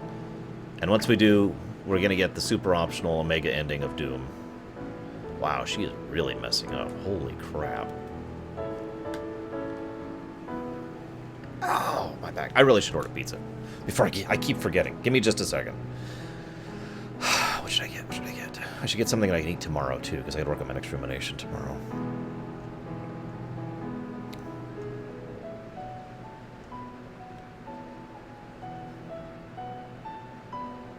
You know, that would be one way to cool off, Bragwin. I like snow, too. I do think there's a little bit too much of it, to be completely honest. But I do like snow. I do like the visual aesthetic. This is a really weird game to talk about, honestly, because I have about as many negatives as I have to say about as positives. I'll go ahead and tell you, the rumination I'm working on is probably the biggest rumination I've ever worked on ever. Undertale.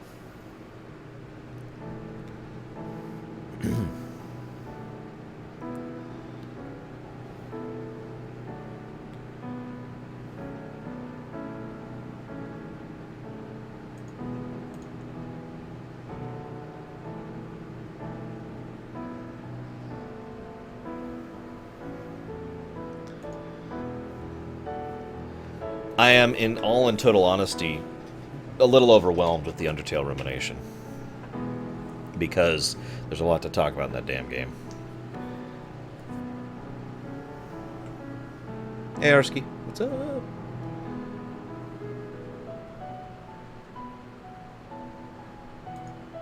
No. This rumination will be... Where's my calendar? Here it is. No, I will not be replaying the game, and no, I will not be doing Genocide Row. The Undertale Rumination will come out September 30th.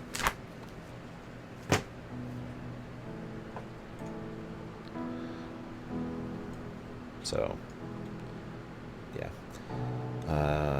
3 toppings. Pepperoni, jalapenos, and we'll go with Philly steak. Does that sound good, guys? No? What do you guys think?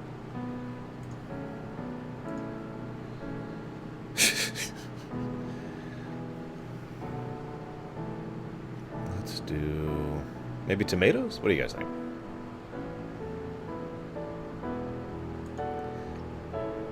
I'm a huge fan of spicy in general. That's why I like Brave One so much. So... let's go with that. I ever tried Paragon? What do you mean, Machina?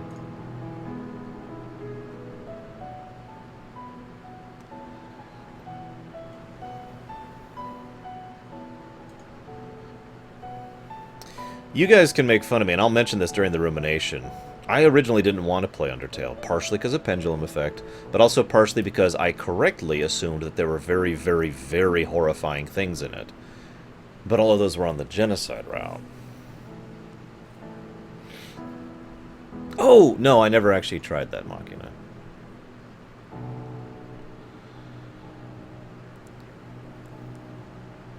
Yes, I do plan to do an exploration on Mankind Divided, hopefully. There are some things that might get in the way of that. Here they are. Yes, that.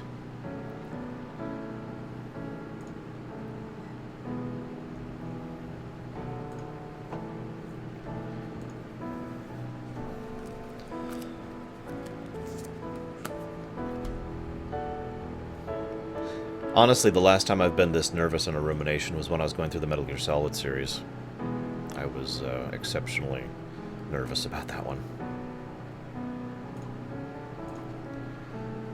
I'm actually a little surprised people liked it as much as they did.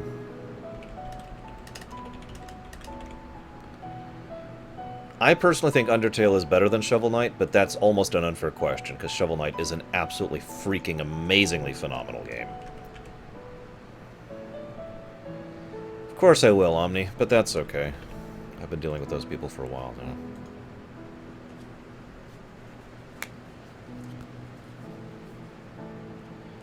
now. I know, right, Samurai? Thank you for ordering Domino's. Stay tuned.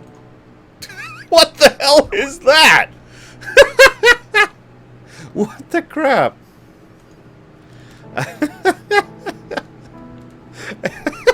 Did you hear that? Anyways, okay.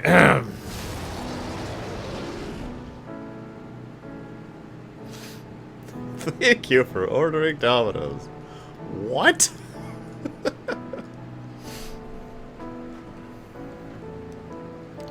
Shoot, I've lost track. Where am I going? Domino's is one of my only options, really. I have almost no delivery options here. It's actually kind of weird. Because, like, you know, there's no Jimmy John's, there's no Chinese. There's like a, oh, what's it called? What is the name of that place? Uber. There's like an Uber delivery service that's offered. They don't really do anything here. It's kind of crazy, actually. Oh, hey, it's a special. I just realized I walked into a special fight. I can tell that because he's not dead.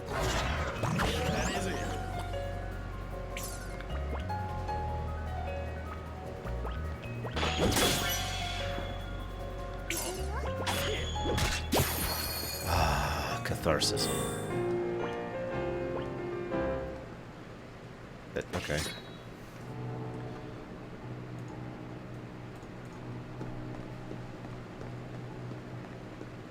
Yeah, honestly, I am a ridiculously huge fan of Undertale. You don't really hear me constantly praising it, do you?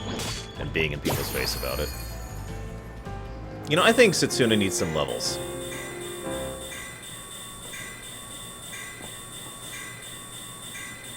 What do you guys think?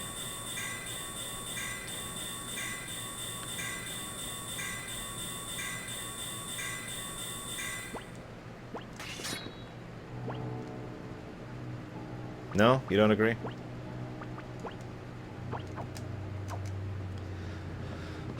Better than Earthbound is really hard. Better than Mother? Yes.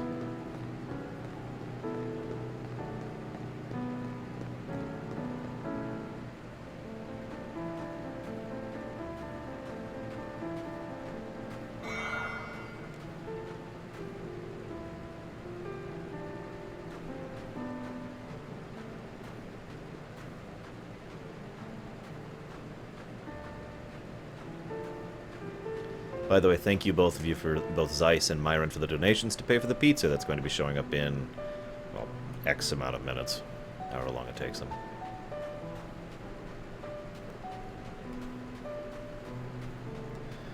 A three-dimensional sphere grid. You mean like FF13? Oh, wait. I'm going to, Sarani. You kidding me? I'm super hyped about that one. But yeah, judging Undertale versus Earthbound is hard to do. Earthbound is among my top 30, and for a reason.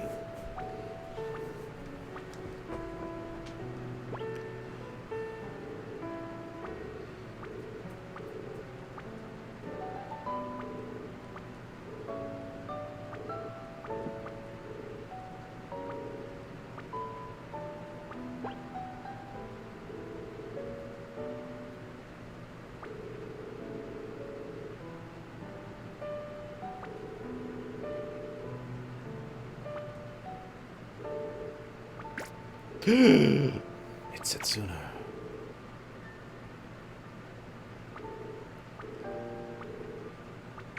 Part of the great irony of Undertale is I never planned to play it again, nor indeed have I been playing it for this rumination. And so it's kind of difficult to judge if Undertale is actually going to be ever considered a better game than, say, Earthbound in my mind. Given that I have no problem replaying Earthbound, and in fact have done so many, many times.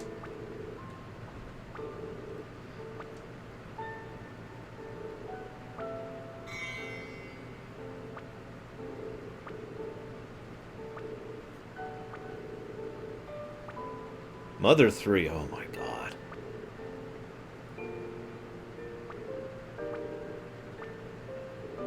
So she's going to hit me with lightning, and I'm going to absorb the damage in order to power up the Sprite Knight. This has bad idea written all over it. Oh my god, it's the FF4 fight all over again.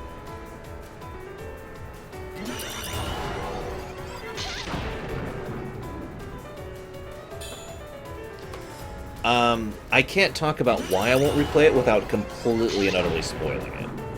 Let's just say that it's a compliment.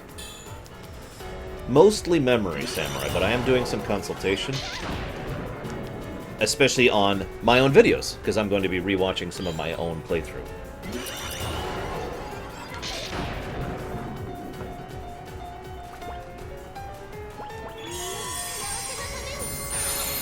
Whoa! That's a big deal. Mother 3 really should come to the States. There's been some issues with it, but I hope it happens. You know, in an obvious, you know, in a legal format, of course.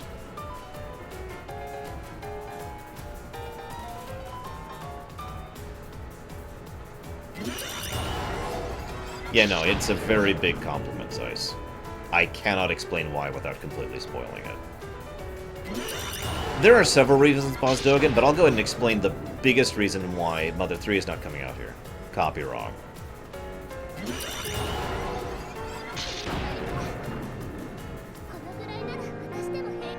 Oh, I absolutely will spoil the hell out of Undertale in the rumination. And ergo, I will absolutely say why I will never replay that game in there.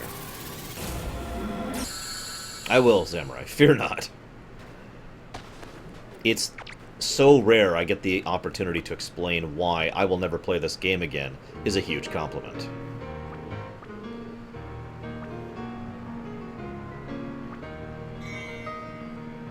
Luminaire? Dude, I just got Luminaire! Yes! Power! Unlimited power!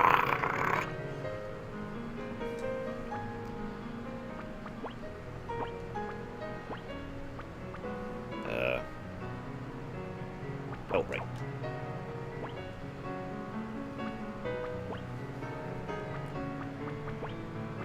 Luminaire!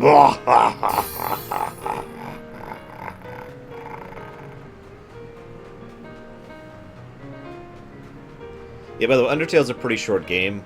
It technically has a lot of replay value, and I mean a lot of replay value. Keep in mind that I say that in addition to the whole statement that I will never replay it again. Good night, Kamek. Star Trek rules. I cannot be the only one who, on at least a few playthroughs of Chrono Trigger, spammed Luminaire.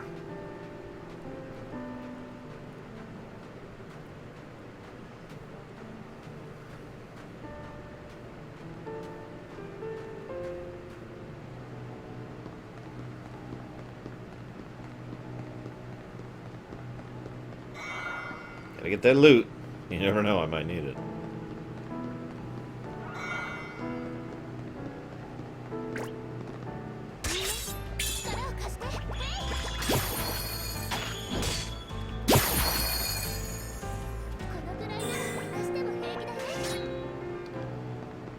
I'm going to stop talking about Undertale since I know for a fact people in chat have never played Undertale, and I'd like to request my viewers do the same thing. It is something that really should not be discussed at all for people who haven't played it. They should walk into it in a vacuum, like I did.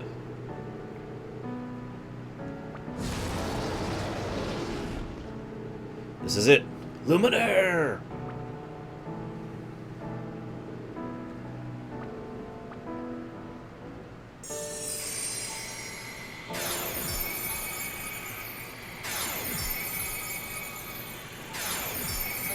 Luminaire?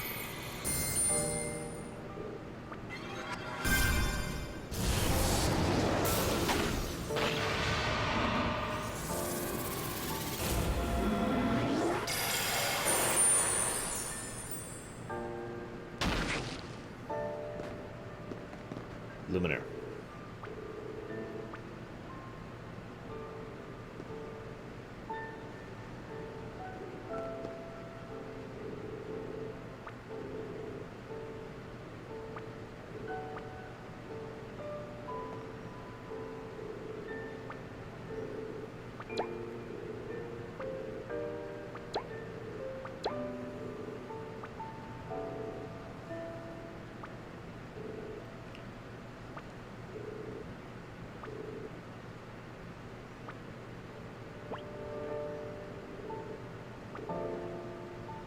A feeling of intense loneliness and rage towards others. And that's what monsters feel all the time.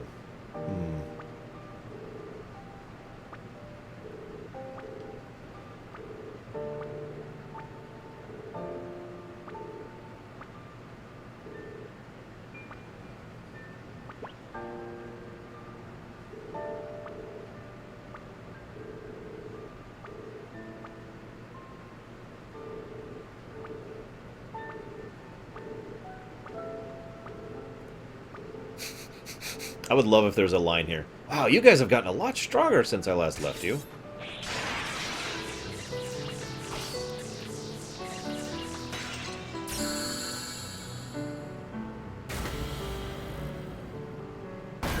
I'm not going to call any Mesopotamian parallels here.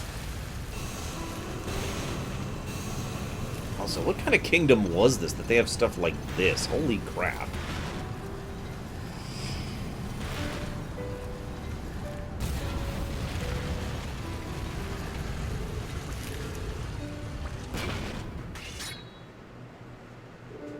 Besides, she's not a knight.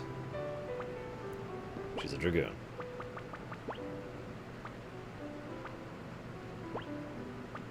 Inquisito is level 25. Inquisitor, would you like me to show you a few tricks?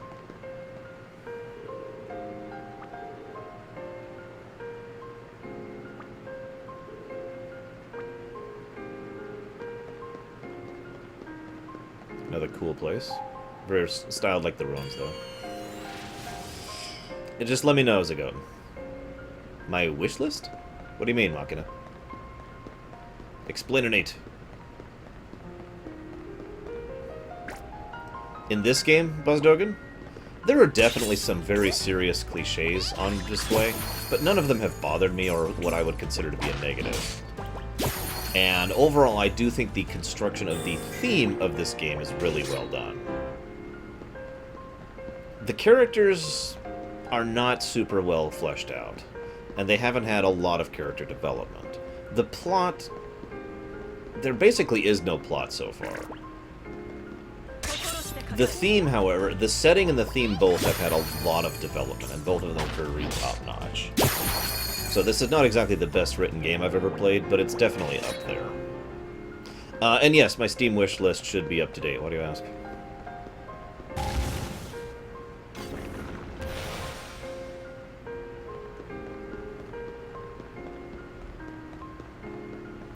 Don't buy me stuff. It's cool.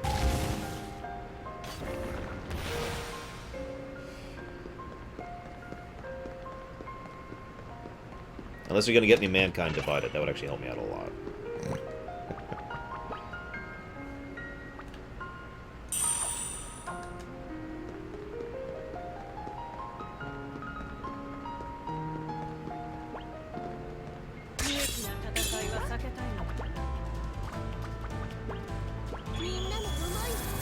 Luminaire!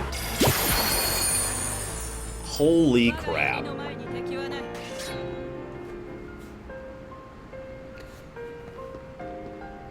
That was kind of awesome. Well, no, I mean, I'm buying Mankind Divided one way or the other for the show. So, I mean, it's a gimme, basically, is what I'm trying to say. That's a game I am procuring one way or the other. You know, I just realized the art style of this game reminds me a lot of Evoland 2. Anyone else notice that? Of course, I also made the parallel to Final Fantasy IV DS and Bravely Default, so all of which use the same art style, so never mind, I guess.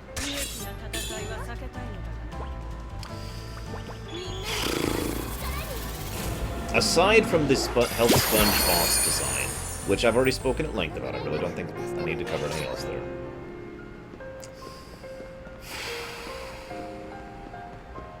I really do think allowing you to control your own positioning on the battlefield would help a lot.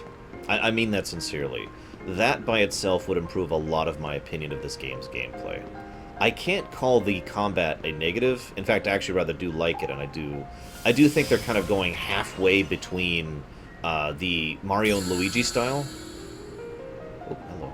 The Mario and Luigi style, where you actually have active turn-based combat, and just standard take orders thing with the whole flux, whatever it's called thing that I'm trying to get used to. And that's cool, but I honestly, and I know this is a minor thing, but I wish they had gone all the way to the Mario and Luigi style, which I actually like that style of gameplay a lot. I have ever since Super Mario RPG, but Paper Mario really started going that.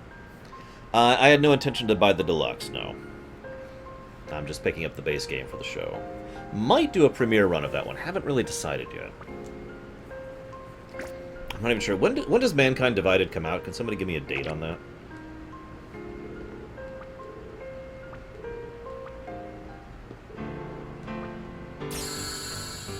Long ago, a peasant requested counsel with the king and told him of his hardship. The king... Wah!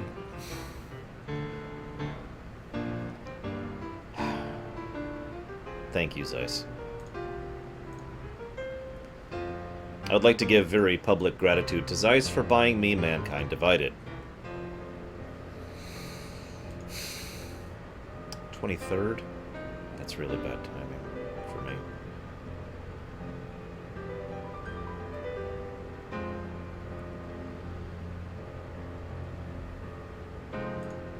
What up?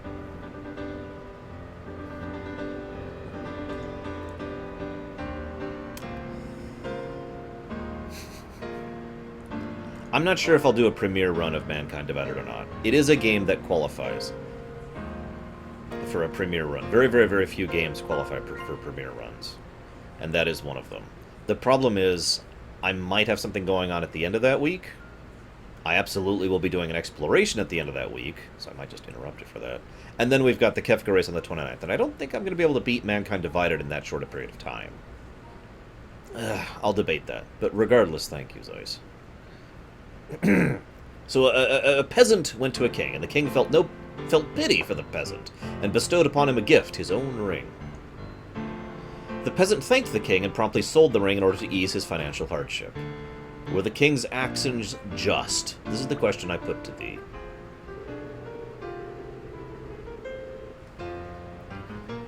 The UI, other than the lack of categorization, which is a big negative, is pretty good.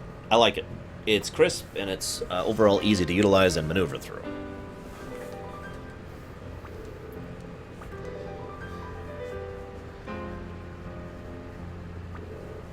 A premiere run is when it's kind of similar to an exploration, except it happens the day the game comes out, and I play the game until it's finished. Like, in other words, I did a premiere run for Dragon Age Inquisition when it came out, to give you an example of what a premiere run is. I plan to do a premiere run when Mass Effect Andromeda comes out, to give you another example. It's a game that I already know I'm going to play, and I already know I'm going to play to fruition, and I'm going to play on the stream through fruition, and I'm going to be playing as a premiere, you know, when it comes out. So, yeah.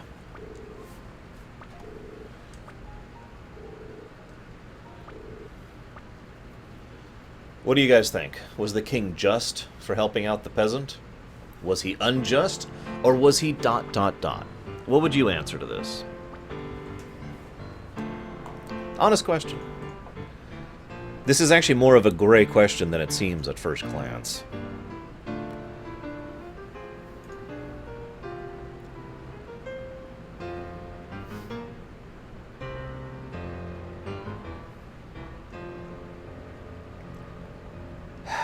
Really, guys? Really? ...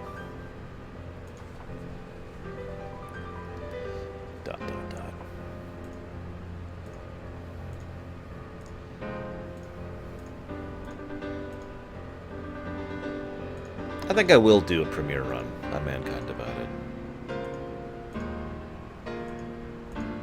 Okay, a peasant came to a king and said help.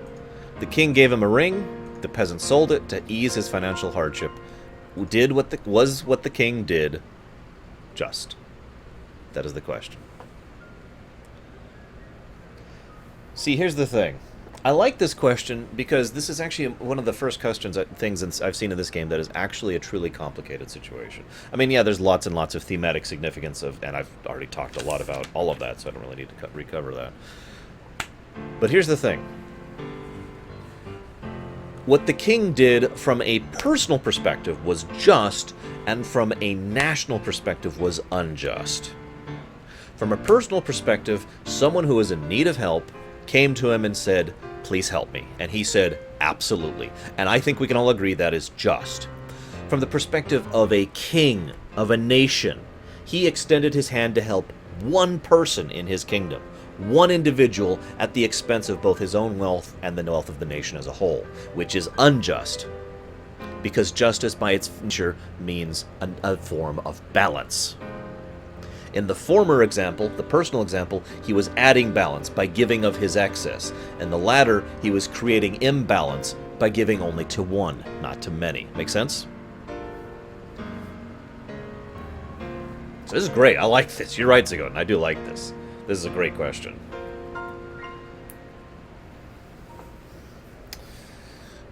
In the end, I am more of a person than a king, so I know what my answer is.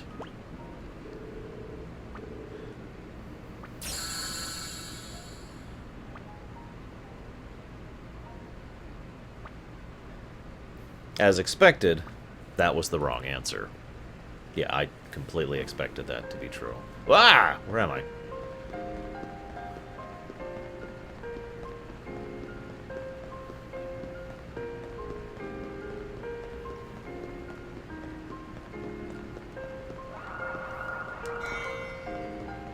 Even as the lore king, I am more of a person. By the way, did y'all see my picture on Twitter? I plan to talk about it when I get to doing my video, but it was a lot of fun sword fighting in full armor. That was actual metal and everything. It was quite heavy and awesome. I was told I looked quite dashing in it. Well, that was my mother, so I suppose that doesn't mean anything.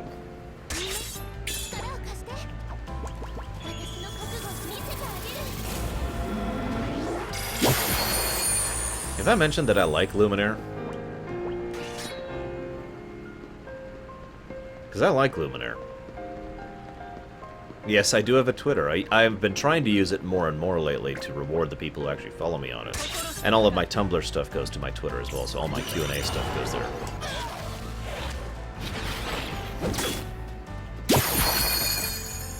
But yeah, I've been trying to use my Twitter semi-regularly. It's a great way to just kind of be like, hey guys, this is what's up.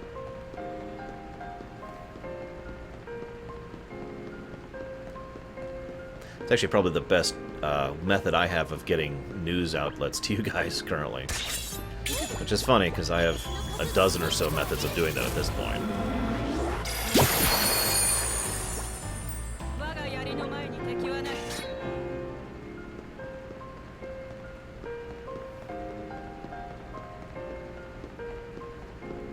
It was actually funny. Originally I was, and I'll freely admit this, too shy to put on the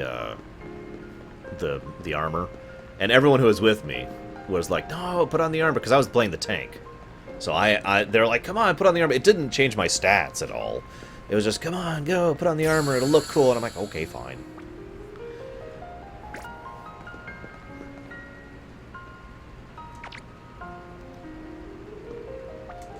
Wait, is this literally just repeating this? Or is it a different question? Nope, same question. So, do we give the kingly answer, or do we say ...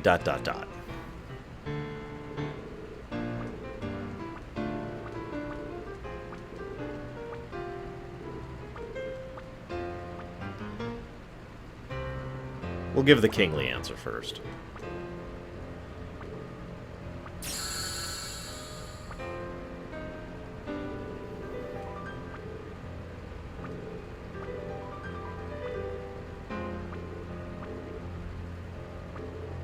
And she's just saying everything that I already told you about why that's the kingly answer there. Totally freaking called it, by the way. No king must allow his people to live in hardship. Agreed, by the way.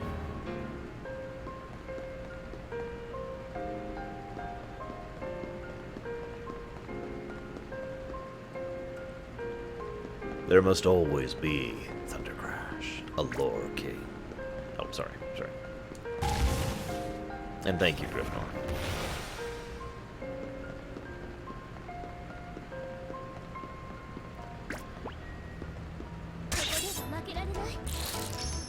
Oh no, they petrified me. No. What? Miss? Miss? Miss this?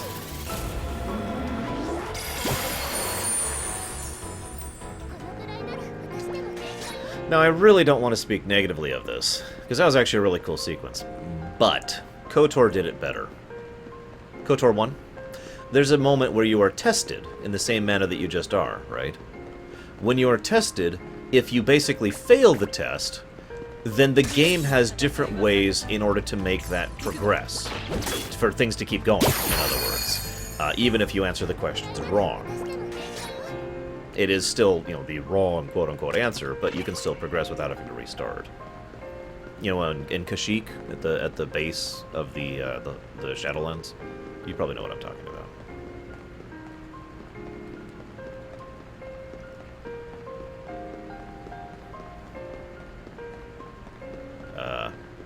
Is this it? Okay.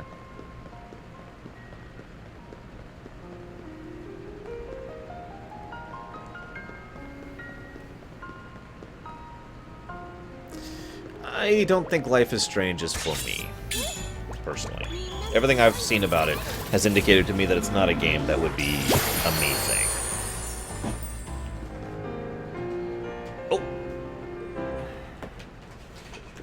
here.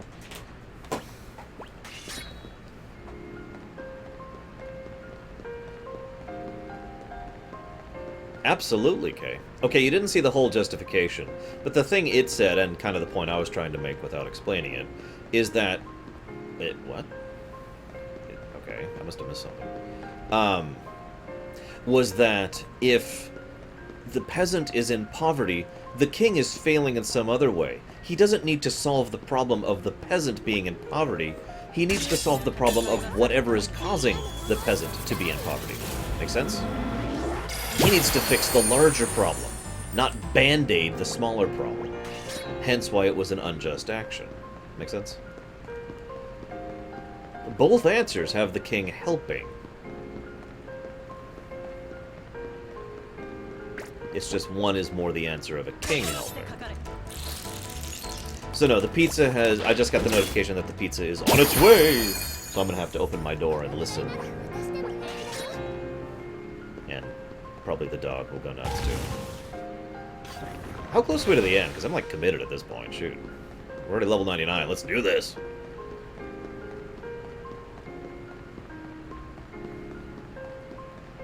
See, that's the thing, though, Omni. When you're a king, you don't have the justification of saying it's not my fault. You know what I mean? If you're a king, it is your problem, because it's your kingdom. It is your job to fix that problem. I could use a parallel. In fact, I think I will. Yeah, go ahead and tell me, Zago. There's a parallel, right? Back when I used to raid, endgame stuff in WoW, you know, at the point at which it was endgame content, we had a policy. If anything goes wrong in a raid boss, it's your fault.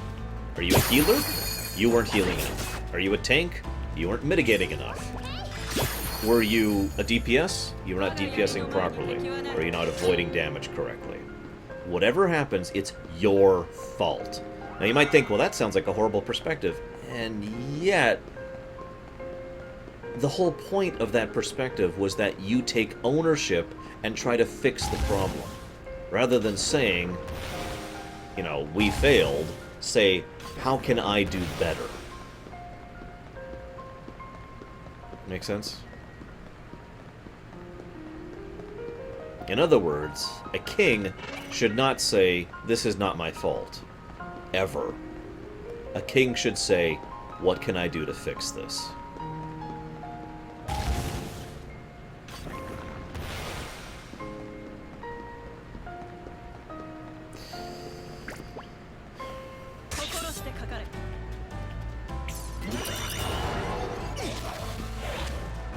I don't blame you, Omni. I mean, it's logical that you disagree with that. I am going to go ahead and open the door now and start listening for pizza, though, so I'll be right back, guys.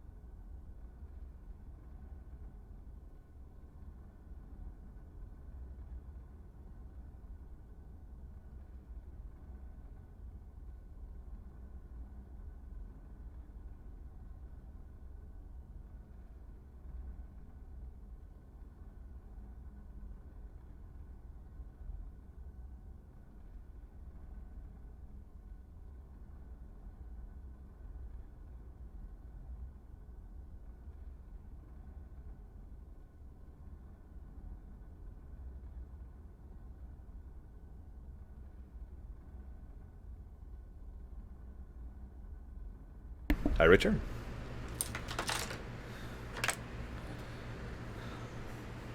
Did I move? Yeah, I did. Okay.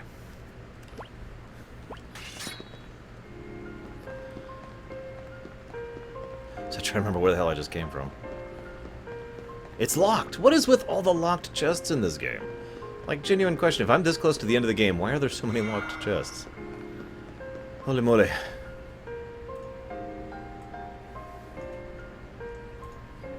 Anyways, like I said, it's not. I'm not saying that's necessarily right or wrong. I don't want to place that down. But if you asked me my opinion of how a king should be, I just gave it to you.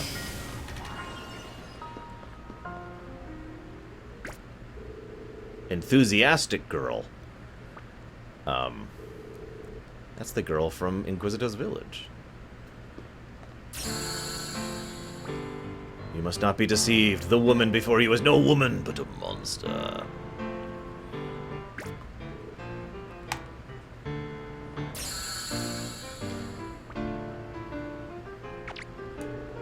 Oh, I'm not a monster.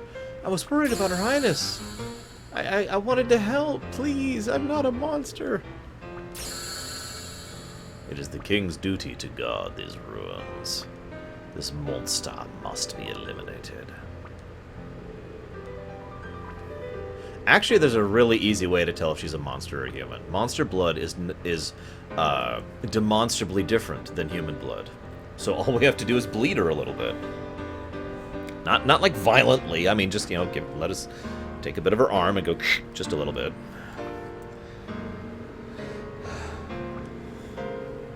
But yeah, no, this is another test.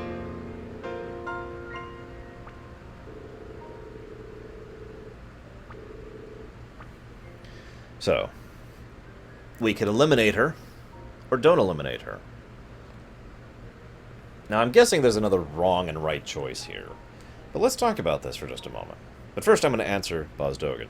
I do think the level design is a little on the bland side. One of the things I've noticed in level design in general is that some people tend to just make extra corners and shapes and whatnot just for the sake of its own sake. And I've seen that in a lot of games for a lot of years, and this falls in that same category. I do like the aesthetic, though. And it's nice to have something other than snow. So, let's go with let's discuss the obvious side of this first. Whether or not she's a monster, the chance exists that she is a monster. If she is a monster, she has the chance to both harm us and whatever lies beyond.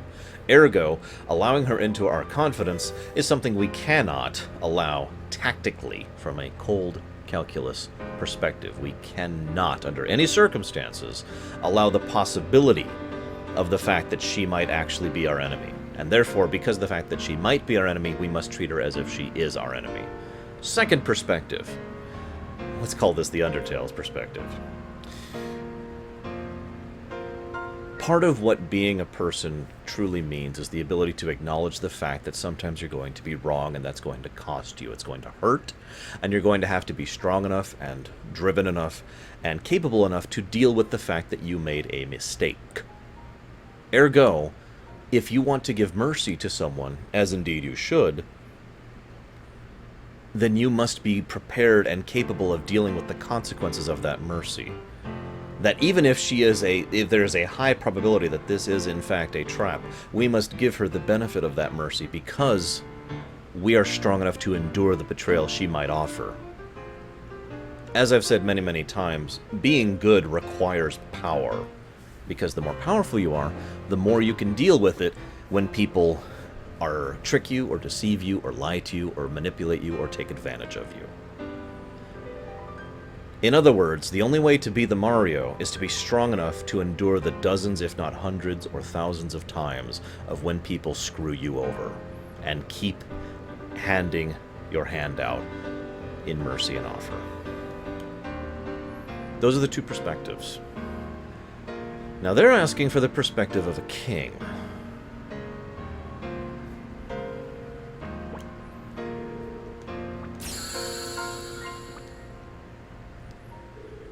Whether my opponent is human or monster, I shall never raise my lance without irrefutable proof. One word from a king can bring great prosperity to a kingdom, but also great ruin. If a king bids that they do so, will the people not endure even the harshest of taxation? Will the soldiers not cast aside their own lives for him, even in the face of certain death? That is the weight that rests on the decision a king must make. Such decisions must not be made lightly, especially when faced with one who shows no animosity, whether monster or human. There's always room for discussion. To decide then and there to eliminate one for whom there is no proof, if even an enemy is, those are not the actions of a king, but a fool.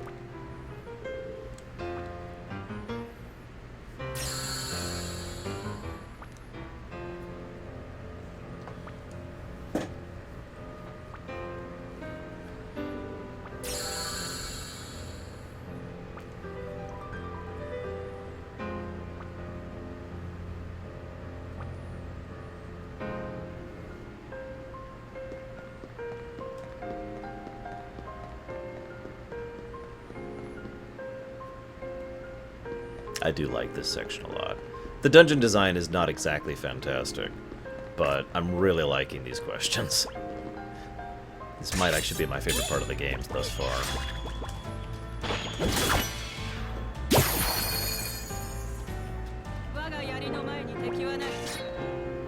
Kinda wish I knew what they were saying.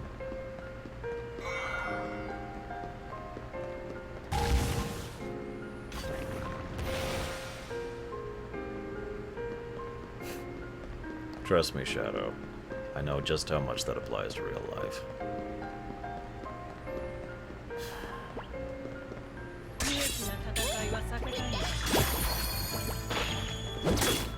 Yeah, this is a pretty big positive point. I'm kind of glad I kept going to see this. Oh, Zagoten, you answered my,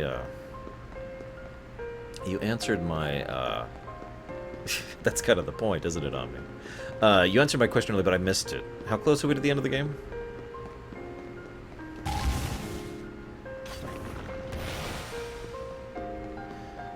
But the point of a true dilemma is that there is no right answer and there is no wrong answer. A truly well-written dilemma has everything is right and wrong. Easter egg, 2 dungeons. Got it, thank you. Remember, you gotta help me with that Easter egg, because I don't want to miss it.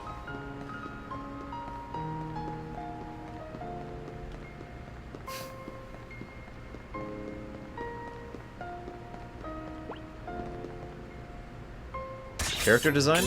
I like it. It's not overly designed, as a lot of animes and indeed JRPGs in general have a problem with. But it also helps to distinguish them enough so they're not completely analogous to each other.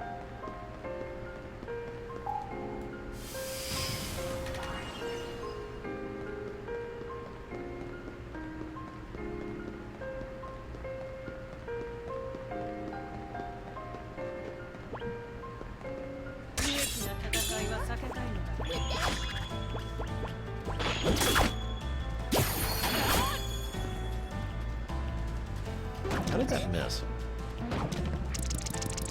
Darn it.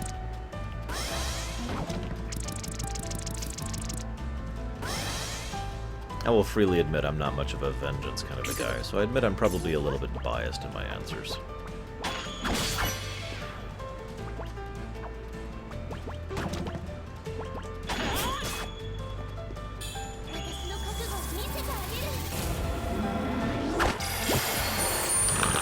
They dodged the Luminaire. That's great.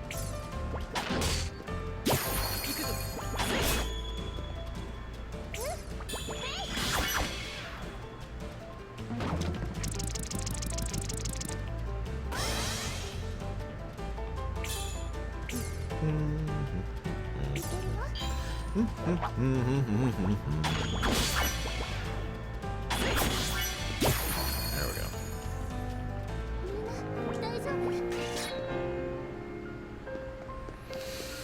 Well, I have to admit this game has been bumped back up to a neutral for me.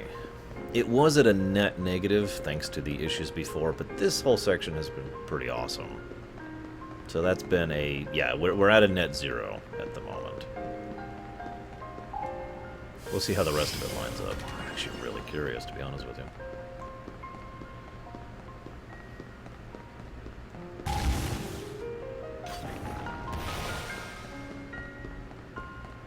No, you said it wrong, Random. Anger leads to hate. Hate leads to suffering. Suffering leads to presidential elections. I am very likely to finish the game tonight, yes. I'm pushing forward and I'm level billion, so let's just do it. The odds of me not finishing this tonight are actually pretty low.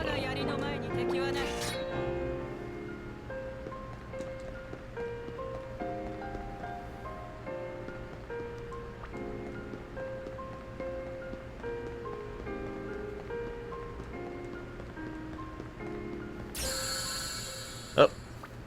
Next.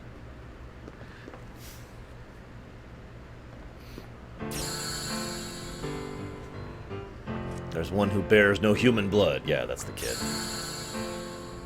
The individual must be rooted out and eliminated before it's too late.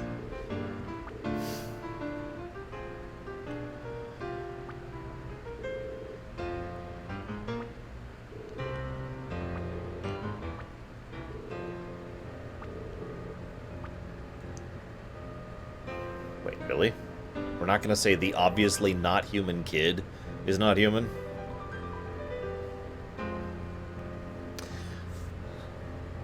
Now this is an interesting question. A very interesting question. Because what we're staring at here is two definitions of human. First definition of human. You know, flesh and blood. What? Oh, I'll be right back, guys.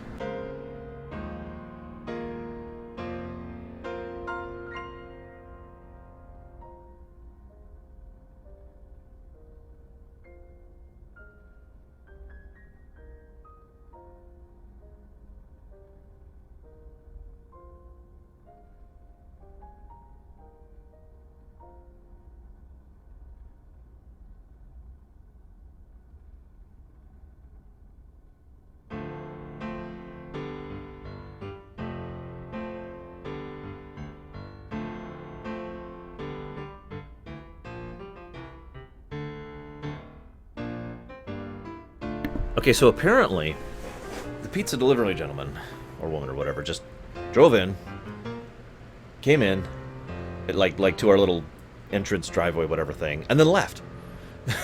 Not actually sure if that's really, like, I don't know what to say about that. Not really, yeah. So yes, as Samurai says, we have two definitions, and Samurai hit the nail right on the head before I was going with that. We have the flesh and blood, you know, biological, DNA, blah, blah, blah, definition of human, and the definition of human that is determined by who and what you are, you know, the manner in which you speak, and the manner in which you function, the way you are considered, whether or not you are a person, that kind of a thing, right? Ergo, we have to decide which is true. Now, Eternia is clearly not human, and as is Kirk, actually. Both of them are clearly... Okay, it's real. Hang on, apparently the pizza guy's actually back. I'll be right back.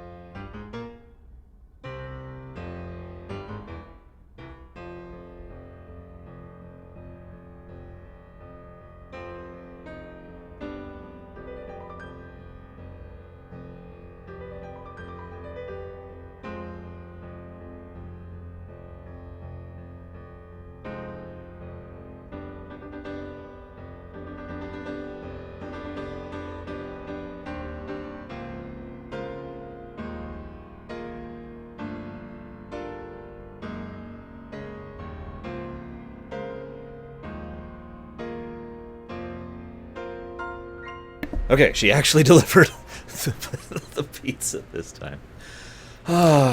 So, once again, let's look at these two perspectives. Eternia is clearly and absolutely demonstrably not human.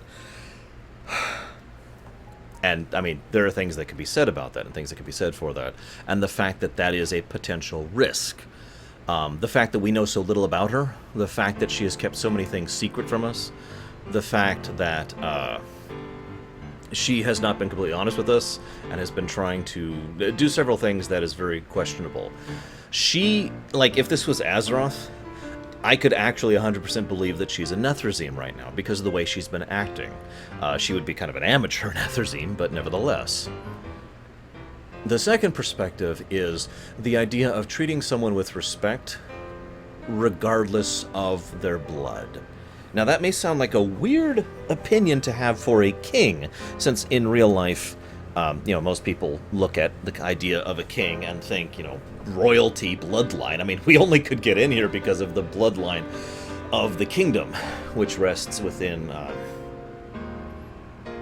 Julianne, or whatever her actual character name is. However, a true king, in my blunt opinion, as I said earlier, should see a broader perspective, and should look at the situation as if people are people, regardless of what particular matter they happen to be built of. I'm sorry. There's really, really no question for this on me. As someone who looks at data as a person, or the doctor as a person, we're all human, regardless of what species we are. And that is, in my opinion, the perspective a king should have.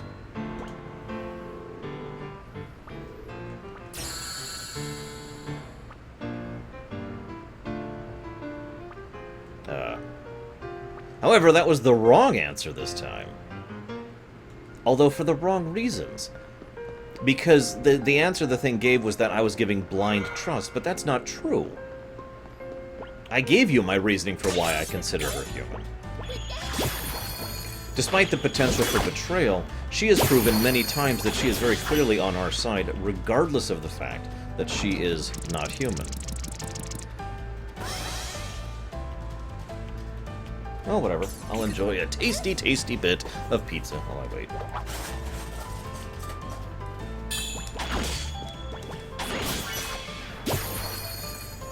Or not.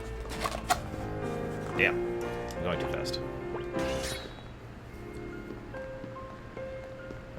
Actually, I think I just realized why that was the wrong answer, and I'm going to laugh if I'm right. Alright, fine. Luminaire!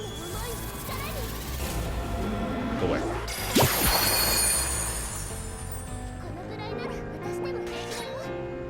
I'm almost positive the ... is just to let her answer.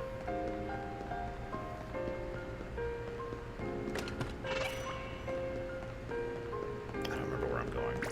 This is the only thing well, not the only thing. One of the things I don't like about the visual design of this place. Well, it is pretty neat looking. It's extremely samey. And I'm not really sure where the hell I'm going. Hey, I stand firm in my point, Samurai. In my opinion, a king should look at a person as what they are, or who they are, not what they are. However, I think it's going a different direction with it. We'll see. We'll see. I'll go ahead and tell you now, so you can tell if I'm right or not, okay? I think what it's going to say is something that I've been saying many, many years, and I've even talked about this recently. For example, Bragwin is female. I am male. Ergo, we are different. However, that difference does not make me better than her, nor does it make her better than me.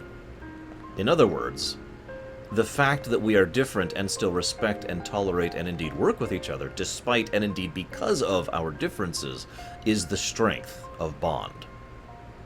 So in other words, the fact that we acknowledge that Eternia is not human, that she is different, and still have her as part of our people, is the significance.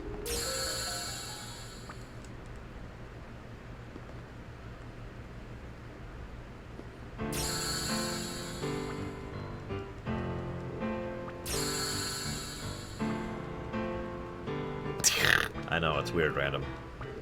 Also, we have butts on occasion.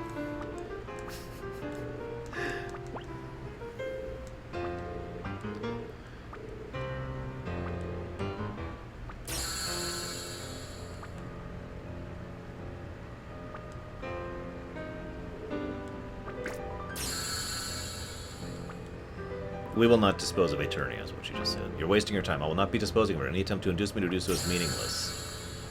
And what is the reason?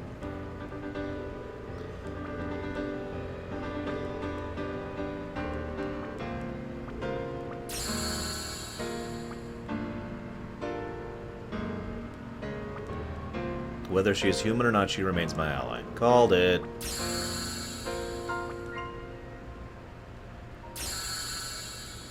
Trust is one of the qualities that makes a king.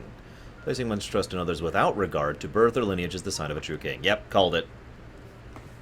It is a king without prejudice that people in the court must place their trust, which is kind of funny, but, you know, whatever. Especially you, Deutsch. You're like double a guy, if you think about it. Oh. This is hot. Holy crap. Ooh. Burningness.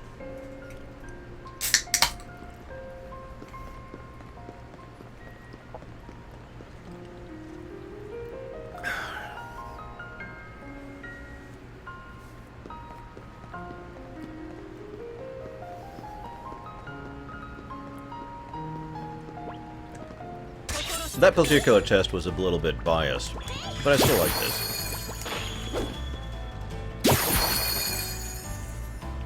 Hey, I'm no Steve Colbert. Stephen Colbert. I can't manage his skill and expertise.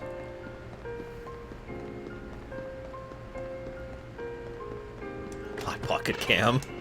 Mecha Dust. Who the hell gets that one? Ooh, nice.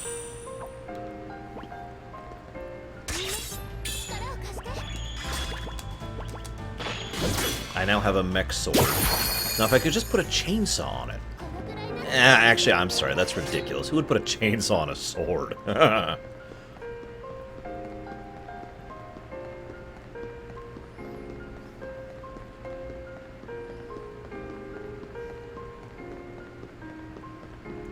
Yeah, Stephen Colbert raced, oh god, I suddenly can't think of his name. Like, a really awesome Super Mario Bros. 3 speedrunner. And so he had to beat Super Mario Bros. 3 before Stephen Colbert finished eating a Hot Pocket.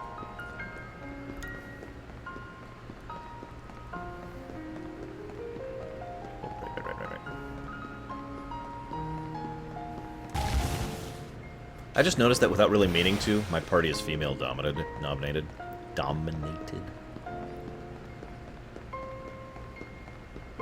I do that in a lot of games without really meaning to.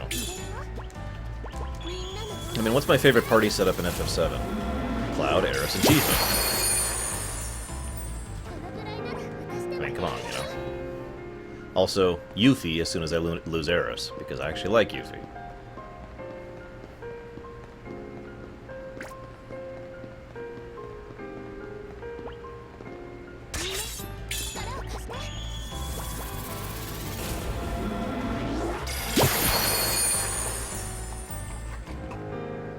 Well, I mean, like, FF6, another good example. Who's your favorite character from FF6? That isn't Kefka.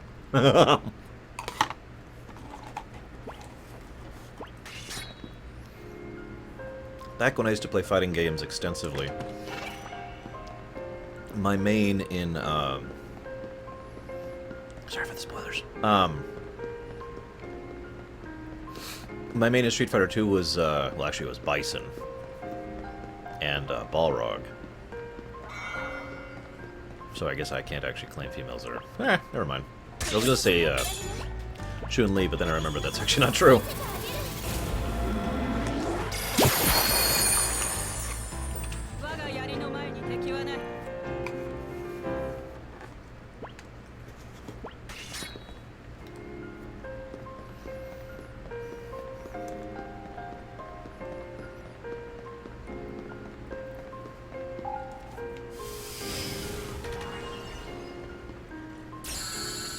Alright, next.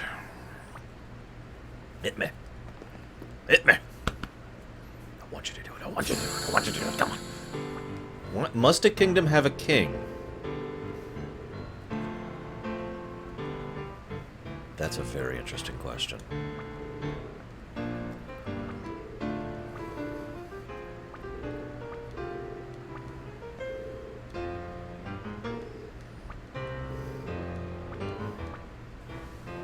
What do you guys think? Must a kingdom have a king?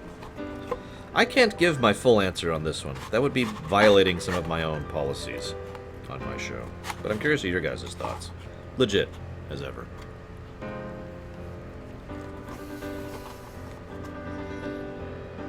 I never mean king as male. And Inquisito's a girl. So I'm pretty sure they mean leader, not male.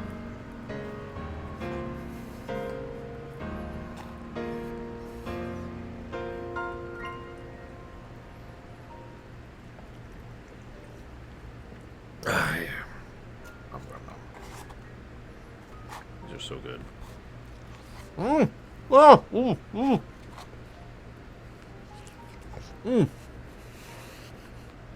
Damn it, Machina. Maybe choke a bit there.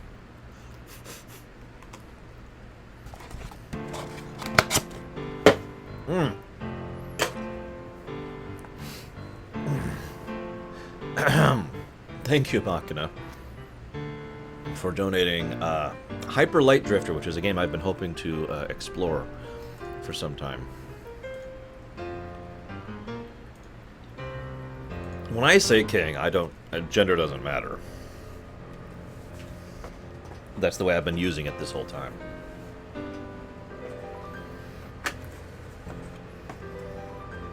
I also have not met the leader of a monarchy. Ooh.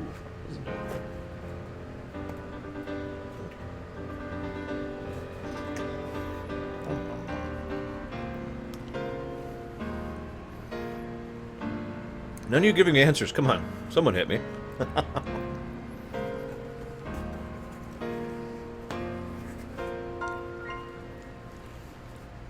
Oh.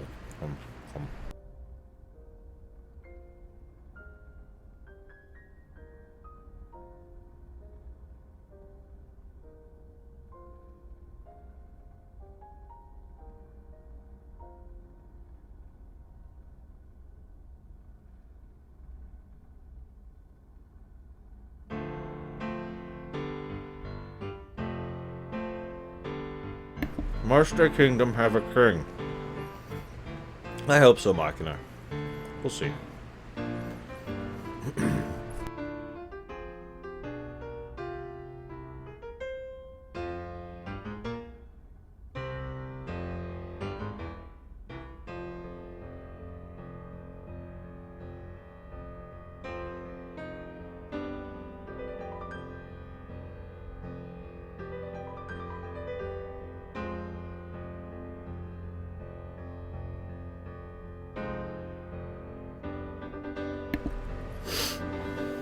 Interesting answers here in chat. Let's look at both sides of this for a moment. Yes, as in a kingdom needs rulership, leadership, government. A group of people who do not have an organization to assist them in functioning, and more importantly, a shepherd to take care of them. Because a true ruler of any kind, an actual, honest-to-God ruler, regardless of what title they wear or what gender they hold, is someone who is a shepherd, someone who takes care of their flock. Ergo, a kingdom absolutely must have a king, because it needs that defender, that guardian, that caretaker, that provider to support and provide for them throughout their times and days. Here's the other flip side of that. Does a kingdom cease being a kingdom once the king is gone? Now, I know what you're saying. Of course it is, but you're thinking a little too literally. Do the people go away? Do the family ties? The coordination? Do people suddenly stop working and functioning together as a people if the king is removed from the equation? Do they require the king in order to keep being? The king absolutely requires a kingdom, but it could be very easily argued that a kingdom does not require a king.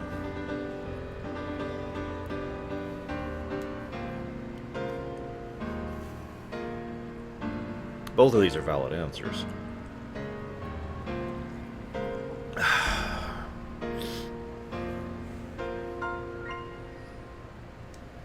Oh, whoop.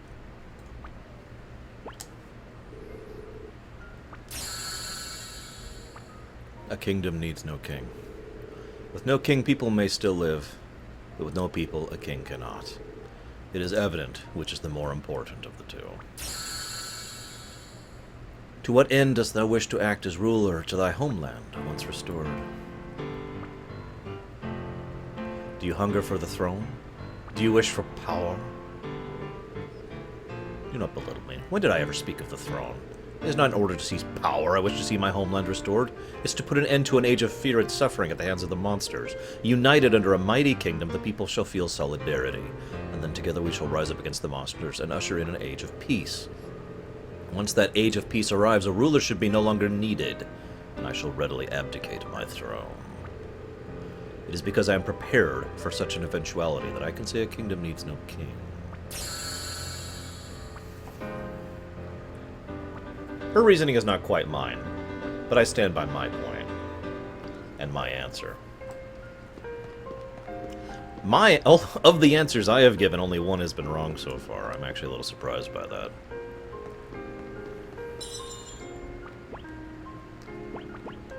But yes, one other point I should have made there.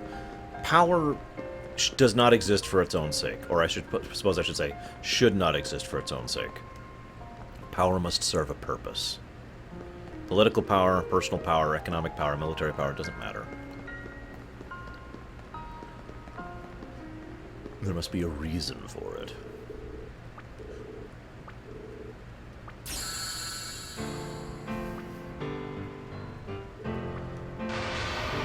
So this is who we've been speaking to this whole time. Ramu! Or, excuse me, Ryderick, the Kingdom's Guardian. My name is Inquisito! Really, Zagoten? That's actually really funny.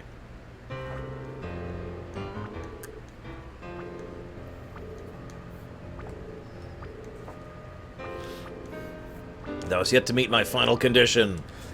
A boss battle! Because of course it's a boss battle. It's an RPG. That's how this works. Come on. Lend me your strength. Okay, we got this. We're level 99. I bet this boss is a complete pain. Zagoten, be honest with me. How much harder is this boss supposed to be than the goat? Oh, those look cool.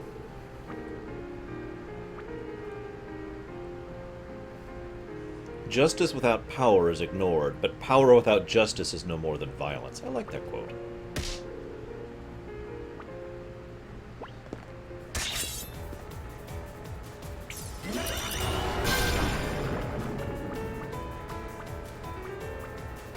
These are Deermons. Ha ha ha!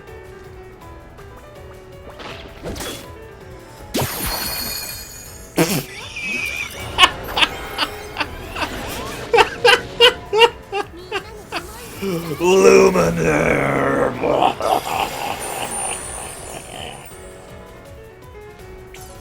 I will show you the power of Choco Anger! Oh, he casts Flare. Did it hit me? 'Cause I don't think it hit me. Oh crap, I don't have anyone who actually has HP tracking, so I don't know what his HP is.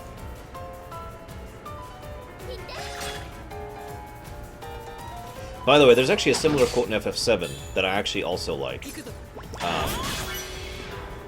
Strength without determination is useless, and determination without strength is equally purposeless, excuse me.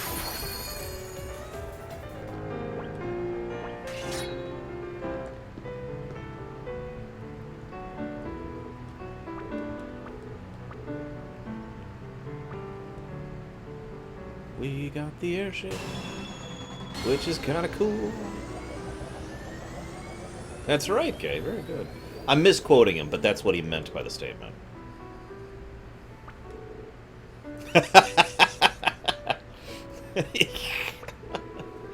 No, I would have to put it like, I Am Setsuna is a super easy game, and that's what I'd upload the title of it on.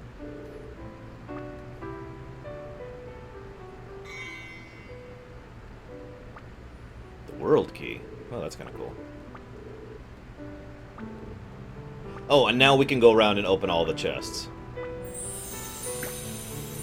We're not going to do that, of course.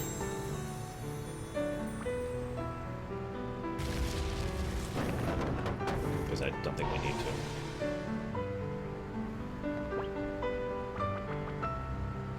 Wow, I've actually burned some of my MP, constantly casting Luminaire. What a shock.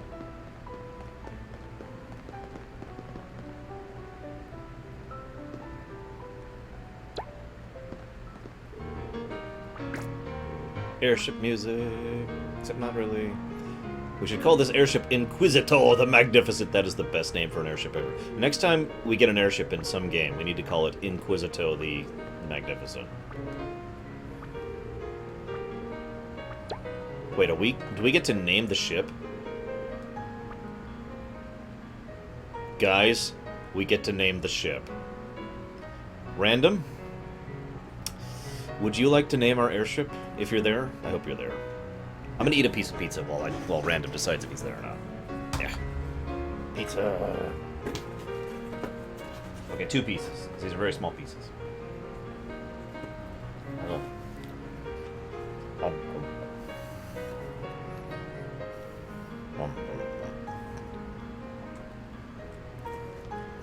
Never.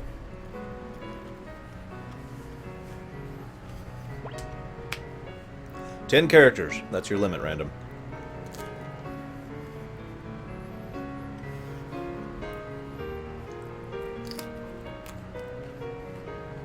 Hindenburg. Ah!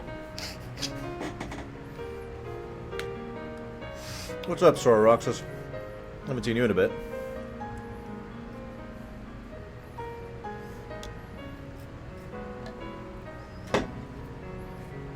I have more slices of pizza waiting for me while random decides.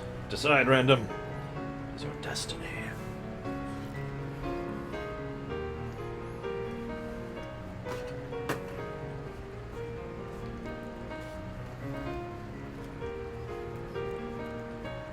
You can do it.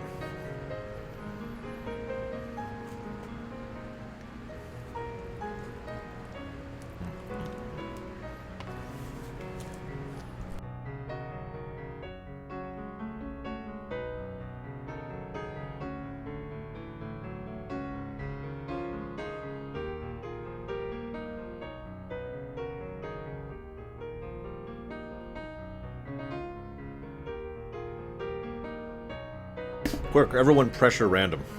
Like, really just shine the light on him.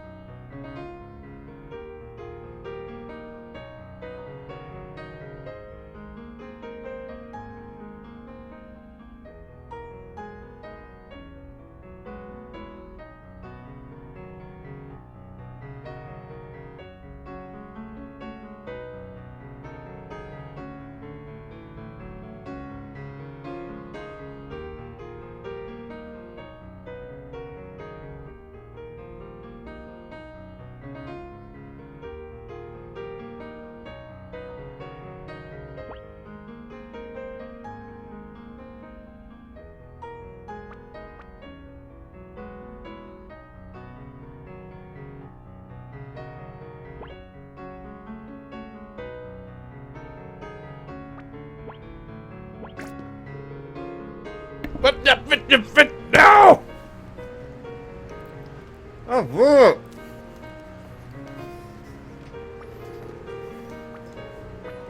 Whatever. The enter quiz. It shall be forever. There was no back option. I couldn't just back off.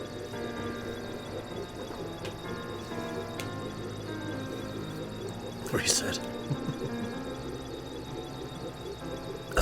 I didn't mean to, random. I really didn't. I just couldn't. Yeah. Anyways.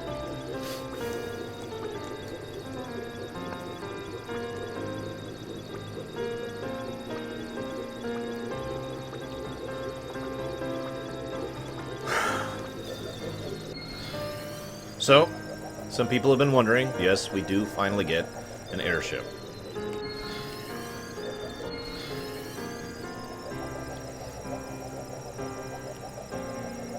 Airshipness, the enter quiz. Is that its name, damn it? Okay, so that's like the floating island area right over here. So we need to go west-northwest. There's a forest. Okay.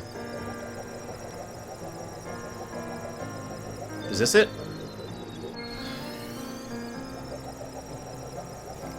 Excuse me.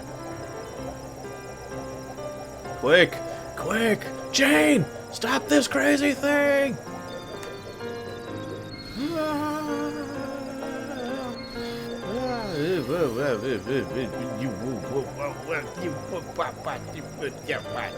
Okay, we're good, we're good.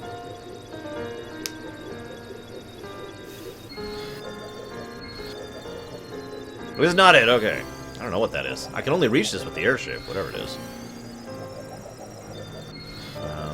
Is this it?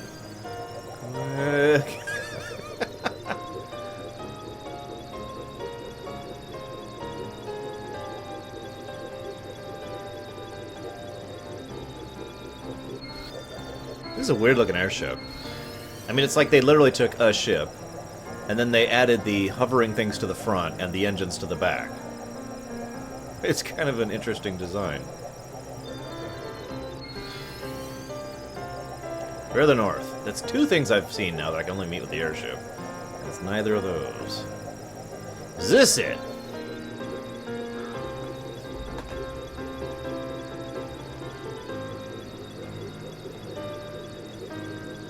See you around, Sora Roxas. Hopefully. Don't be a stranger, dude. I should eat pizza. Aha! We found it! Oh.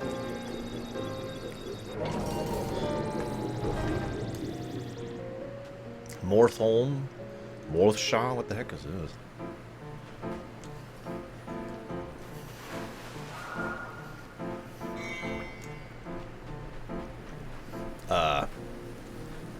Okay.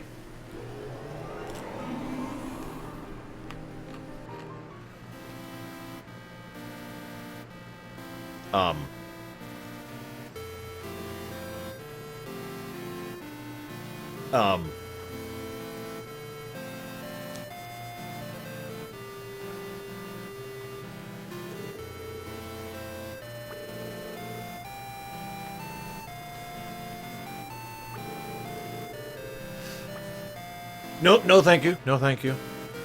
That's okay. This appears to be the developer room. Making final adjustments. This is the most crucial phase. Now they're making me write this text. I don't have time. They're watching me as I write this too. Hey, what the? Who are you? Ah! Making this name killed me. Hope you have a lot of fun with it. I'm no Scullion. I'm Coranelian. Sorry, my joke worked better in Japanese. Sort of. I came all the way from an island in the south because I wanted to make RPGs. Thank you for playing this far.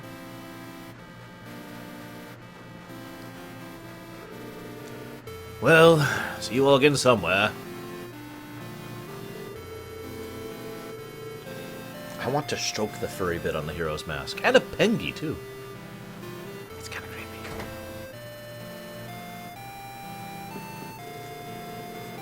I'll bet you feel like visiting a snowy mountain now, right? When you get to my age, working alone really starts to take its toll on you.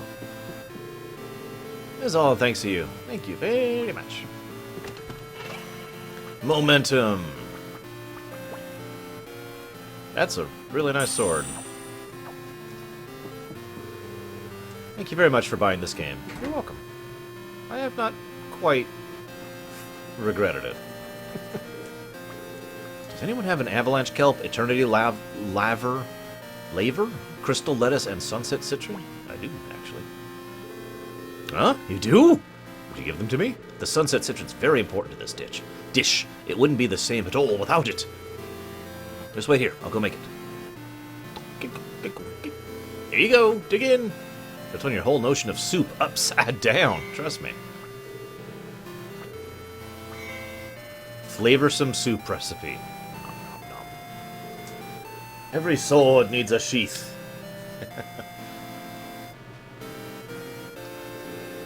If you're reading this message, it means you played Setsuna. When I wrote this message, I didn't have time to think of anything better to say. You finally made it here. Welcome! From today, you're one of the developers too. A life of luxury in a winterland. Every day is soda, saunas, and developing. Oh, I think I'm crying. I love soft, round, white things. No, not snow. Mochi! I actually don't like mochi. Thanks for playing Setsuna. My daughter was born during Setsuna's development. Both her and Setsuna were pretty difficult births. Shut up, Siri.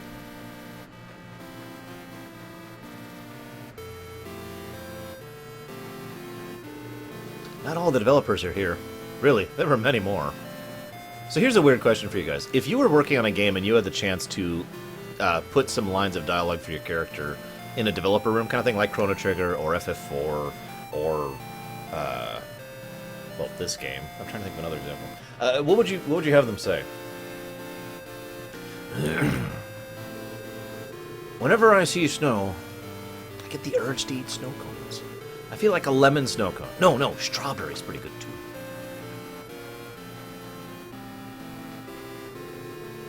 I've never seen so much snow before. Come on, everyone, snowball fight. Let's make snowmen too, and an igloo. Or igloo. I'm not actually sure how you're supposed to pronounce that. When development first started, there was a shrimp character. Why a shrimp? Good question.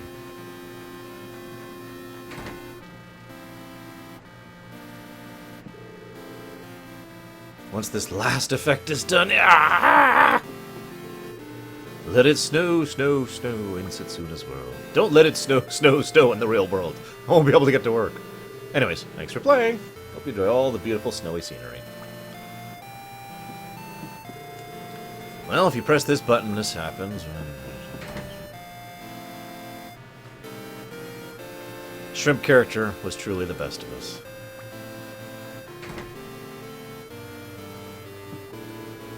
So what do you think of this snowy world? The snow turned out wonderfully crunchy. If you feel like you're missing the snow, come back and play anytime. Did this game's music ever touch your heart? Did it give you that sorrowful feeling?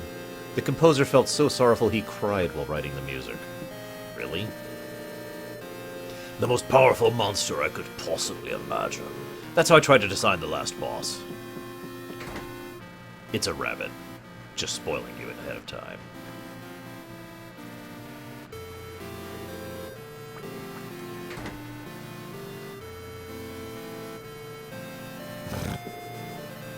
I'm liking several of your quotes here.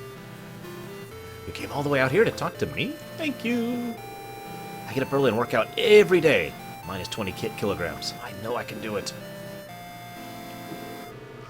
Hungry. I'm really sorry. This is the last time. Honest, please, let me just change this one last bit.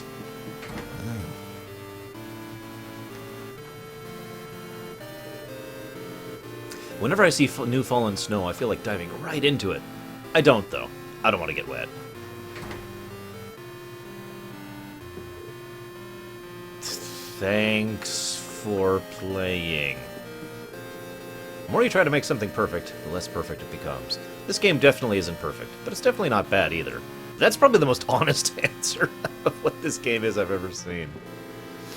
I designed the monsters. They all walk on two legs and have beady black eyes.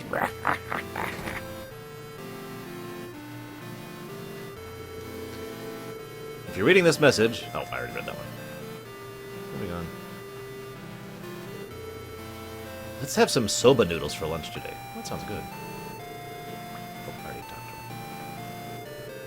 It's not a bug. It's meant to be like that. Or maybe it isn't. No, it isn't meant to be like that. Thank you very much for playing.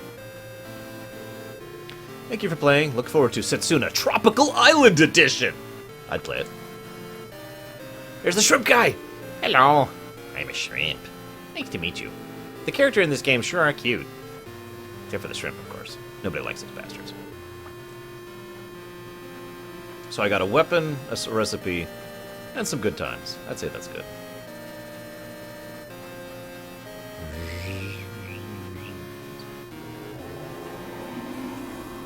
So, is this it, Zagoten? Are we endgaming? I'm assuming. Oh, hello.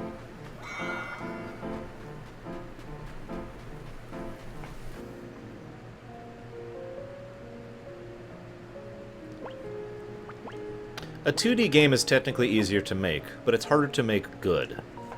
Or make well, if you prefer better grammar. A 3D game is technically harder to make, but easier to make well. Interesting. I have reached the edge of the universe. Oh god, we're in a time bubble, aren't we?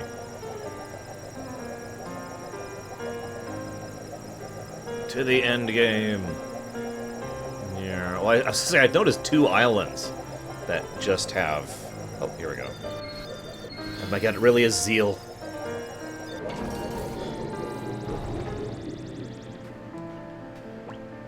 Let's save, just in case.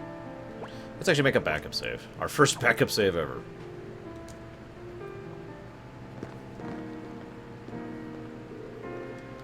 Oh, the last lands, our final destination. Are you ready? To die! In all seriousness, though, that's probably what's going to happen, and it's going to suck.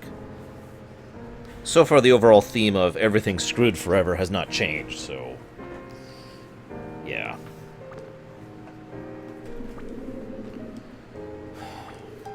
Along with my life, I want to pass on this hope as everyone has entrusted in me.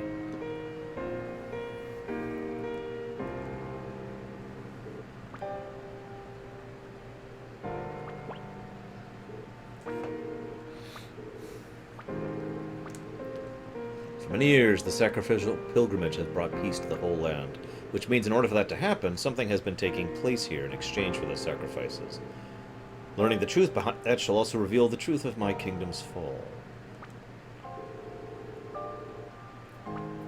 Well, let's go solve the mystery.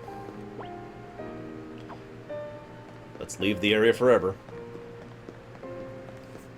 Seriously, how many times have you guys actually had that type of situation where you're a GM and you're GMing a group of players and you've given them a big old quest hook and a whole area to deal with the situation, and they just leave. They're like, nope, we're out. And they just bail. How many of you have had to deal with that? Because I've had to deal with that a lot.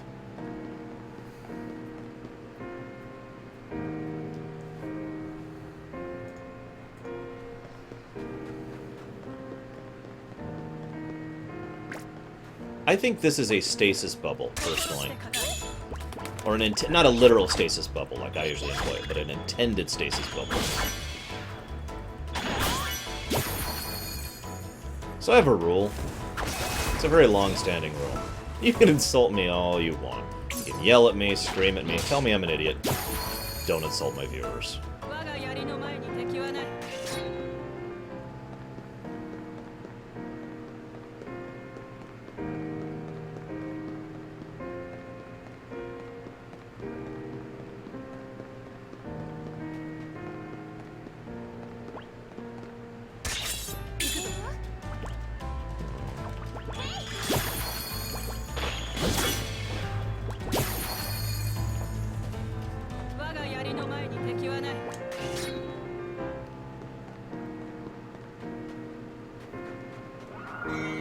There it is.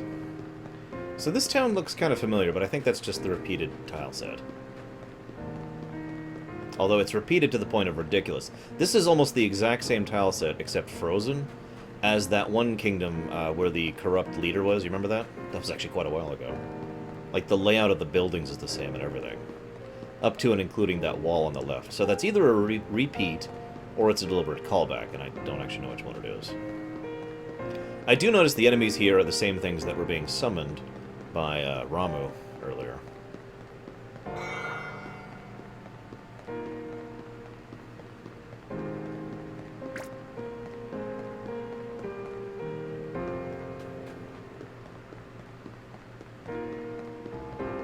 Ah, damn it.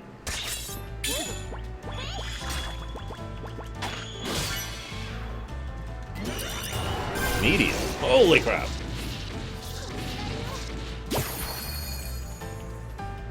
Was that a frickin' behemoth?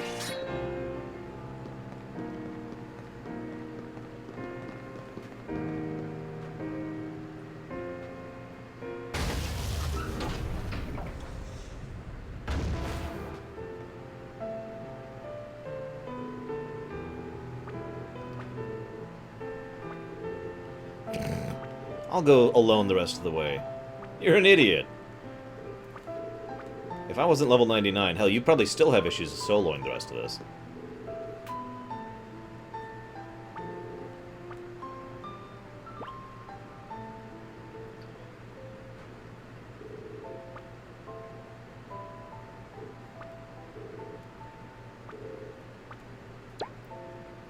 So I made this prediction a while ago, and I just want to repeat it because my prediction has not changed. I think the main character is still going to kill Setsuna. This place is really cool looking. glass floor and everything. Or, I guess, what's your fig floor?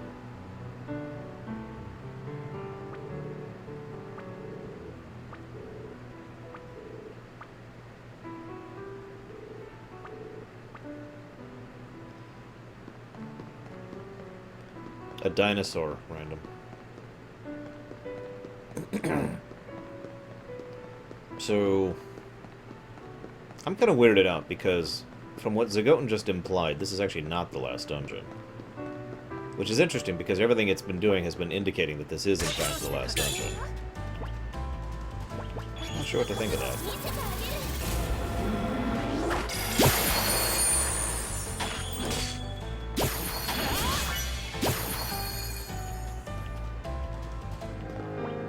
April sent you. What?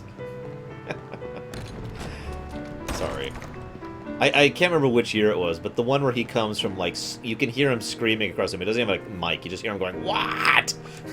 was one of the best I've ever heard of those.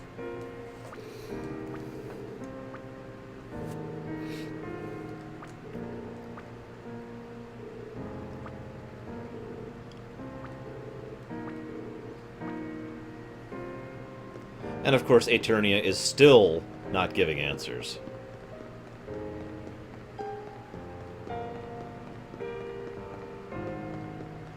I heard answers are for suckers.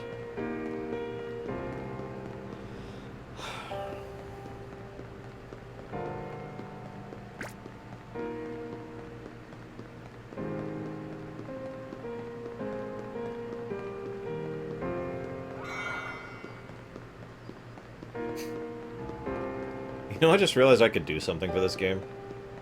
I could make a save right at the beginning at level 99. That'd be really easy to do. And then just offer to give that to people who want to play through the game. I was just thinking about my friend Pax and whether or not I'm going to recommend this to him or not.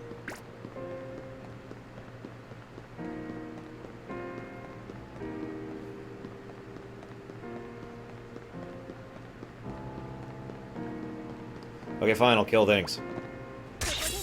God.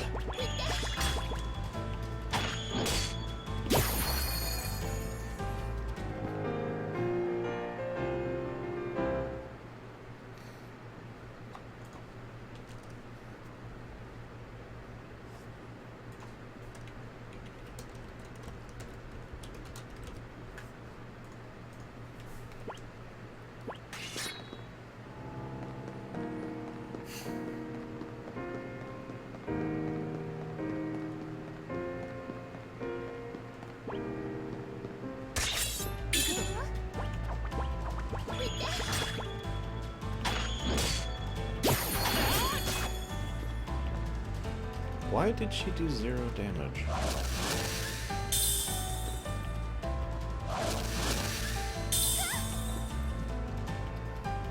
Screw it. I probably shouldn't be saving mana at this point.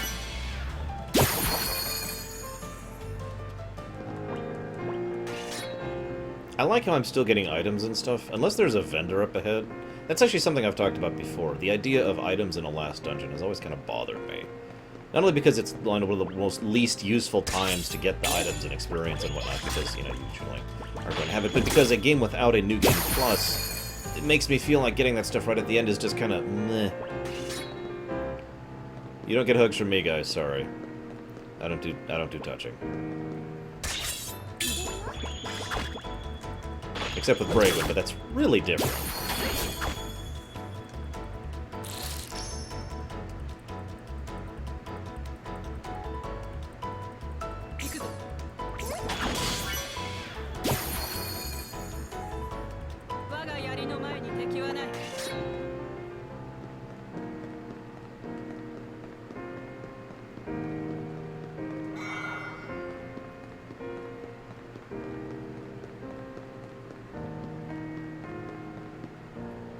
Guys, I want everyone to give Omni a hug really quick.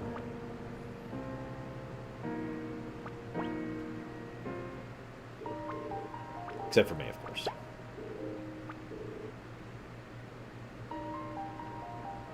The souls of those who give their lives as sacrifices return as the snow that falls across the land. Well, that explained the eternal snow.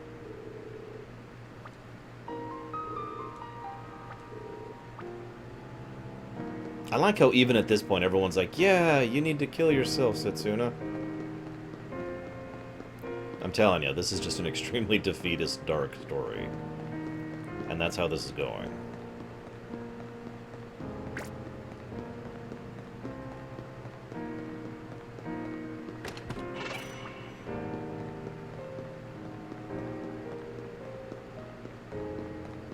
God, wouldn't that be horrible? Yeah, so when you kill yourselves, it technically buys peace by continuing to curse the land. So thanks. Thanks for that. Appreciate it.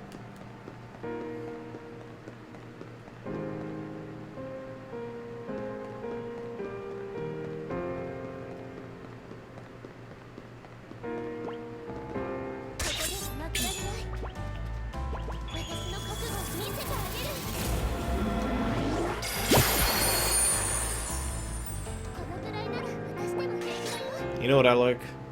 Luma frickin' Lair. Oh my god, is the best weapon a rainbow? Really? Except it isn't. No, it is! It totally is! It even boosts his crit. But I already have crit boosted to hell, so I'll keep the momentum.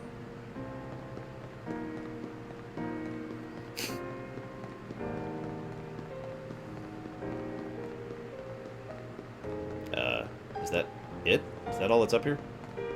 Damnation. Okay.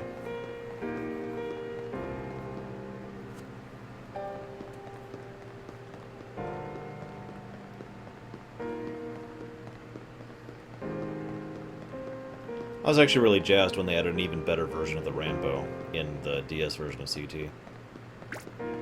And of course I use it constantly, because it's flippin' amazing. Crit, crit, crit, crit, crit, crit, crit. Did I read that right? It did not appear to. Oh, no I did. Moving on.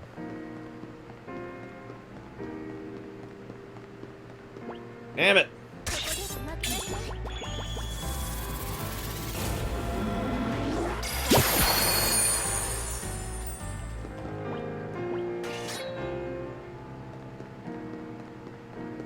This is a much more relaxing game than it was an hour or so ago.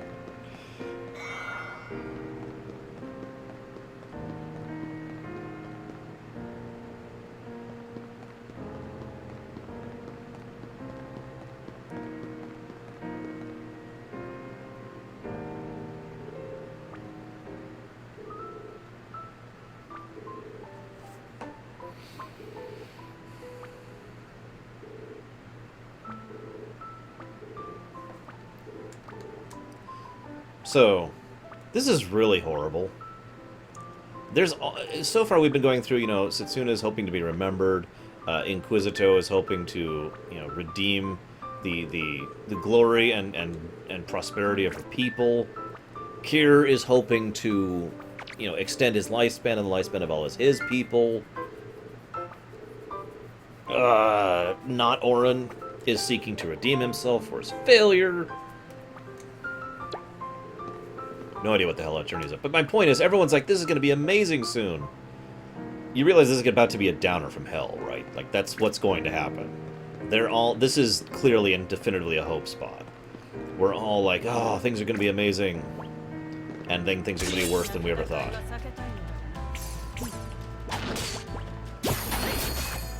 And I need to sneeze.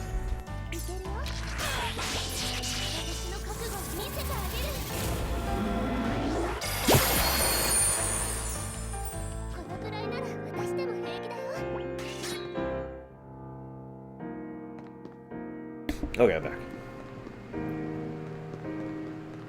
Yeah, and that's the other thing. Everyone's like, I can't wait for you to die, Setsuna. I mean, for God's sakes. Tidus at least had the excuse of not actually realizing what he kept encouraging Yuna towards. These people fully know that she's going to frickin' kill herself, or die, or ritualistically sacrifice, or whatever the hell. And they're all just like, yeah, it's going to be amazing when you die. That really says something about how messed up this world is, that people can say to someone's face, straight-facedly, I can't wait until you die. Think about that for a moment. Also, yeah, they actually mentioned the Cloister of Trials earlier.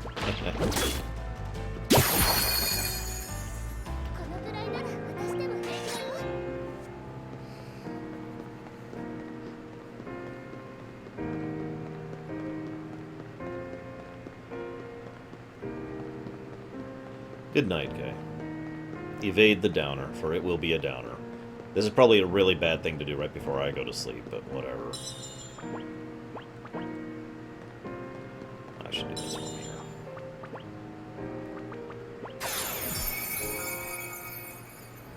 Night, Kay, and remember, life is meaningless.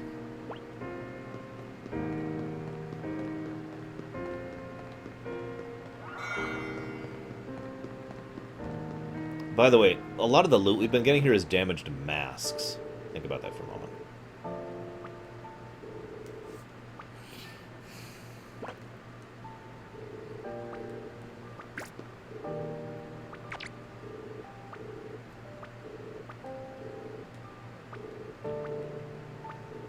Oh no. That's much worse than what I was predicting. By the way, Evil Land 2 ended on an extreme downer, in my opinion, and I actually talked about that. Well, time to go fight Magus. I mean, Scythe guy.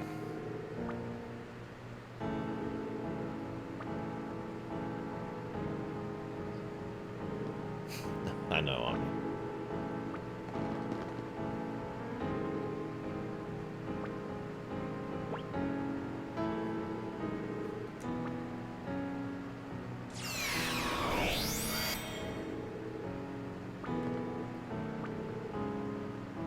Why do you fight a battle with no future? I have no need for the future or for life. To fulfill my mission is the only purpose of my existence. This battle is inevitable. I will destroy you. It's time to fulfill my promise. I shall kill you last of all. I like his new sword, by the way.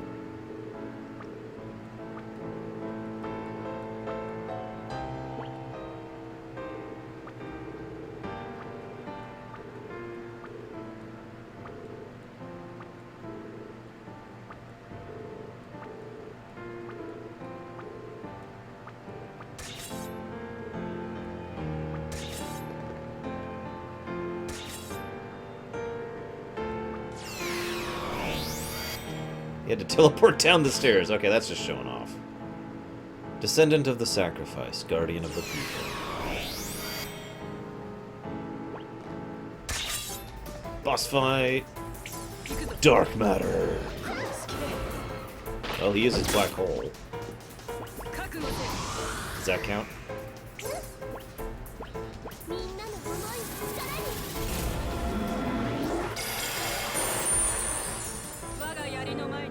Wow, that was really easy.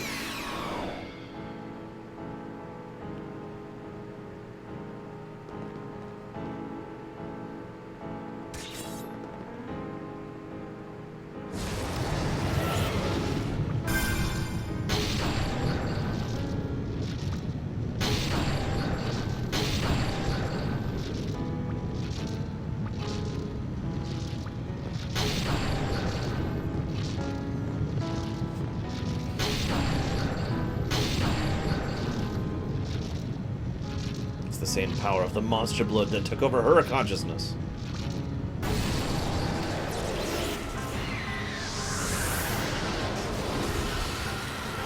Oh my god, it's Breath of Fire.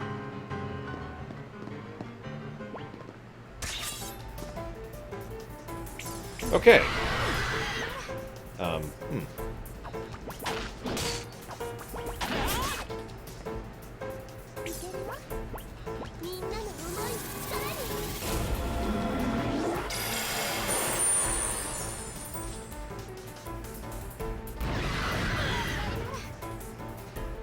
This fight looks like it would hurt, from what I'm seeing.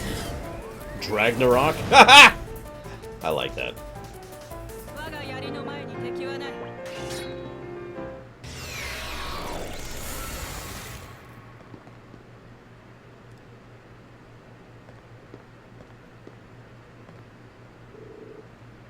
Where's the real you? Where's your heart? I was created to destroy the sacrifice. That's my only mission, my only purpose for living. I have no heart. Then why are you crying? I do not know. Are these your emotions? Or are they the emotions of the master who created you? They are not mine. But my eyes are for my master to see. My ears for my master to hear. So your master feels everything you feel, and you feel everything he does, is that it? So those are your master's tears? I do not know, but if they are, then I wish I could have seen this world for a little longer. A beautiful world of falling snow.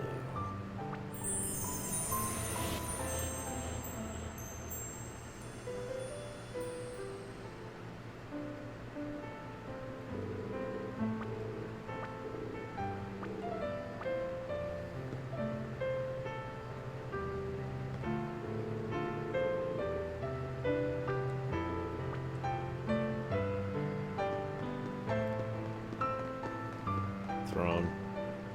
Alright, time to take over. Where's Elsa?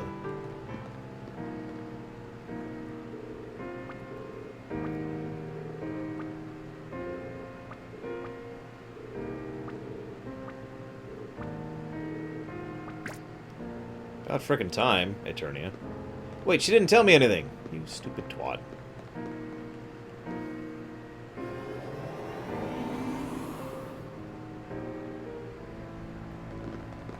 Oh my god, it's the same friggin' layout. The last lands are protected by a barrier. It's there in order to contain an imaginably vast power that lies sleeping here. A horrific beast known as Dark Samsara lies sleeping in the last lands. It's a creature that was created 1,000 years ago by foolhardy humans.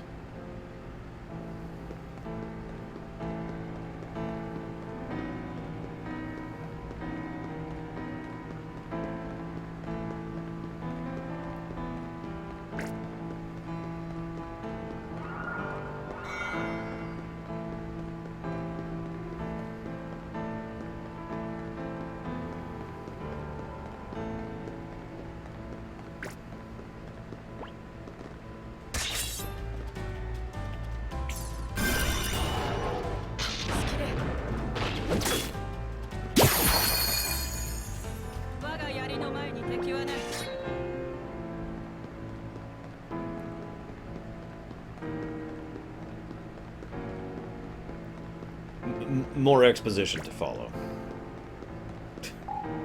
Hopefully. The Dark Samsara. Did anyone else just get any sudden Quest 64 vibes from that, by the way?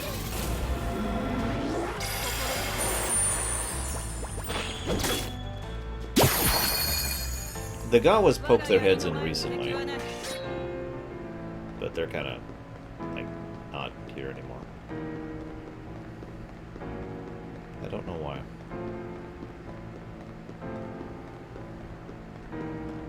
No, people are awesome, Shadow.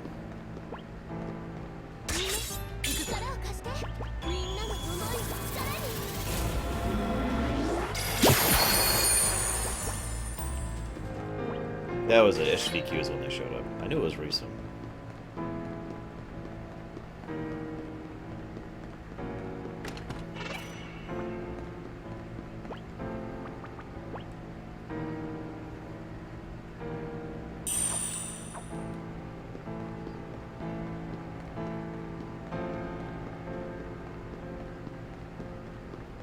Uh-oh, it's another behemoth.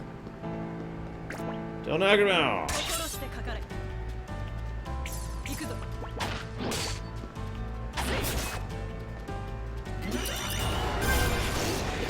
Meteor. It really is a behemoth.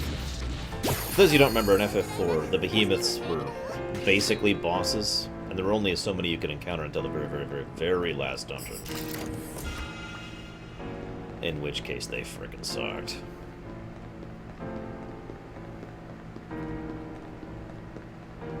Good exp, though. Ah.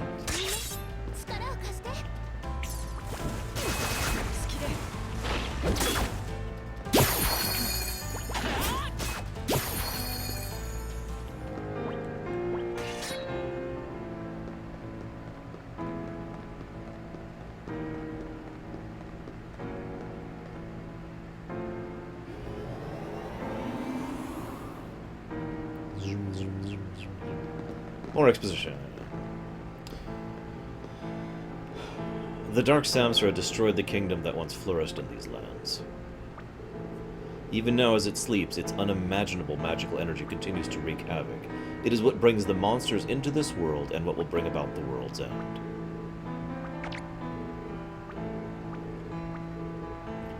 The barrier is maintained by the guardian who first created it.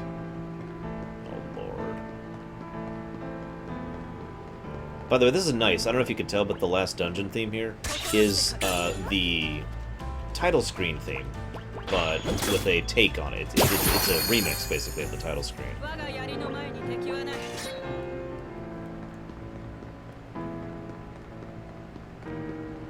I actually had the same thought on me.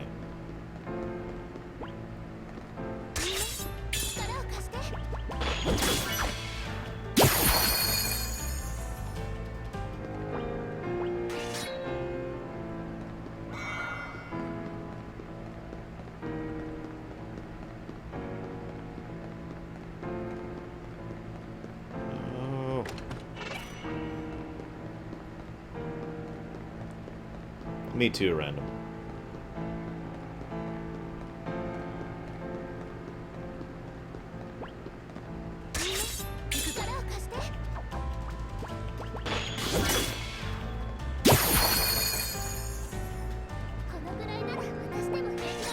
Yeah, I remember when Distati basically started playing at the end of the world, and I was like, dude, that's awesome. And yes, that was my exact wording. Dude, that's awesome. Hello. A talisman that was owned by an ancient hero who wished to save the world.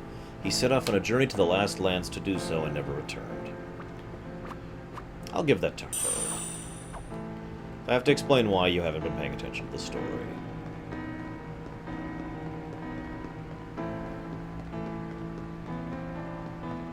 Damn it, I went the wrong way first.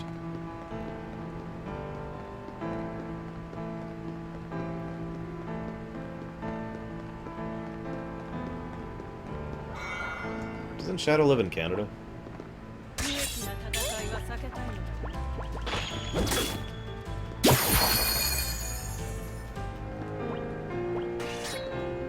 I know, Canada's kind of a large place. Canada lives in America. Or, Canada lives in America. Shadow lives in America.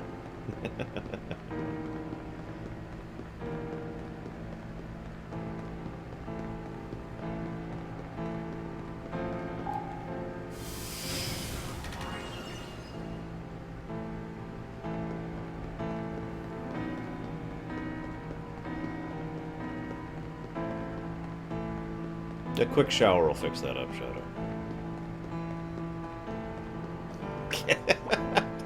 Yes, Samurai.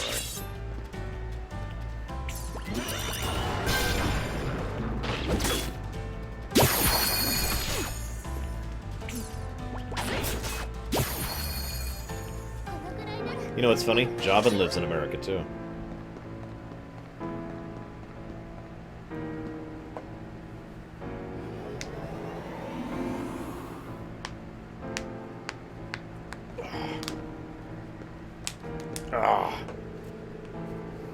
The role of the sacrifices is to pass on their magical energy and life force to that guardian. The energy and life force given by the sacrifices is what helps to maintain the creature. Hey, Malachor. This has continued for thousands of years, but we're reaching the limits of what can be done. The evil magical energy seeping through the barrier is already causing monsters to change. We have little time left. We need you to kill yourself to maintain more of a band-aid for some frickety reason.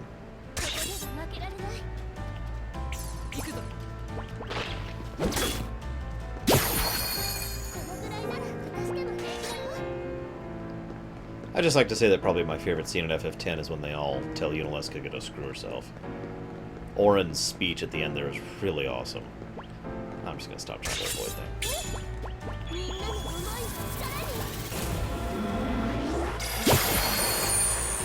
It's okay, we'll destroy the monster and then we'll kill Setsuna.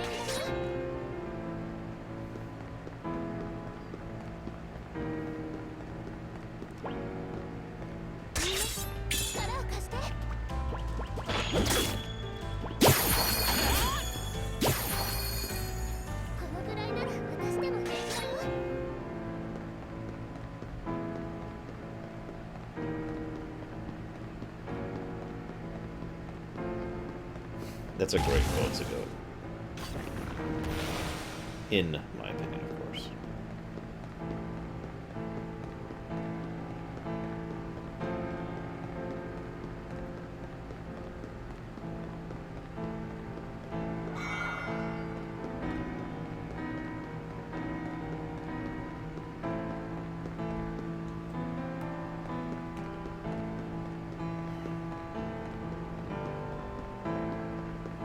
Whoops.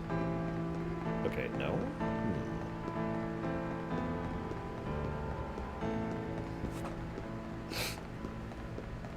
Okay. This way? Maybe? Did I feel like I already went this way. Probably because I did. Yeah, and I hit that, which shifted that. So... like, what the hell? Ah! Okay, so I don't... Hey, Love Disney, what's up, dude? That would actually be kind of funny, Joe. Let's see what cycling this does. Oh, okay. Well, well, if I can figure out that, I'd be a rocket scientist. Hitting a button twice. Who knew this? Oh! Ah! Yeah, stuff is happening. Damn it, Myron. What did you do? Why did you do this to me?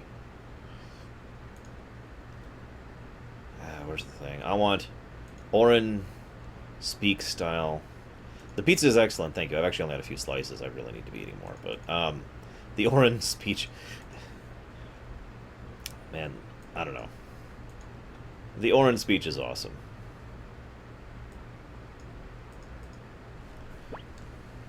Buzzdogan, I have a very, very, very, very simple rule in my chat. You don't insult my viewers. It's really, really, really simple.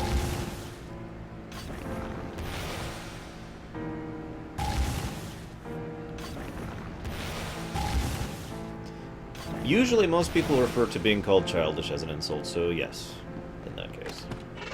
Now if you want to insult me, that's totally okay. I get that. I get that all the time. Wow, this is still not as good as the momentum. Damn. But, yeah.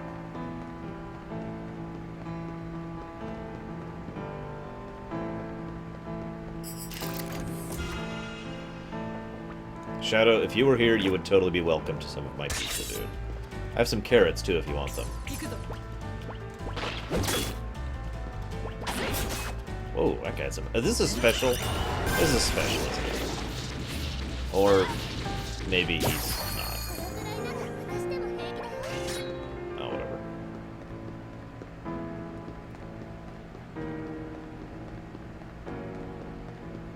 Thank you, Shadow. Appreciate it.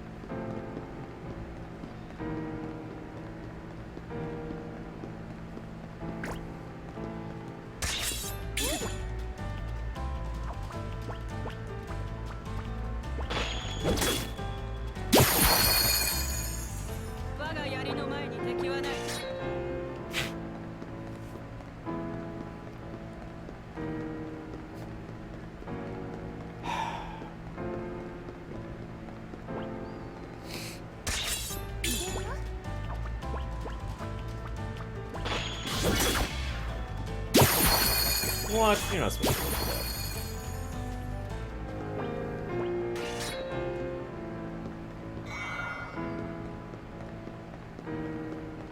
Wait, were you asking me my favorite Disney film earlier? Or were you asking Love Disney, his favorite Disney film? It just occurred to me, I automatically didn't answer that because I was assuming that you're asking Love Disney. Oh! More exposition. Sacrifices with high magical energy are no longer enough to stop the creature from awakening. That's why we needed a new solution. A last hope for the future. And so we needed to reach that solution, no matter how many times that meant repeating this. Time travel! Sorry. That would explain the barrier. Wonder how many years have passed.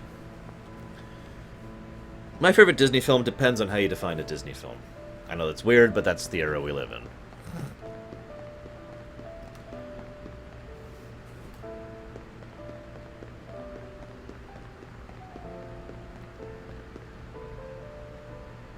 Oh, the orange speech. Oh, shoot, I don't know. I don't remember it. I just remember the gist of it. Hang on, let me... Oh, where is it?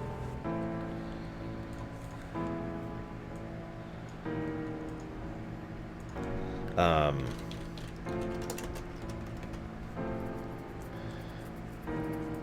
pull it up here really quick. Blah, blah, blah, blah, blah, blah, blah, blah, blah, blah.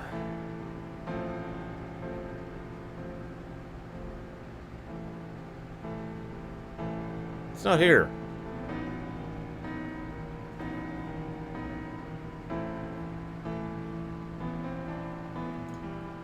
Must find speech.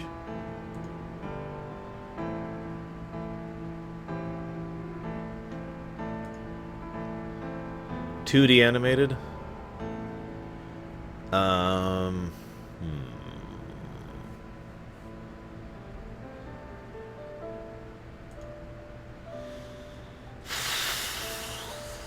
That's a tough one.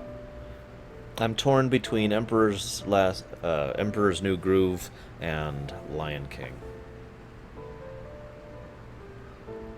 Okay, here you go, Byron.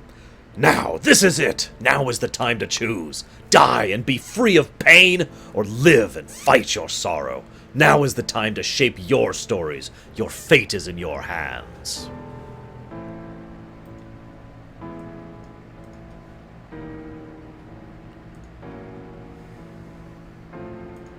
Whoops. There we go. Which is probably the speech we're about to be given by Eternia up ahead here.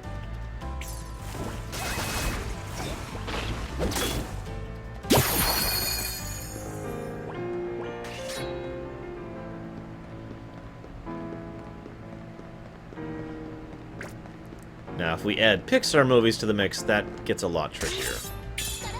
Like, it's a lot harder for me to pick amongst Pixar's films for my favorite.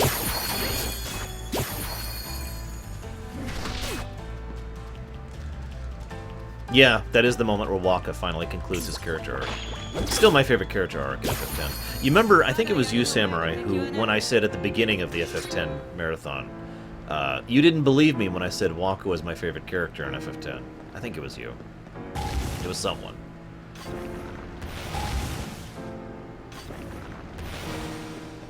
And I was quite serious.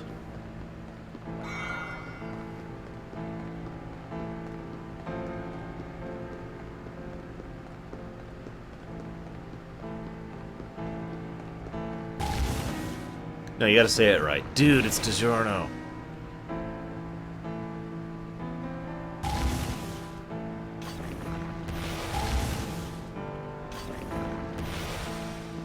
Yeah, hit me, Love Disney. Actually, I think I can do that. Yeah, I'll do that.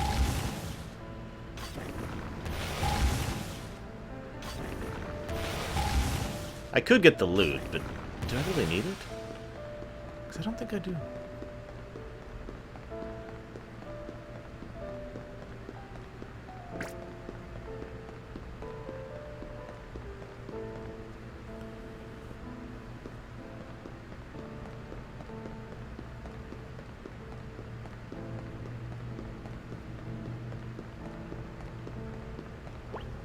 God damn it. As you wish. I have eaten a Chicago-style pizza, yes. Yeah, it's kind of funny, Gnarlix. It's supposed to be pretty fun, too. I do consider immature an insult, yes. Depending on its context. You could call someone a human and mean it as an insult. You can call someone a nerd and mean it as an insult. You can call someone a nerd and mean it as a compliment. It depends on the context and how you direct it. We're finally here, and you finally arrived. It's a cocoon. I've been waiting for all of you. Save. I should probably go ahead and blow a thing to get my mana back.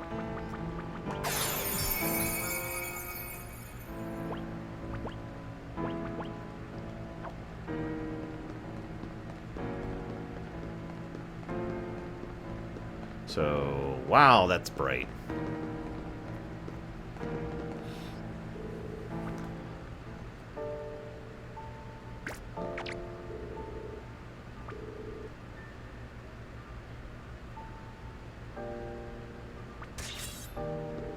What is this? A monster Eternia! Don't worry. Put away your weapons. She's no foe. Will I play Kingdom Hearts 2.8? I don't own a PS4, is my answer to that. I am her clone. I created Eternia using my magical energy. I am the time judge. I no longer recall my human name. From time immemorial, I have guarded this land, awaiting the coming of the sacrifices. I am unable to leave here. That's why I created Eternia, to move around the outside world on my behalf. Eternia's role is to bring the sacrifice here. That role has now been fulfilled. But if that won't change anything, then I want to change the future myself. I want there to be a future where families and friends can live together, laugh together. Then let us change it. Ah! Really?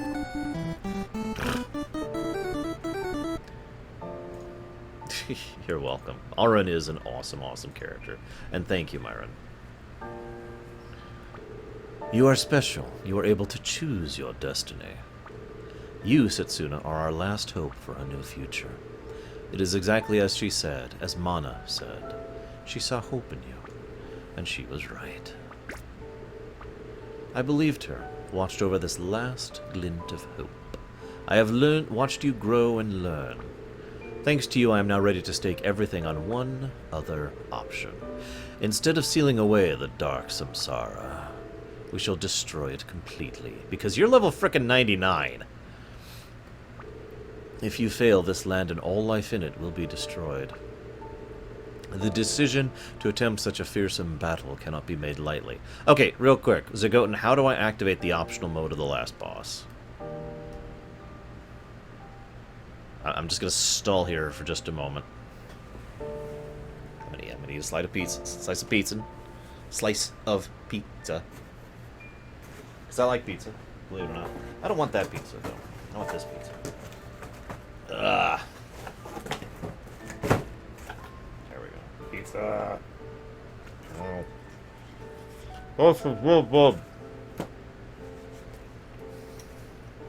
Ah, okay. That's easy. Okay. The decision to attempt such a battle cannot be made lightly. But now you must make your choice. To pass on your energy as life force, or to destroy the dark samsara. Which will you choose? Well, that's a dumb question. Destroy. We might as well, right? After all this, I think we're going to chicken out now. If there's a chance to break this vicious cycle, we must realize that chance. Yes, it is, Love Disney. Thank you again, Myron. And Zeiss. For the sake of my people, I too shall lend you my strength. Yeah, we're good with this. This time it seems you have finally decided. Finally? This time? Look, all this stuff about repeating. Took us a while to get this far. Enough with the riddles, huh? I have given you this choice many times before, to defeat the foe and bring the world into the future, or to avoid battle and leave the situation unchanged. Up until now, you have always chosen to avoid battle, but each time the outcome was always the same, one of destruction. Each time I wound back time. Over and over and over again, using the power of the space-time sprint night.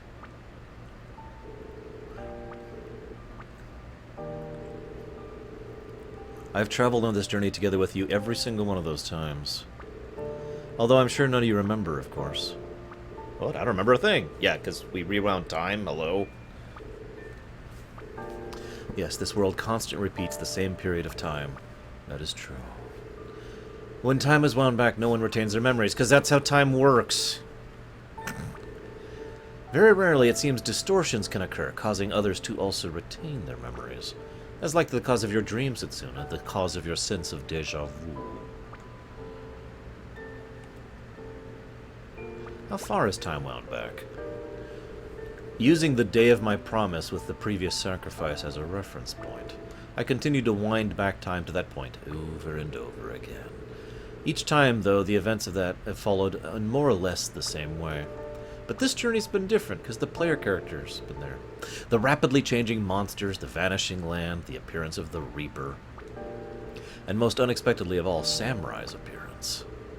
None of these things have ever happened once before. Not once.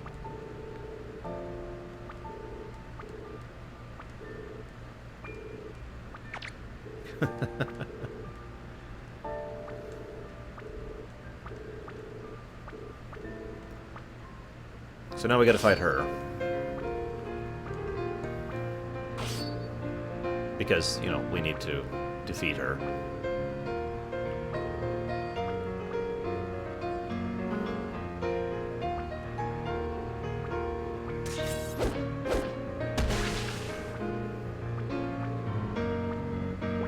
So this is as if Unileska was actually Orin or something. This is actually kind of interesting. Oh god, she has haste.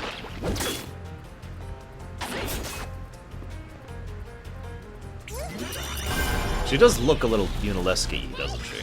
Even though she is in no way like Unileska. And she hits kind of hard. Or at least she would if I wasn't level 99. Okay, she likes to multicast Meteo. This is fun. She does have more clothing on than Unileska, and simultaneously is more attractive. But I only say that because Unileska was really, really gross. I'm sorry, I don't like my women to be giant tentacle snake face things. I know that's weird. But there it is.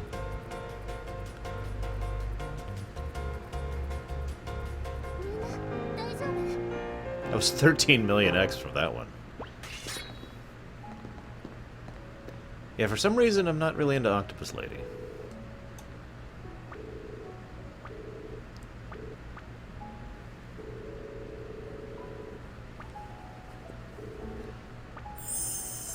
So she's gonna make this guy show up? Yeah. Ah, called it! I knew he was gonna join us. So, who would like to name Magus? I mean, not Magus. I've come here of my own will. When his physical body was destroyed, the Dark Samsara's control over him disappeared. I then channeled magical energy into his residual life force, resurrecting him.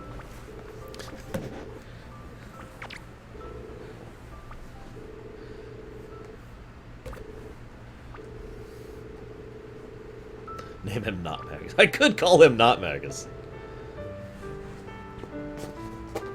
Ah, there we go. Hang on, my eating pad shut off. Yes, he's our ally. Let's do it. I am not your ally, but I am indebted to Setsuna and Eternia.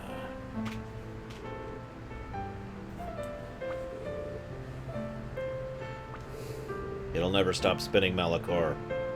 Never. I call you Fides? Really? Not Magus. Not Magus. Very well. Not Magus joined your party.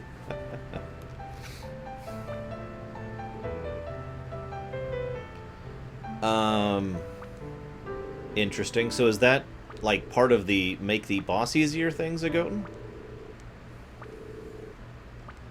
Genuine question here.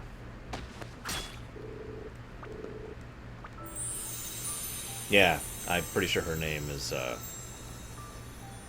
oh, that's not who I thought. Never mind.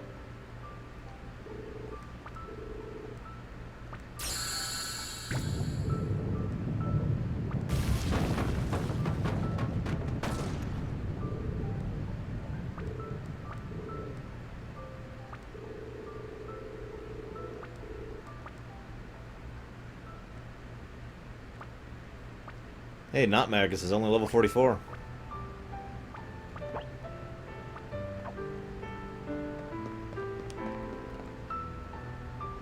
It really does look like a cocoon, doesn't it? So, portal, side quests, platform, last boss. Am I getting this correct, Zagoten? I mean, story's always awesome. But, like, it's 11 o'clock.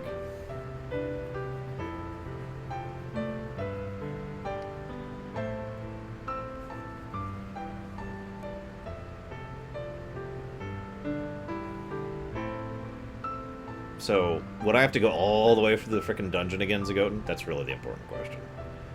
Because I don't see a save point anywhere around here. I suppose I should check that.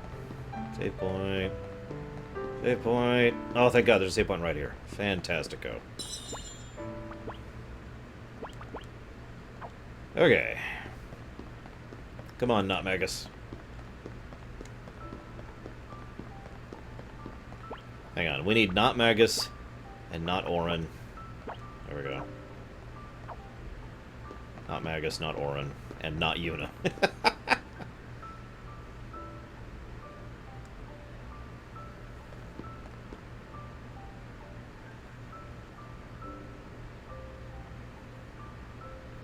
Buzzdogan, one thing does not get you banned on my channel. I'm the one who banned you, by the way. None of my mods did. I did that. Okay? If you say something and it causes some friction, that's fine. If you say something and continue to cause friction, that's starting a little there. And if you do that for 15 solid minutes, that's a timeout offense, which is what I did to you. Like that, okay?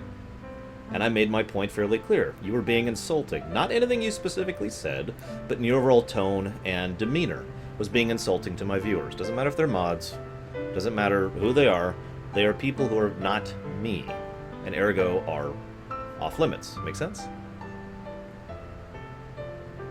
This is the end of this discussion. There's really nothing else to talk about.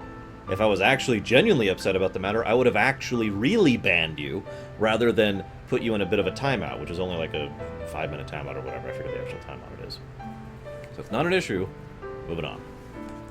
Now, if you have issues with me with that, then hit me with that, not them.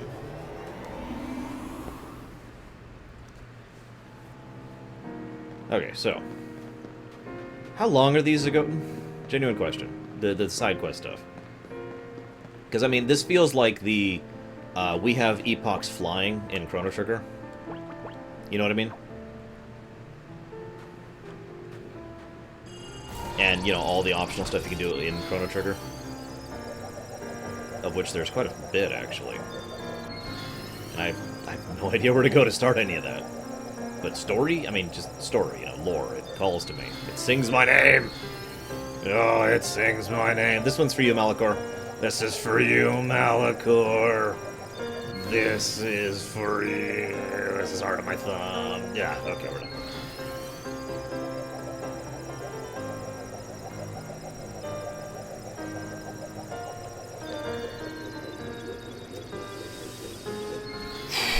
Alright. I wasn't gonna do this. But I kinda like to keep... kinda like to do all that stuff. So I'm gonna go ahead and cut it off for the night. And start up tomorrow. Because I'd kind of like to see the rest of the story, you know? I don't know about you guys, I know it's a weird thing, but I'm level frickin' 99, there's nothing really holding me back at this point. The hills are alive with the sound of lore. What, no? Anyways, yeah. So, as much as I need to get work on the rumination stuff, I'm gonna go ahead and start up tomorrow. Probably at my usual time. Someone tell me my usual time. Anyone tell me my usual time. Come on, hit me. Someone's gotta know. Oh, stretch. Oh, man, my back hurts. 11 a.m. Very good. 11 a.m. EST. To be continued.